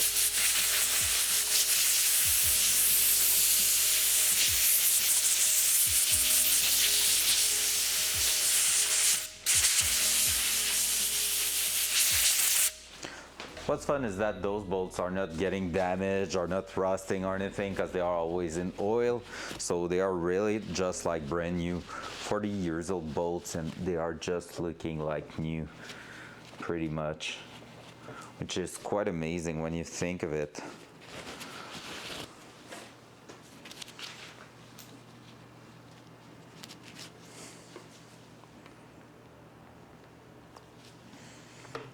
There.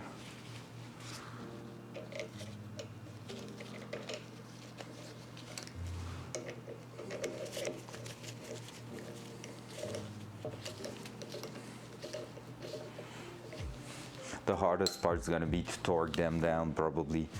Oh no, my glove just broke.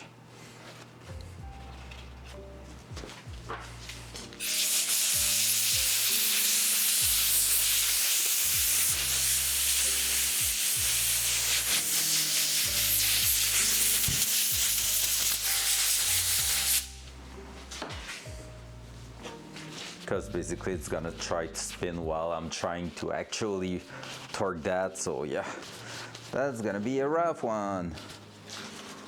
I have to really clean the unit itself. It's a bit greasy in there.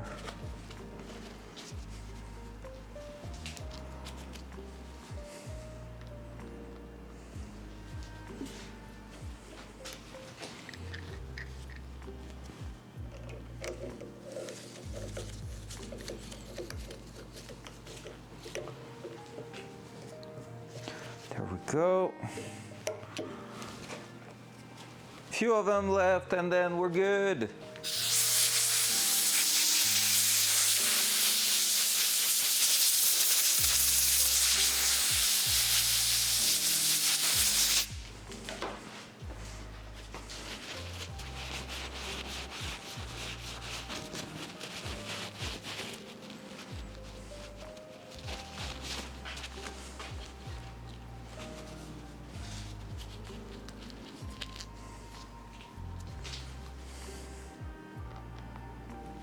There.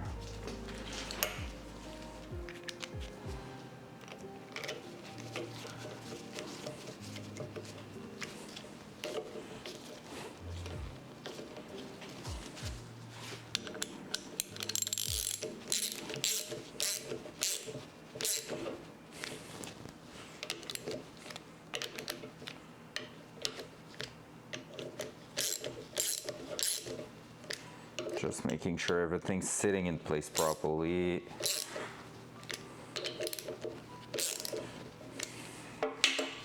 Three more to go.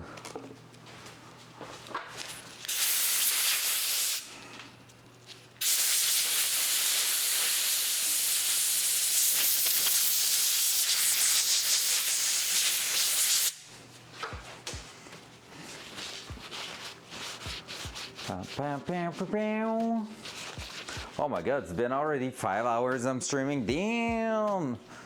They went by so quickly. It's 3, damn. Lovely. We got a lot of things done actually today with the engine and everything. Super happy with that.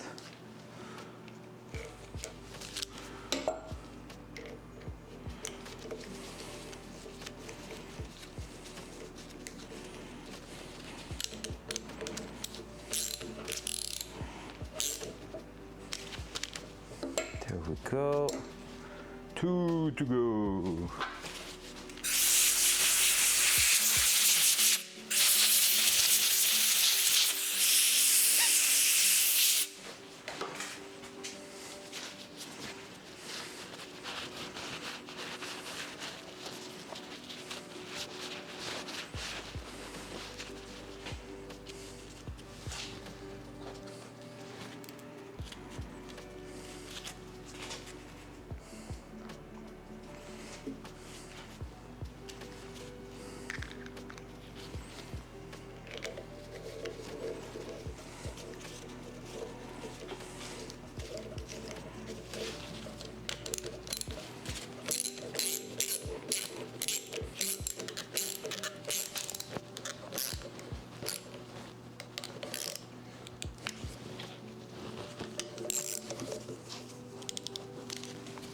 go, and last one.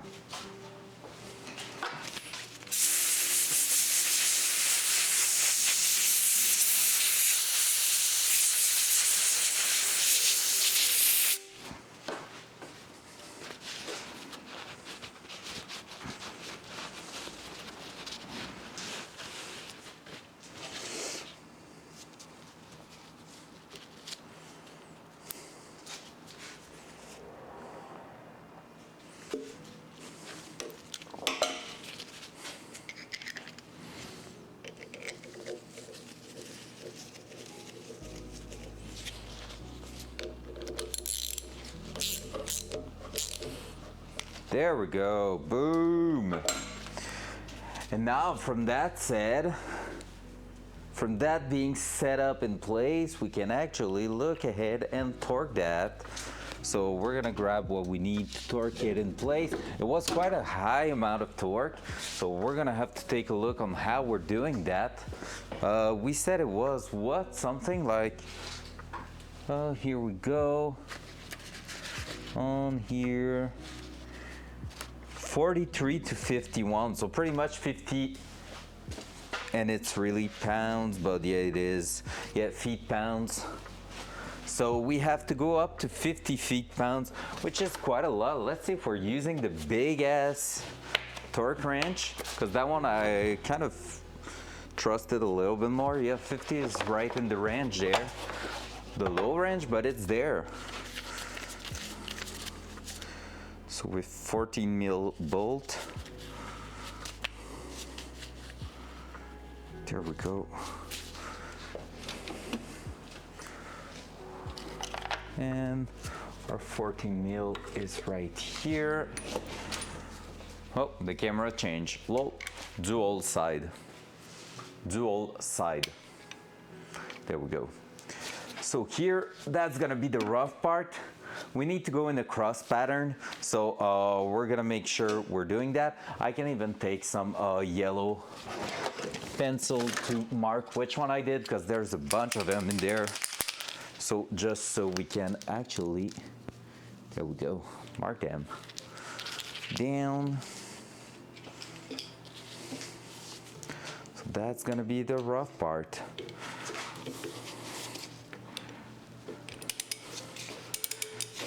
That's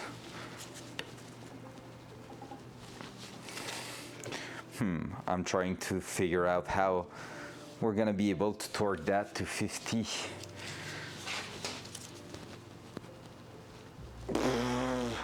I cannot support that.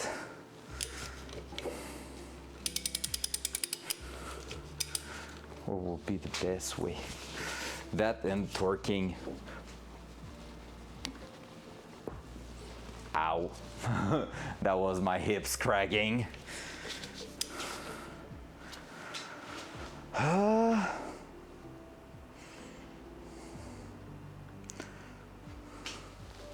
Don't want to be really relying on that. Don't want to be stressing the bearing sideways. That's gonna be a rough one.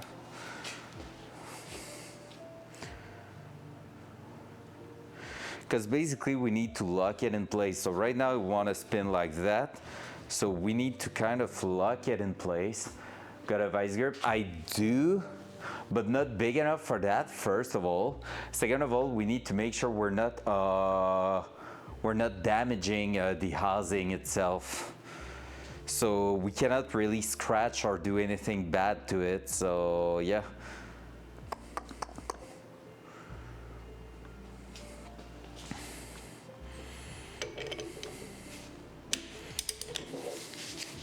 So we kind of need, what if? I might have an idea, wait. All right, I'm gonna try something. Hopefully it won't be a disaster. Always starts, it's always sounding great, because here, even if I'm moving and it's releasing a bit of tension here, it should actually work. That's not the one we started. Maybe that one. Nope. That one. Definitely that one. Because if I can just, nah, I'm moving on top of it. Yikes. And at some point anyway, I won't be able to do that for all of them. I just need something to hold it. What I thought also was that strap setup there to use it and actually send that like this, holding that part here. That could maybe work, but it sounds sketchy and I don't like that. We don't need that for now. I don't even know why I bring them here and just throw everything on the ground. Let me think. Let me think. Because yeah, basically the strap setup could actually work with this. Having a wood part to hold it just like that and then strap it to that, that could actually work. Just need to make sure I'm not applying any stress into a place that shouldn't be stressed. Like you don't want to be snapping a gear teeth or something. So that's what I need to take care of.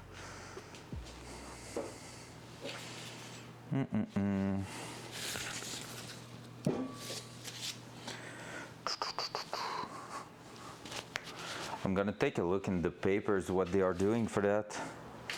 They are actually installed in a vice grip. But I don't know if my vice grip is big enough for that. Honestly, I don't have a big 7-inch one. I have quite a small one. No, it will never be long enough for that, I'm sure.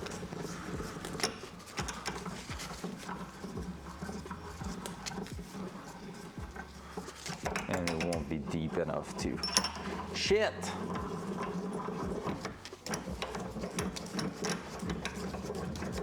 So we forget about the actual vice grip. Gonna change that glove since I'm here.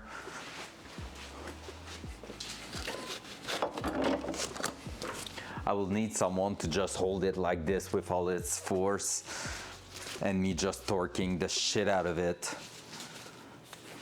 That will work. Flo? I don't think she would appreciate the moment. I think that will suck quite a lot. Because yeah, basically if we're holding that there, like when it's trying to twist, you could use the teeth in your hand to hold it in place. Not ideal, not gonna lie. So yeah. What are we doing with that?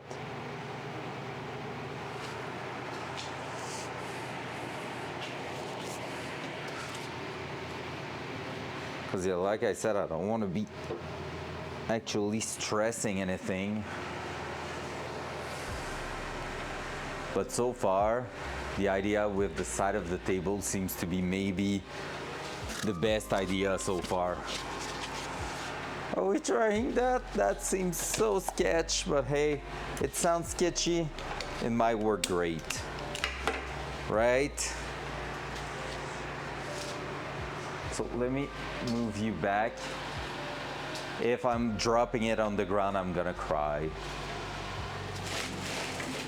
Just like so. So that here, that there. That like that. Here. I'm gonna put. Am I putting that in there? Yeah, just to help the edge. Stay safe.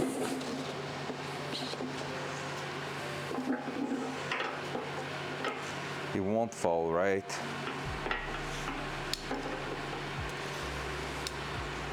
It won't.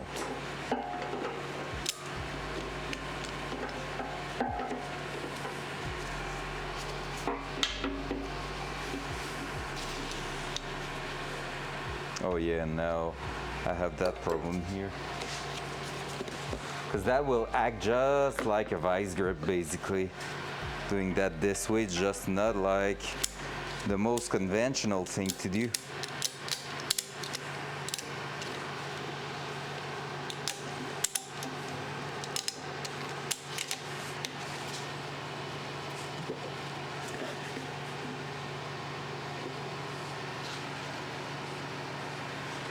I wouldn't trust that with my life, but actually, it seems to be doing the job.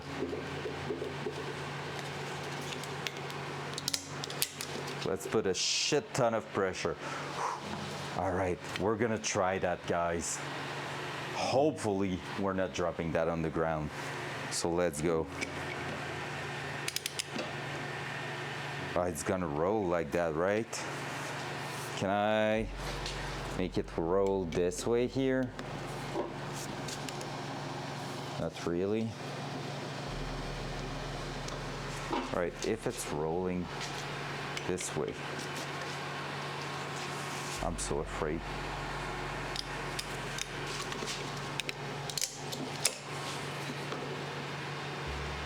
It's actually moving, like I cannot move it by myself here, but it's actually doing it by itself there.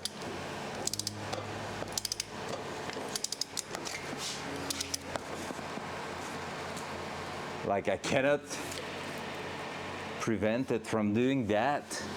Shit.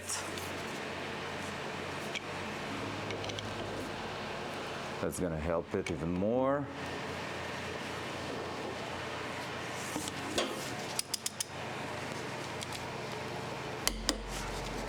Oh, we're just there. That one torqued.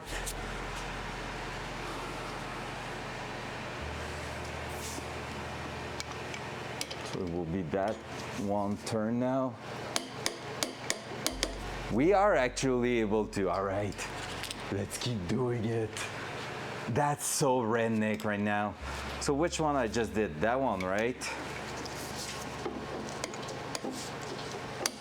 Yeah, that one's torque. So I'm gonna mark it with a pen. So is that one.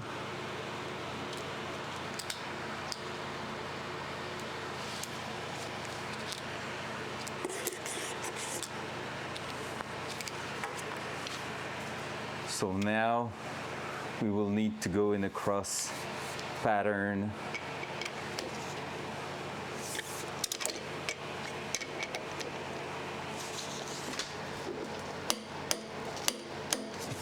Like so. Now it's twisted too, and that I don't like that.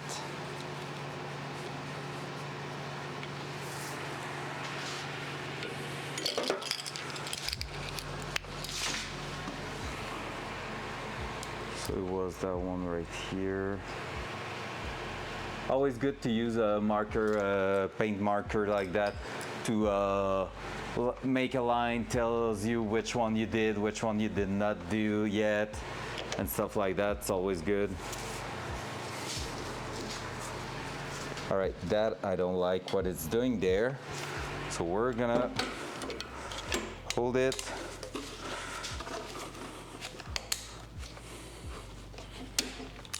Open it, replace the setup here.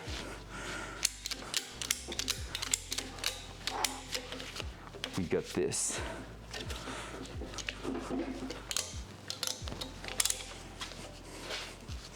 It's gonna work.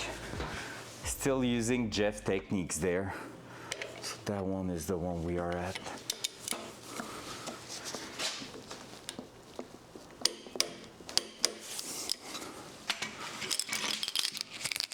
Hey, we have 4 out of 10. Pretty much done, right? That one there.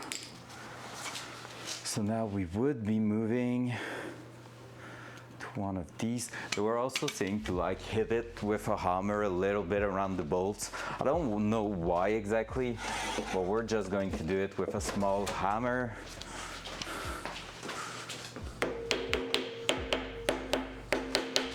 Probably just to make sure it's in place.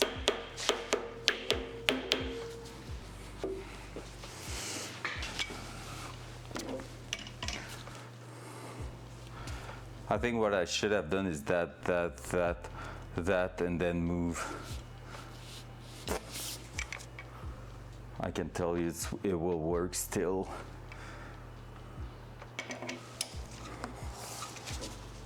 That was the one we almost got done before. Do not fall. Do not fail on me.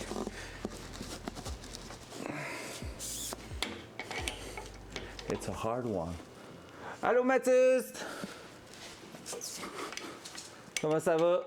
J'espère que tu forces moins que moi en ce moment. Right. There we go.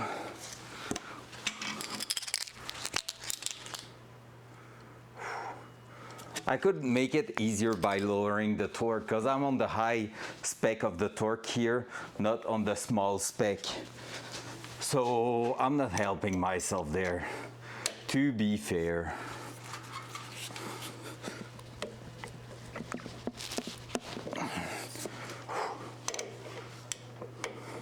Et ça va, ça va.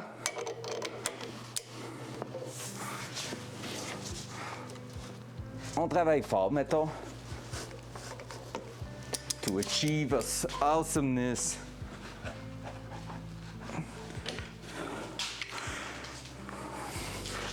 Can you just, please, sir, go ahead and torque? So that is that one here.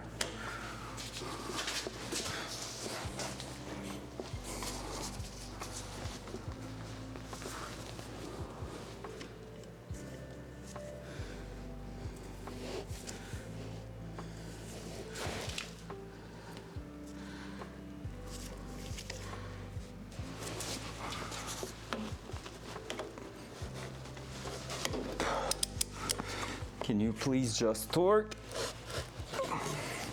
instead of sliding out?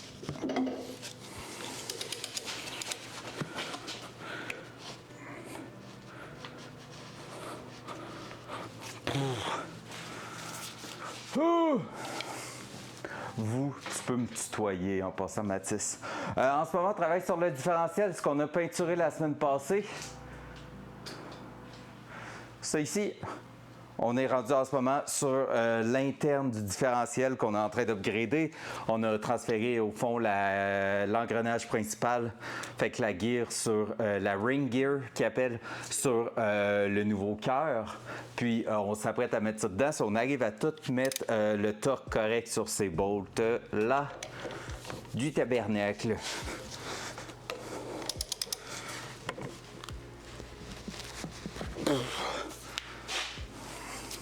All right, am I having fun now? Not at all.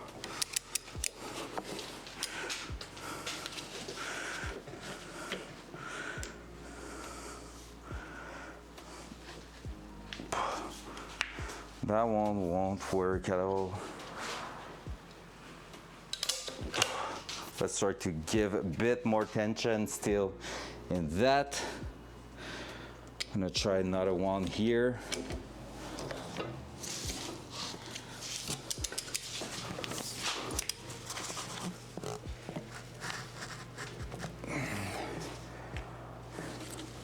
Hoy.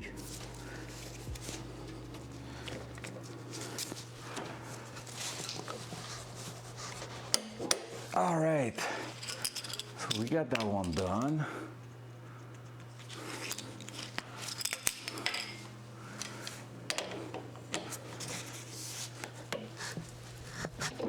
And yes, we tried already that one, so that's why it's rough.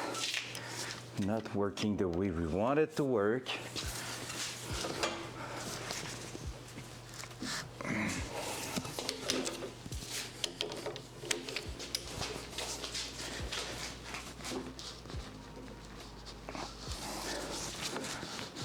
All right, up to where can I move it until I'm able to torque it?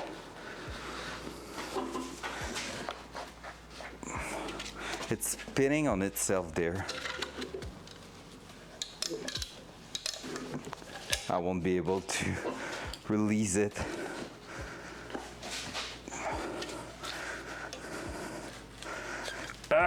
Stop spitting on yourself. There we go.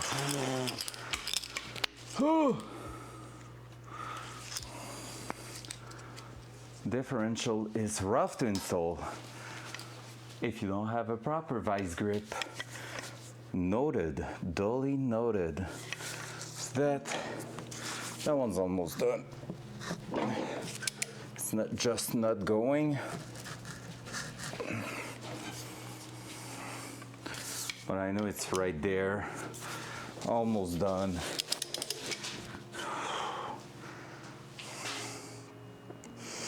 I'm losing my shit right now.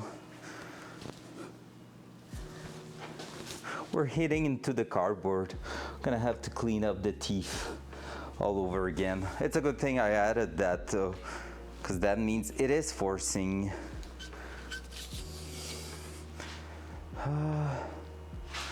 Hey, one question.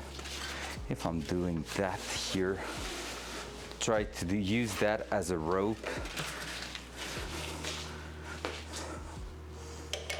That could actually work well.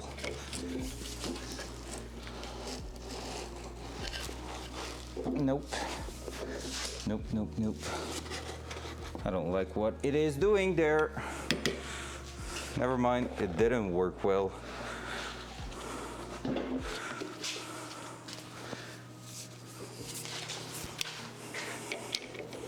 Just need to prevent it from spinning. That's, oh.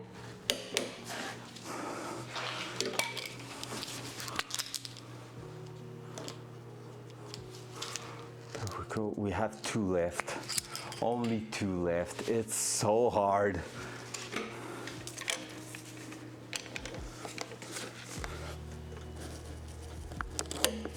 Hey, that one went well.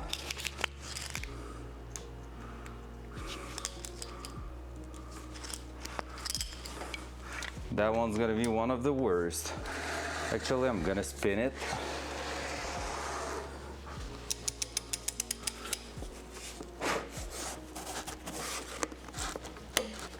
It was already done.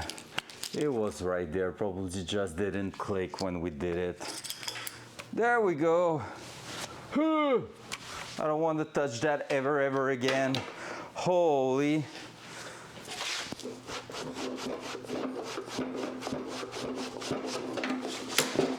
There we go. Boom. Easy, right? Have you seen someone force at all in here? I don't think so. So we're gonna clean up the other side because the gear now has a bit of cardboard box stuck in it. Wonder why.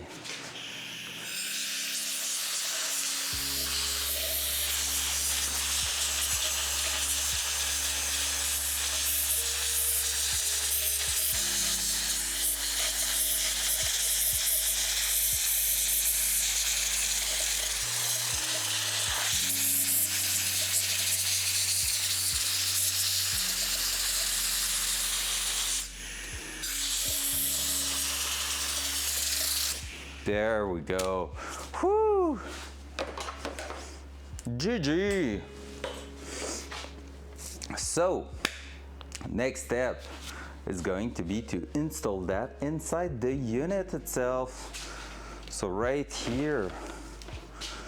So basically, what we should be able to do is add the cap on those bearings and just slide it in place. So what we're going to do is restrap that to the table, and we should be good to send it in place. Should being the word to remember.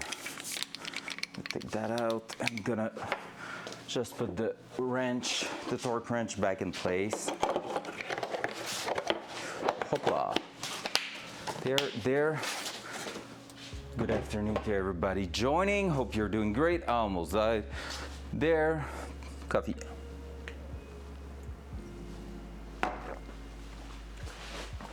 There we go.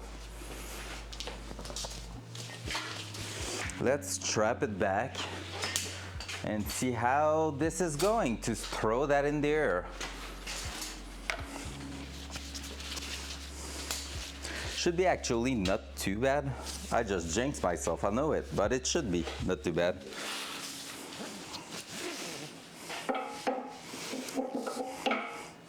Just realized that it wasn't that safe earlier the way I was doing it.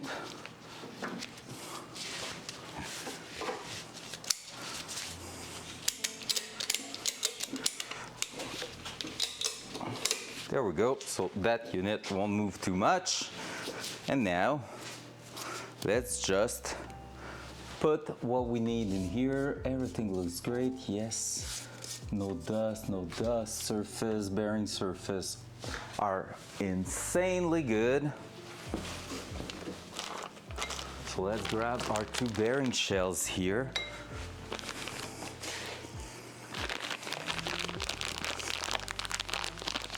And let's prepare that. So basically this is matching with that. I don't know why the cam changed. Dual side. There we go. So this ring gear is gonna get in there and match with that gear here. So we just need to make sure everything's all right. Eventually, and it's probably going to be tomorrow, we're gonna be painting also a bit of the gear teeth here and rotate it a couple of times just so we can see if the pattern is good on top of these. So that's gonna be the idea. We need to see that. So yeah. There we go. And there we should be adding the shims. So left and right. So we're gonna clean them properly.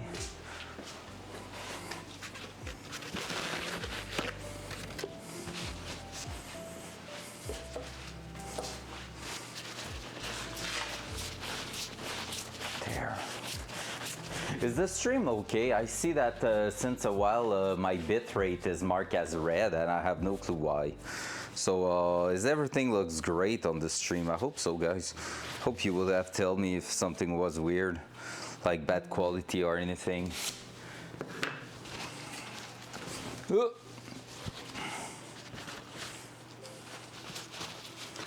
we go.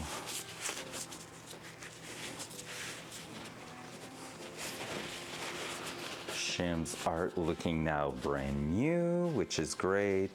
So we had a big spacer on the right side plus a small shims. So this is what I'm talking about with big spacers. And then here we had one on the left side. So hopefully everything's gonna line up. I don't believe it, to be fair. I believe we're gonna have to order some shims, but if everything, the backlash and all the clearances are straight in place first shot, that's amazing. All right, so that, let's set up that here. Let's open up that one too.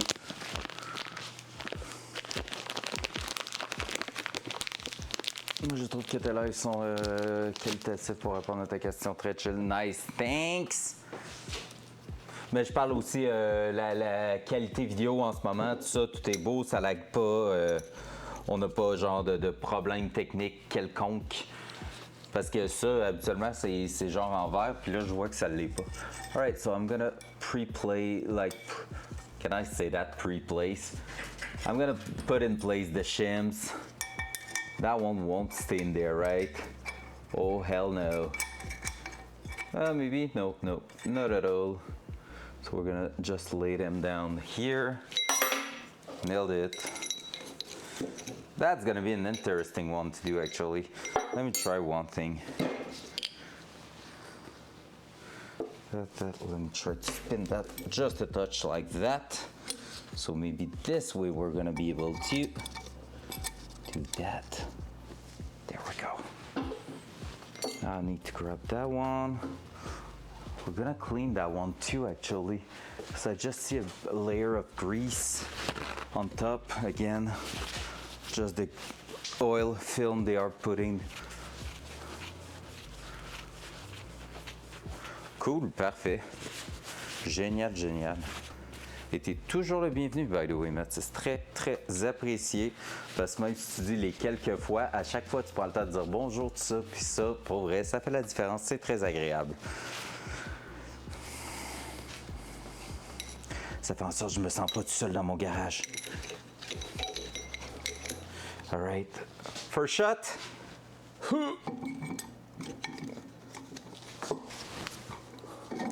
I can already tell you won't be a first shot deal. Nope. Not the greatest to see them go on the ground. Well, let's clean that again.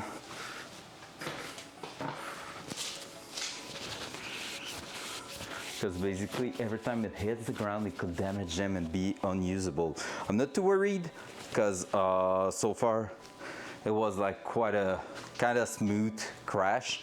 But yeah, we need to take that in account and make sure we're not damaging them too much.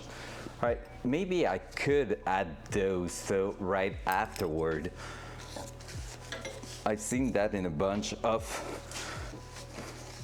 tutorial about actual things like differential rebuild and stuff like that. Let's try to do the ow, that was my finger. Like if I'm going there, like that, like so. Now that one here could go. I don't think I will be able to.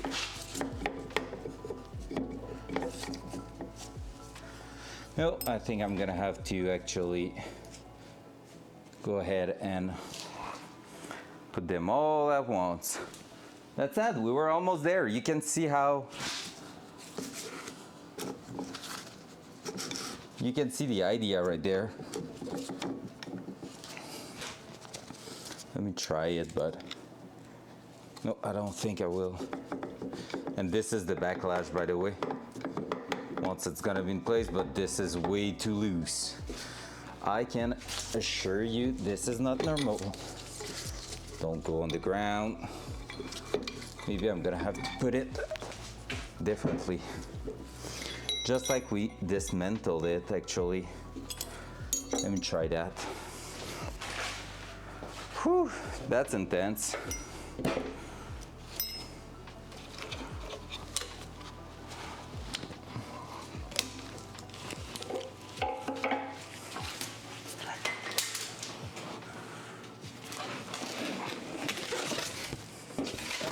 To get rid of that for now.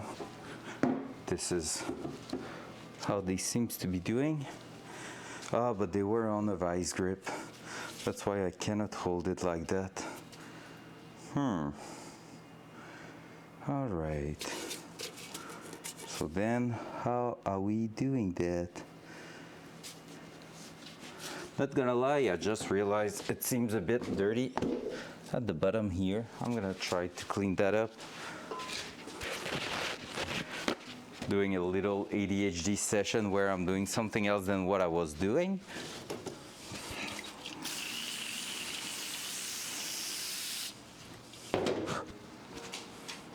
Just to make sure.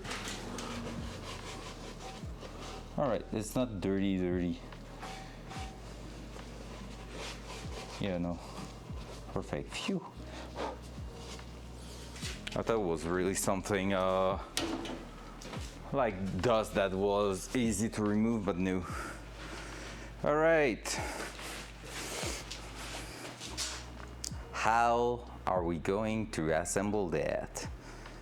That is the question. So we need to make sure we're not damaging anything doing that. But we also need to make sure that that here plus that and that is laying flat against here. I have no clue how it's supposed to be going in place, to be fair. To be 100% honest, I have absolutely no clue how this, and I am putting that the wrong way around. because I flipped the entire thing.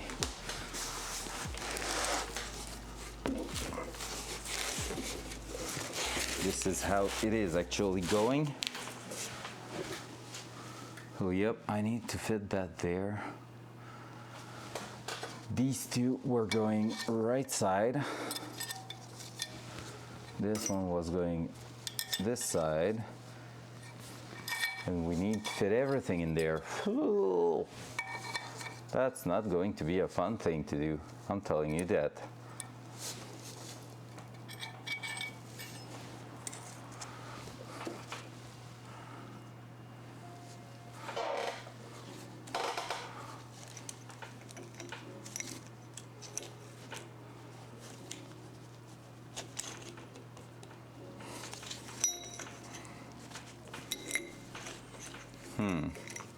Right, and what I don't like is the way we're working now is subject to having that crashing. Let's try that.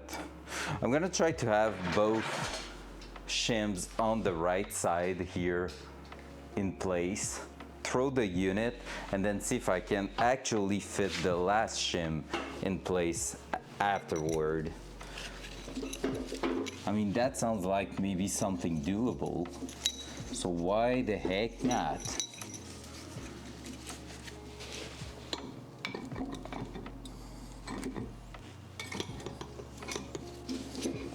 No, stay in place. Please. It's my caps here not going properly in place. That's good, that's good. Now, if I'm putting that to the side, there we might, just by the weight of it, gain what we need to actually throw that. Hey, there we go.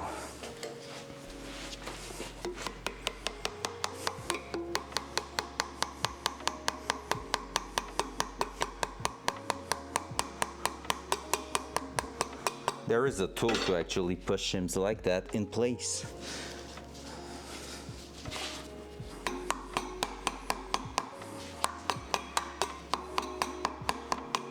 But we should be good. There we go. Heck yeah, guys. Look at that, just like professional. So just like this, and do I have a plastic thingy I could use to actually... Oh, there we go. It just went into place. Oh, the movement is so smooth. All right. Now it will be a matter of adding the caps in there. And then we would be good to measure. So putting the caps, torquing them, and then putting that on test to see if we need shims or not. What time is it? Let's keep going. Let's try to get that done. I'm getting tired right now though, so might be just putting that and measuring tomorrow. That could be a thing. We'll see.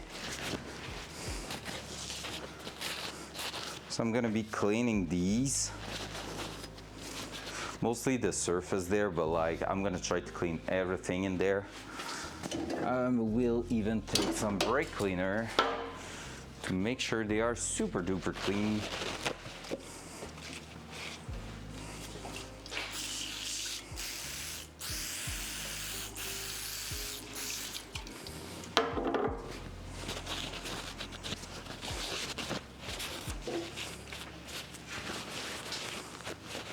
Like I said, I don't get why we have a burnt mark in them. I feel like it already had a problem, a failure previously in its life, but like everything was smooth in that differential, so I'm not too worried about using that.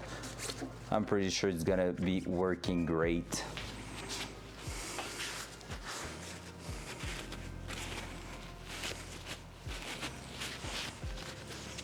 Like, I mean, the car was driving and no weird noise at the back. So technically everything should be in a proper condition to work. So this was right side, so that one here. I just need to figure out what side is doing what. Is that going like this? Nope. It is going like that. Yes.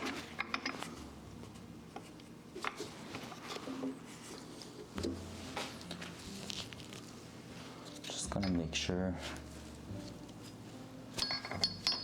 that I'm not saying something stupid.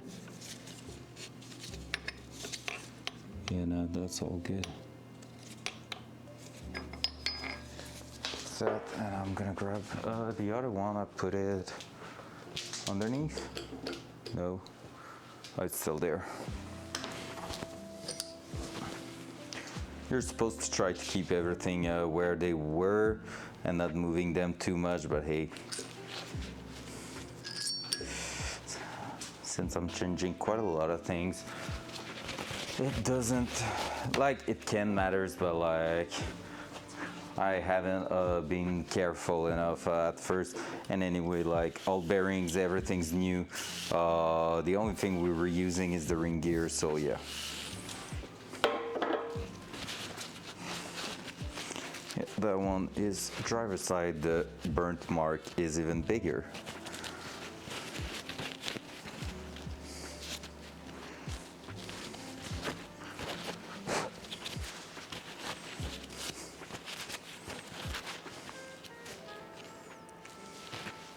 They are destroying my gloves right now, those things.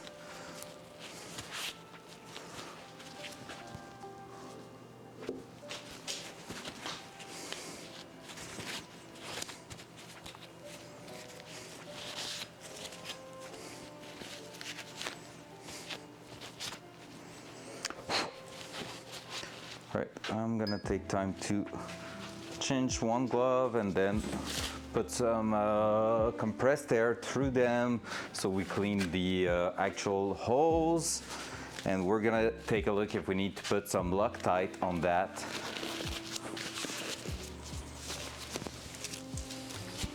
Oh, and I ordered also some brand new cover bolts, so we won't be, we will be closing the rear cover, but just temporarily. We won't be torquing it or anything.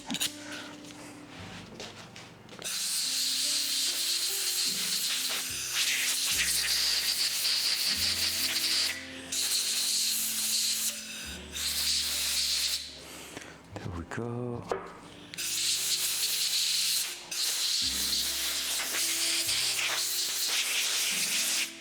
There we go. And now let's put that in place. So that should just go straight there. We're gonna clean these two. Clean everything, make everything great again.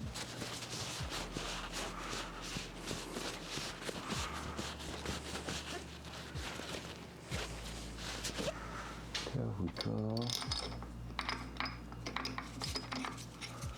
Just gonna start it. Like I said, we're gonna take a look if we need to torque that to any amount. Well, torque yes, but Loctite that. So I'm just gonna do that. Let's read the papers.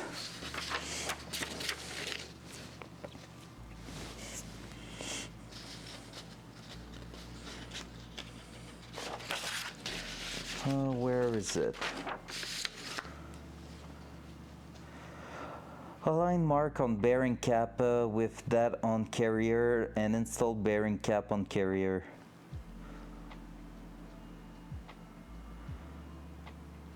Okay, I'm gonna take a look at this. What are they meaning, align marks?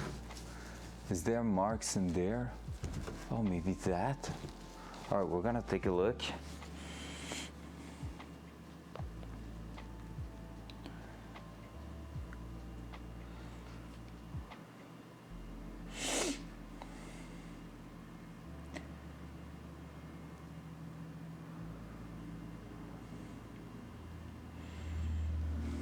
Okay, install differential case assembly with side bearing outer races into carrier. Insert left and right side bearing preload adjusting washers in place. Drive inside bearing spacers between okay. When driving spacer into place, be careful not to tilt side bearing outer race to either side. Okay. Align mark on and tighten the bolt specified.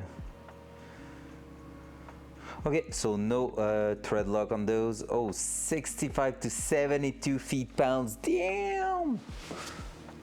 Hey, what's up, Raminta? Let's go. Is summer there on your side? Damn! It's been a while. Hope you're doing great. I hope you're doing amazing. Hey, here, not gonna lie, it's almost there. It's been so warm for in February, and we had barely any snow that everything's melting at the moment. And honestly, like, it's not summer yet, but it might be 3 weeks to a month earlier than usual. It's just insane what's going on right now. All right, I just want to make sure they said align marks, but we don't have marks in there. Did we? No, we don't. Let me check the older one, see if there was a mark on the other edge. Nope. Nope. All right, we're good. So that. We have no snow, but it's spring also. Not exchange my winter jacket yet. Damn. Oh, here for real? Like, you can go outside in a hoodie right now. It's over 0, which is insane for the time of the year. So yeah, it's really been good to us this year. It's amazing. You probably can't wait to take the Civic out, right? Just like I can't wait to take that car out of here, but it's not there yet. But we're doing great. For real, damn. Do you have anything planned for this year on your car? Are you modding it even more, or is it staying as is and you're just going to enjoy it?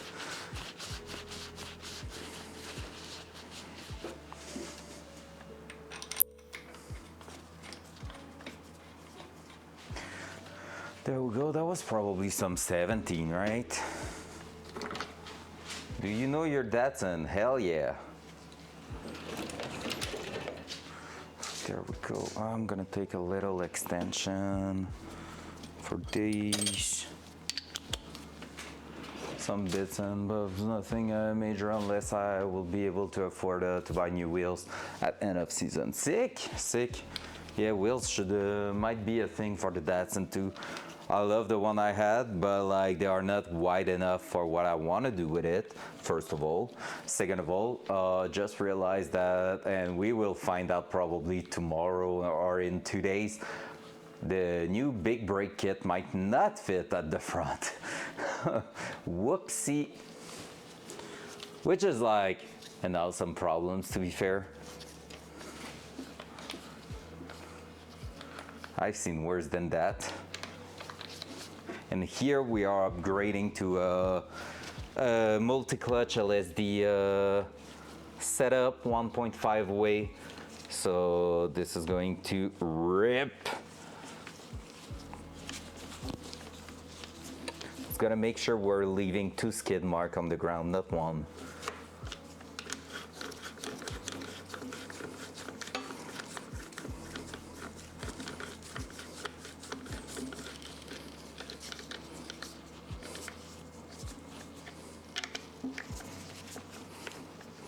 There we go. My problem is with the wheels I love, that I can afford replicas, but I can't fit them, and I can afford the original ones, but they will be kind of small. Maybe a little bit able to 7-inch, which will be a perfect fit. Oh, okay, yeah, I see. What wheels are they? Because yeah, I have kind of the same problem like the original one. On my side, it's quite a big dilemma what I have to pick for that. I would love to stay in 15 inches just for the original GDM. I don't know them. I don't know them at all. Let me check. Let me check. But yeah, I would love to stay in 15 inches, but the width of them that I want, I would like to fit at least 245 all around the car. And so 15 with like 9-inch setup, it's hard to find. And after that, 245 wheels with proper thickness compared to the OEM setup, almost impossible to have performance tire in that size, because 15 inches is getting less and less used. It's just oh nice, they are so cool. Yeah. Proper GDM era specific. Yeah, I just got them. They are insane. I mean, not for me on the Datsun, let's say, but for your Civic, that will look sick. That will look sexy. I love it.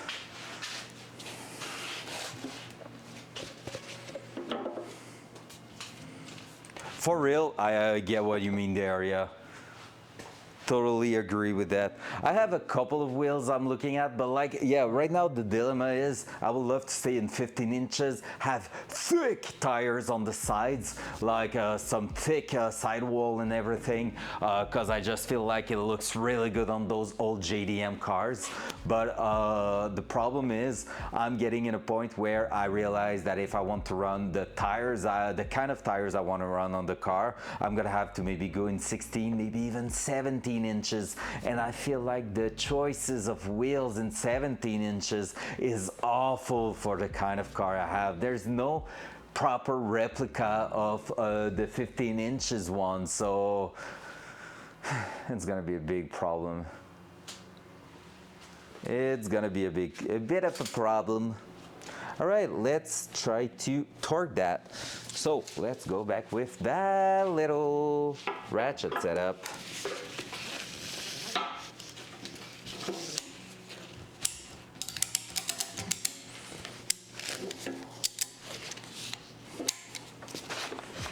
So here, as you can see, we coated last week the housing of the differential. So we did a treatment with 415, which is an amazing product, honestly.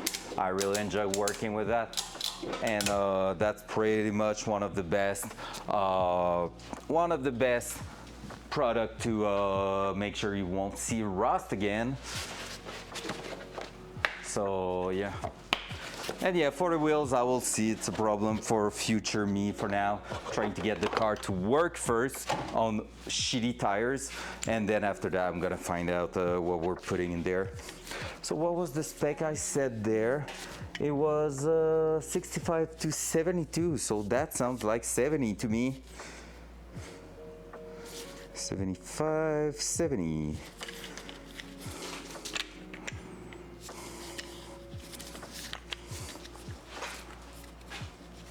Well, I don't have that problem because the max I can go is 15, and I had possibility to go bigger. I don't think I'll GM. Yeah, exactly. That's exactly how I feel. The problem for me is like, since it's performance-wise, not show like show-oriented, but really performance-oriented. It's the kind of tires I can put on it that like pretty much fuck me up. All right, so we're gonna go like this. Like that. There we go.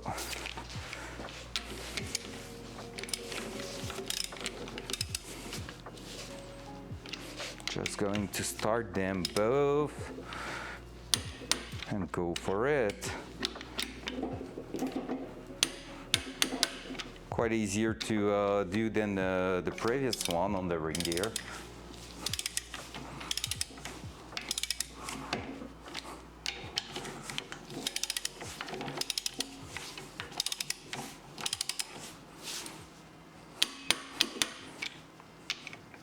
Come on, stay in place. Yeah, I know you want to go. All right.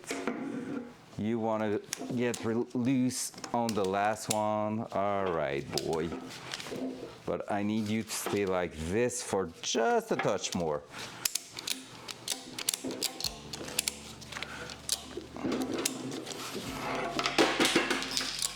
Not the best, that. Usually you don't like to throw those on the ground, but hey.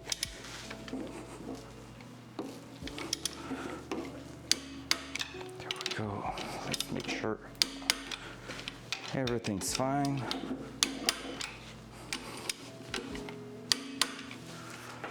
I do think so that I might throw in the brown terrier in the season. Like it, I'm vibing with it. I don't have the seats still, so we'll see. Yeah, I mean, what color is the interior right now? What color are the seats? Because brown interior with black seat could still fit good enough for now. And when you successfully find those seats, you just throw them in there, which is no big deal.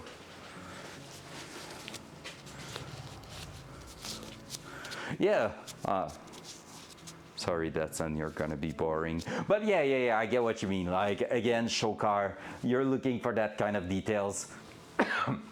So yeah, but for now, black seats with brown interior will work, right? King on of going brown interior with custom suit seat, because why not? Why the fuck not? I love it, love the idea. There we go. And now, time to measure that backlash there. It's so subtle. But the backlash is gonna be for tomorrow, I think. I need to check actually how we are measuring that. I think it's gonna be by holding the... Oh, let's try it. We need to do it. Let's try that. Whoop. Can I get access to that? Please, sir, this is what we need.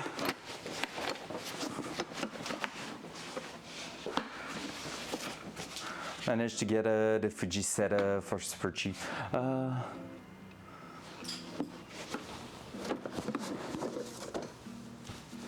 Yeah, brown is oh, it's not Fuji, the full set. Nice. Yeah, you told me that last time, I think. And yeah, that makes sense, because ew, brown, ugly, and now since it's super rare, it's like, oh, actually, that's different. We love that now. It's always that, let's be honest.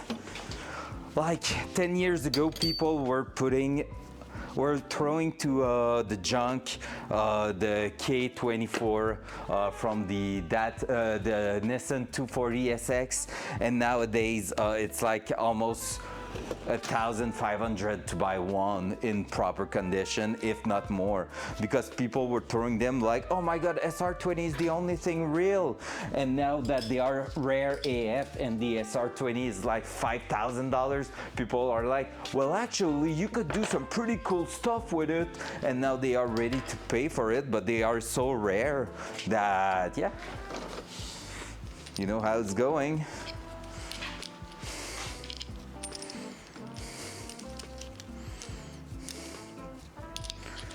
There we go. Come on. There. Boom. Boom. I'm super happy you're back, Ramta. Honestly, I appreciate that. Really do appreciate that a lot. Because I saw your picture on Instagram the other day and everything. I was like, oh, I wonder if she's gonna come back on the stream eventually.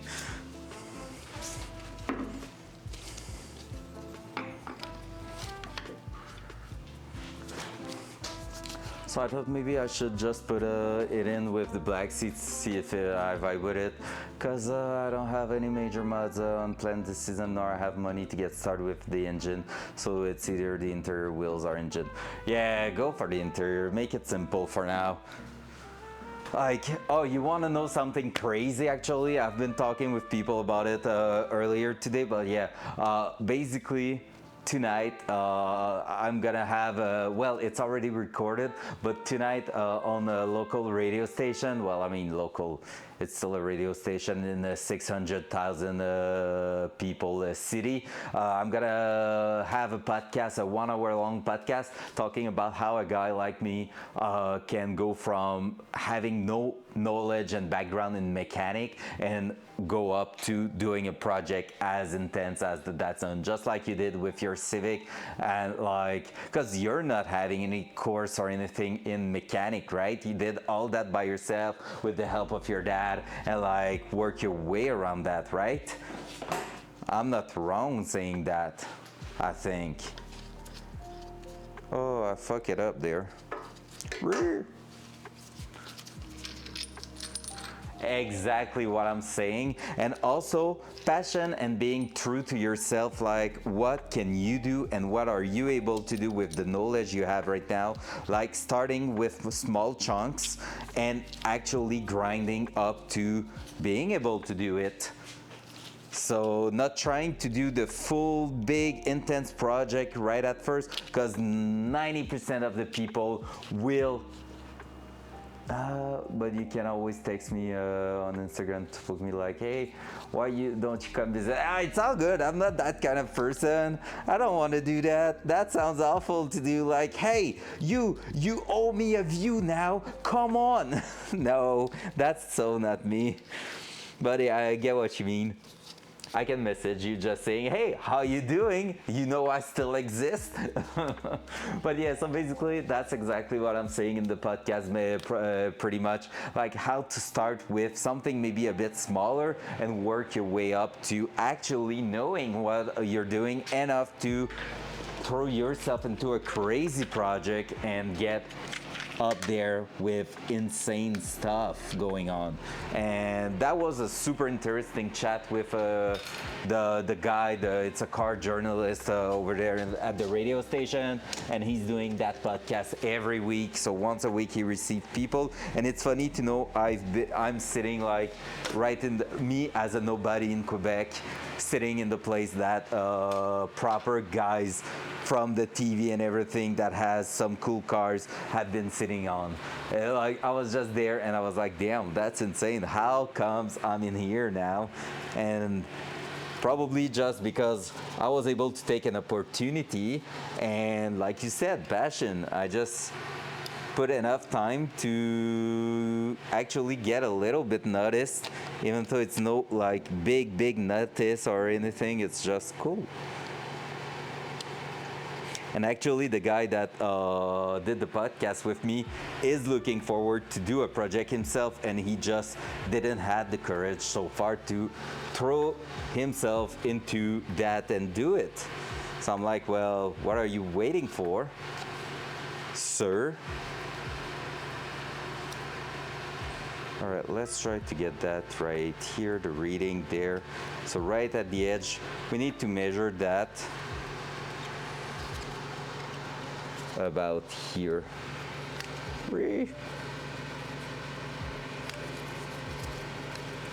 So that. So what we're looking for is to measure how much play we have in there. Like so. Not the ideal setup, I will say. Let me try something else. I feel like here we're gonna have something even better. There we go.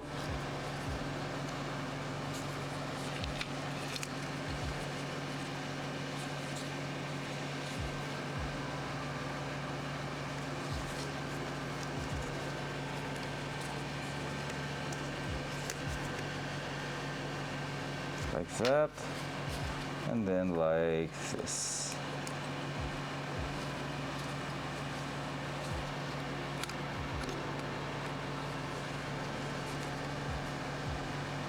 There, boom.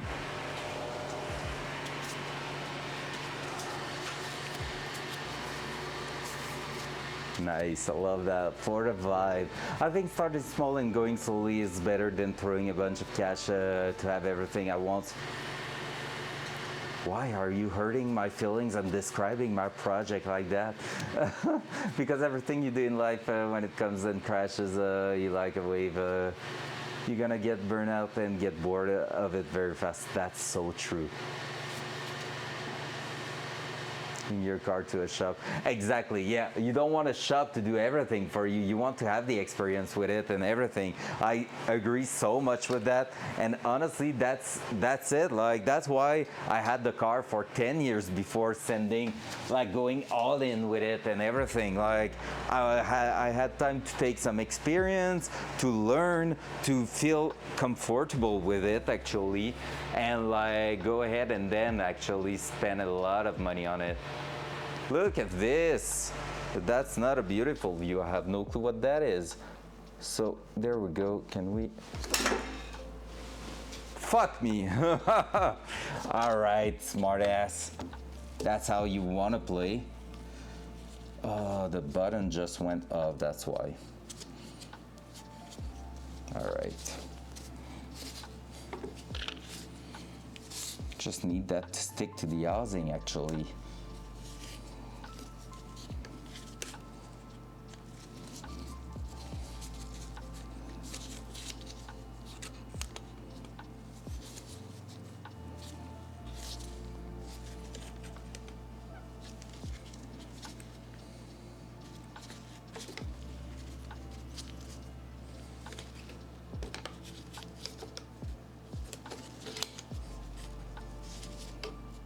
Just stay there, at the edge there. This is where I need you to be. Thank you, sir.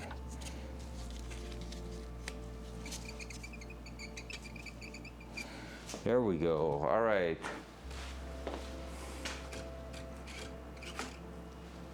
That seems good enough.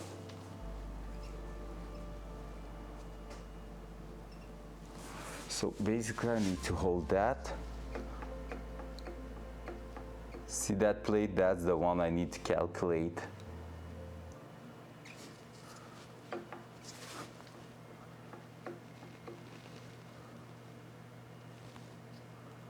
So I will just try to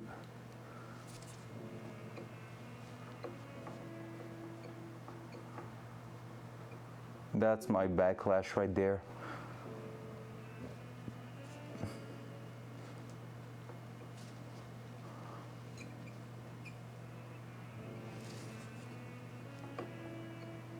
I just need to try to adjust that. Well, actually, I can probably go.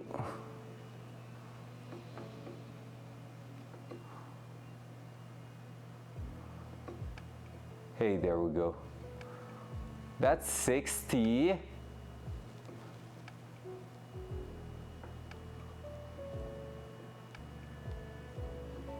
All right, let's try to.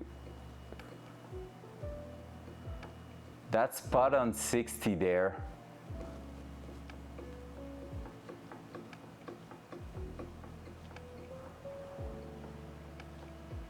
That's spot on 60. So what was it already? I think we're good. I think it's actually spot on.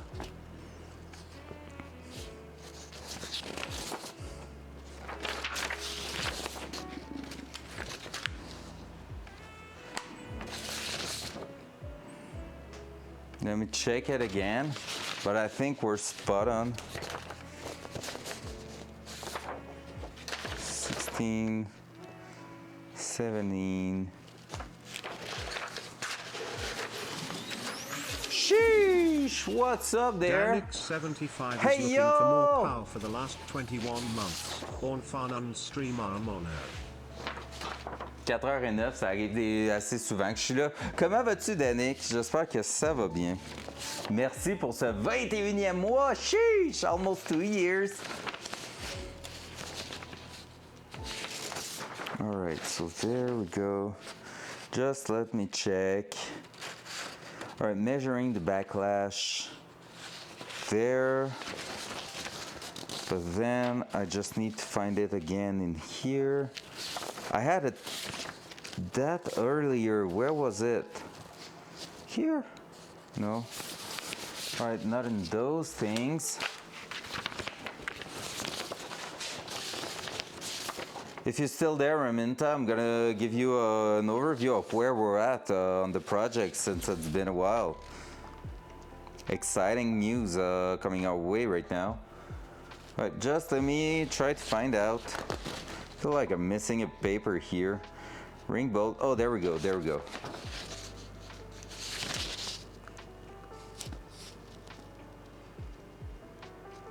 Oh, okay, it's that. Okay, that was not the proper one. So that was 15, 16, page 17 here.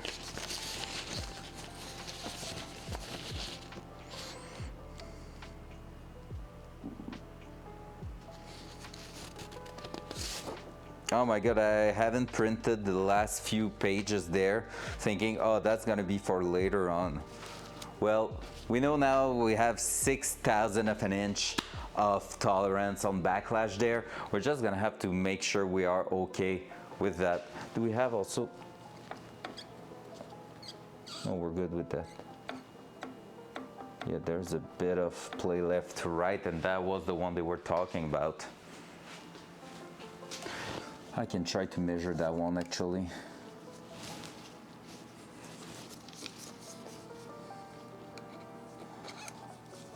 Ideally, I think it needs to be perpendicular, but I'm not sure that's going to happen.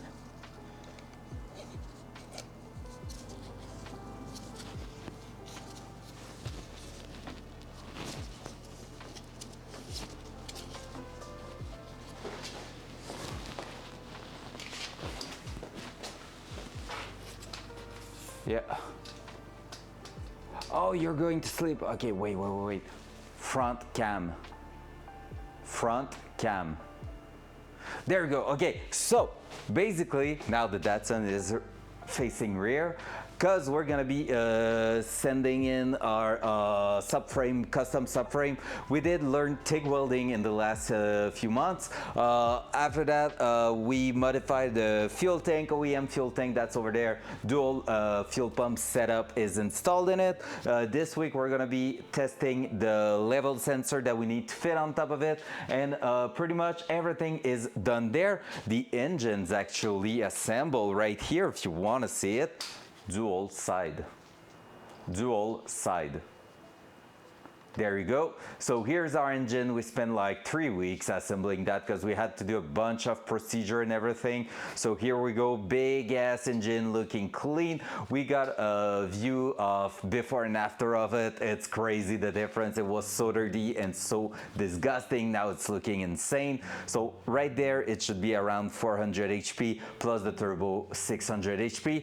And we're gonna get ready to throw that in. And also we bought our ECU. Haltech from Australia released the Rebel LS, which is an ECU design especially for those engines that were in a super good price range. Really exactly what I was looking for.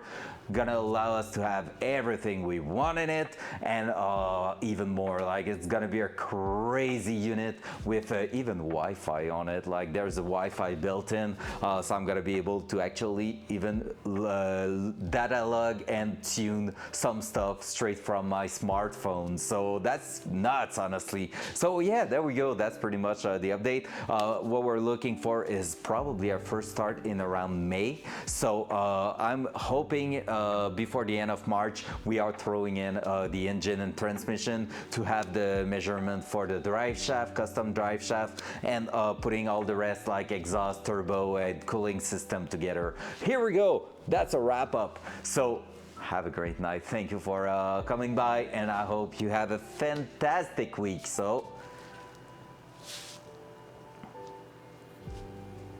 hell yeah, I'm gonna try to make an event, and for that I might message you on Instagram for that special thing saying, hey, bring your ass in here. So sounds great. Have a great night. Danick, what you're asking, tu vas passer à la radio si j'ai bien compris. Hell yeah, Danick, à soir, podcast sur les voitures à 102.1, tu peux l'écouter à même le site, c'est à 19h. Fait que direct sur le site web de 102.1, il y a la radio live, puis tu vas pouvoir basically l'écouter si tu veux, c'est 1 heure au fond qui parle un peu de comment un nobody, genre moi, peut passer de genre aucun background mécanique à genre avoir un projet aussi gros que le Datsun. Ça parle plein d'affaires, l'historique un peu de comment j'ai eu le Datsun, tout ça. Fait que quand même fort intéressant, je crois. Nothing we can measure here. All right. Oh well, there we go. I think we're gonna be done for tonight, actually, guys. Because it's been freaking 6 hours, 14 minutes. I'm working on that car, but the differential is pretty much done, which is insane. So backlash, we said 0.6. I'm gonna write that down, actually, just to make sure we're not forgetting, because that will be my kind of things to forget. Comment j'ai eu l'opportunité? Écoute, le gars, c'est un chroniqueur automobile. C'est un chroniqueur automobile, au fond, à 102.1. Il fait des chroniques à chaque semaine. Donc, il vient en fait, il vient pas de commencer. C'est la 2e saison de ce qu'il appelle, au fond, le roadcast. Fait que podcast, mais ça parle de char. Donc, roadcast, c'est un peu comme road trip. Fait que c'est ça. Fait qu'il reçoit plein d'invités, entre autres des Gérard Deltel, des noms connus au Québec, tout ça. Puis, qu'est-ce qui est arrivé, c'est qu'il y a... En fait, moi, je l'avais déjà contacté en lui disant « Hey, Club Delta, on existe. » Fait que le club d'autoslalom au Québec, tout ça, on existe, on est là, tout ça. Il join la page toute. Ensuite, un autre gars du club, notre ancien président, contacte des stations de radio pour dire « Hey, si ça vous tenterait de faire une entrevue ou de quoi, ça pourrait être cool. Genre, on serait vraiment, vraiment partant pour ça. Pour, un, se faire connaître. Deux, montrer, tu sais, c'est dans l'idée d'améliorer les skills de conduite. C'est pas genre faire de la vitesse pour faire de la vitesse, des shows de bleu ou des trucs de même, c'est vraiment dans le but d'être des meilleurs pilotes, des meilleurs conducteurs. Fait que ça reste de même. Puis finalement, il nous recontacte le gars, le club, en disant « Hey, j'aimerais ça vous avoir en entrevue. Est-ce que ça vous tente? Let's go. Je vous reçois telle date, tout ça. » Là, je fais genre « Yes, ça me tente d'y aller. » Mais finalement, c'est notre ancien président qui y va parce que c'était lui à la base qui avait aussi contacté par rapport à ça, par rapport au club. Fait que la semaine passée, il a passé à la radio en lien avec le club Delta. J'ai attendu que l'enregistrement, il faisait ça genre le lundi midi, c'était difficile le mardi soir. Fait que lundi midi, passe, il enregistre. Lundi après-midi, j'envoie juste un message au gars en disant « Hey, je voulais te dire, genre, si jamais ça pourrait t'intéresser de parler... Je suis un passionné, j'ai un méga projet ongoing, je suis sur Twitch, je fais genre ça en direct tout, puis le but étant de monsieur, madame, tout le monde, n'importe qui, même si tu tripes pas cher, tu peux te pointer, regarder, puis tu sais justement avoir quelqu'un qui techniquement connaissait pas ça, mais a appris sur le tas pour apprendre des nouveaux skills. Puis à partir de là, il a fait « Yo, c'est quand même sick comme idée, ça, pis tout. » Fait qu'il voulait vraiment ça, puis il voulait parler un peu de toute l'histoire derrière la Datsun, derrière comment j'ai fait pour réussir à me monter... tu sais, genre, assez de connaissances, tout ça, puis aussi parler un peu budget, comment ça coûte faire un projet de ce genre-là, chose à laquelle sa réaction est priceless. Fait que c'est pas mal ça, je te dirais. Fait que vraiment, juste, j'ai ouvert la porte en disant comme, est-ce que ça t'intéresserait? Puis il a fait genre, ça me tente. Dédicace à mon turbo, ton turbo. Oh! Danick, en plus, ok, attends, tu veux le best? Le podcast, c'est genre enregistrer les voix toutes, oui, pour la radio, mais ils mettent ça sur leur YouTube aussi. Fait que j'ai dit, hey, genre, j'ai écouté l'entrevue la semaine passée sur votre YouTube, tout. Veux-tu que j'emmène de quoi pour faire un peu d'écho, tout ça? Il fait, ouais, sure. J'ai emmené le dit turbo live, là, genre. Fait que tout le long de l'entrevue, il y a le gros turbo sur la table. Fait que ton turbo était de la partie aussi. Fait que si tu l'écoutes sur YouTube, je pense pas qu'il doit être disponible encore. Guise de light, genre demain. Wait for it, we're gonna take a look if the podcast's already on YouTube. Merci Jack pour le GG en passant. C'est en effet très GG. YouTube. BLVV 102.1.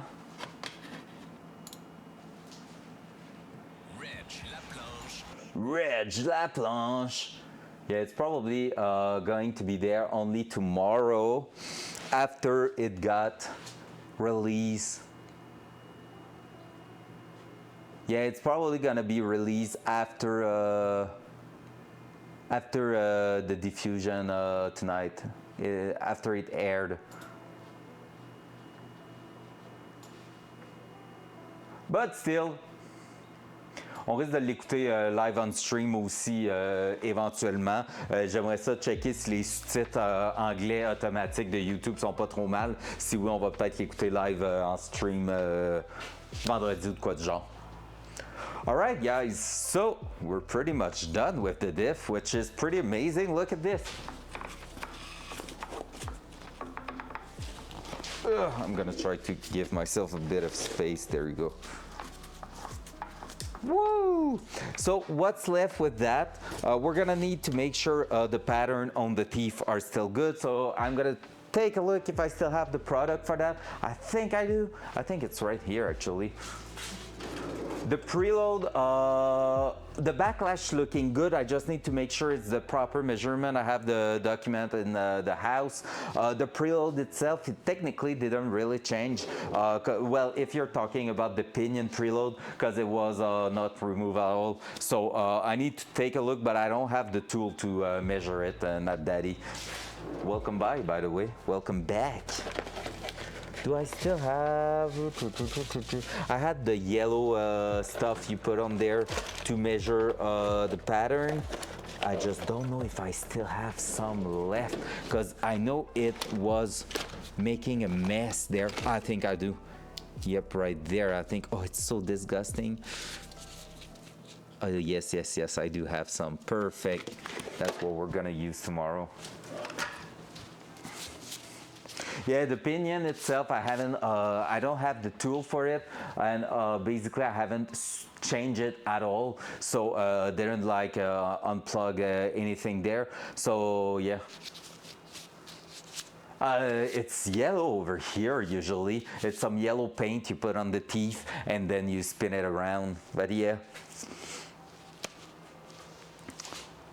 But yeah, so far preload wise, I need to just verify. I don't have that. I think I forgot to print the last page of the assembly procedure. So I just need to take a look. But it looks quite good, honestly. Like if I'm looking at everything, it looks really, really good. Then it's gonna be the pattern thingy. So I just need to take a look at the pattern on the teeth, and if the pattern is good and the preload is, well, the backlash is good, it's gonna be a wrap up for that. But I kind of feel like something's gonna go wrong. You know why?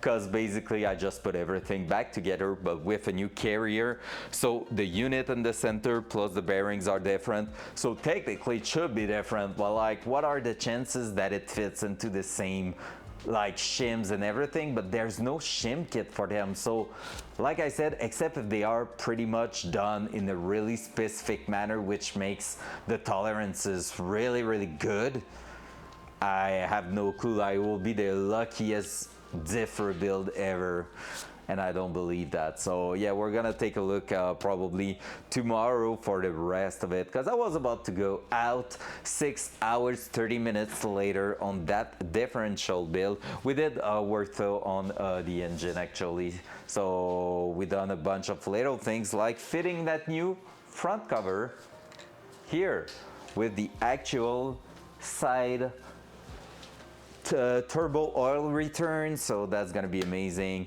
And yeah, we did the touch up on the paint also, which is quite cool. So and we should receive, if it's not there already, let me check. Hey. Oh, there's actually a big box, so I think the water pump just arrived. So tomorrow we're gonna be installing the water pump, and we're gonna be also testing the idler pulley and everything. So sounds like a wrap. It's time for me to go eat something because I'm dying inside right now. That bagel seems so far away and I ate it on stream. So guys, Thank you again for being here, you amazing people. Honestly, it's been quite a busy day, but it's been working great for us today. No big drama, no big deal, just a bit of a hard time torquing those bolts because it took forever to do them. But honestly, we're pretty much there. Tomorrow we are testing like I said, the pattern on the gear, the ring gear, and then we're gonna be testing also what's up with the rest of the differential, like if everything's okay, the backlash and everything. Closing that, and we're starting on the rear of the Datsun. So I need the car to be out again this weekend though, so I need to think of it. I need to make sure it's not gonna stay stuck in here, but we should be good. So on this, I'm gonna leave you there and I'm gonna go eat something and then probably spend the night chilling. So thank you for being here, and I'll see you tomorrow again, tomorrow morning, maybe for another long stream. I won't promise anything, but I enjoy the formula today. Was pretty cool. Just going with a 10-minute breaks during lunchtime, grab something to eat, come back, take a chill time, and then keep going on the car. Felt pretty great, and we kept the focus this way, so that was pretty amazing. So guys, I'll see you tomorrow. Love you all. Bye bye.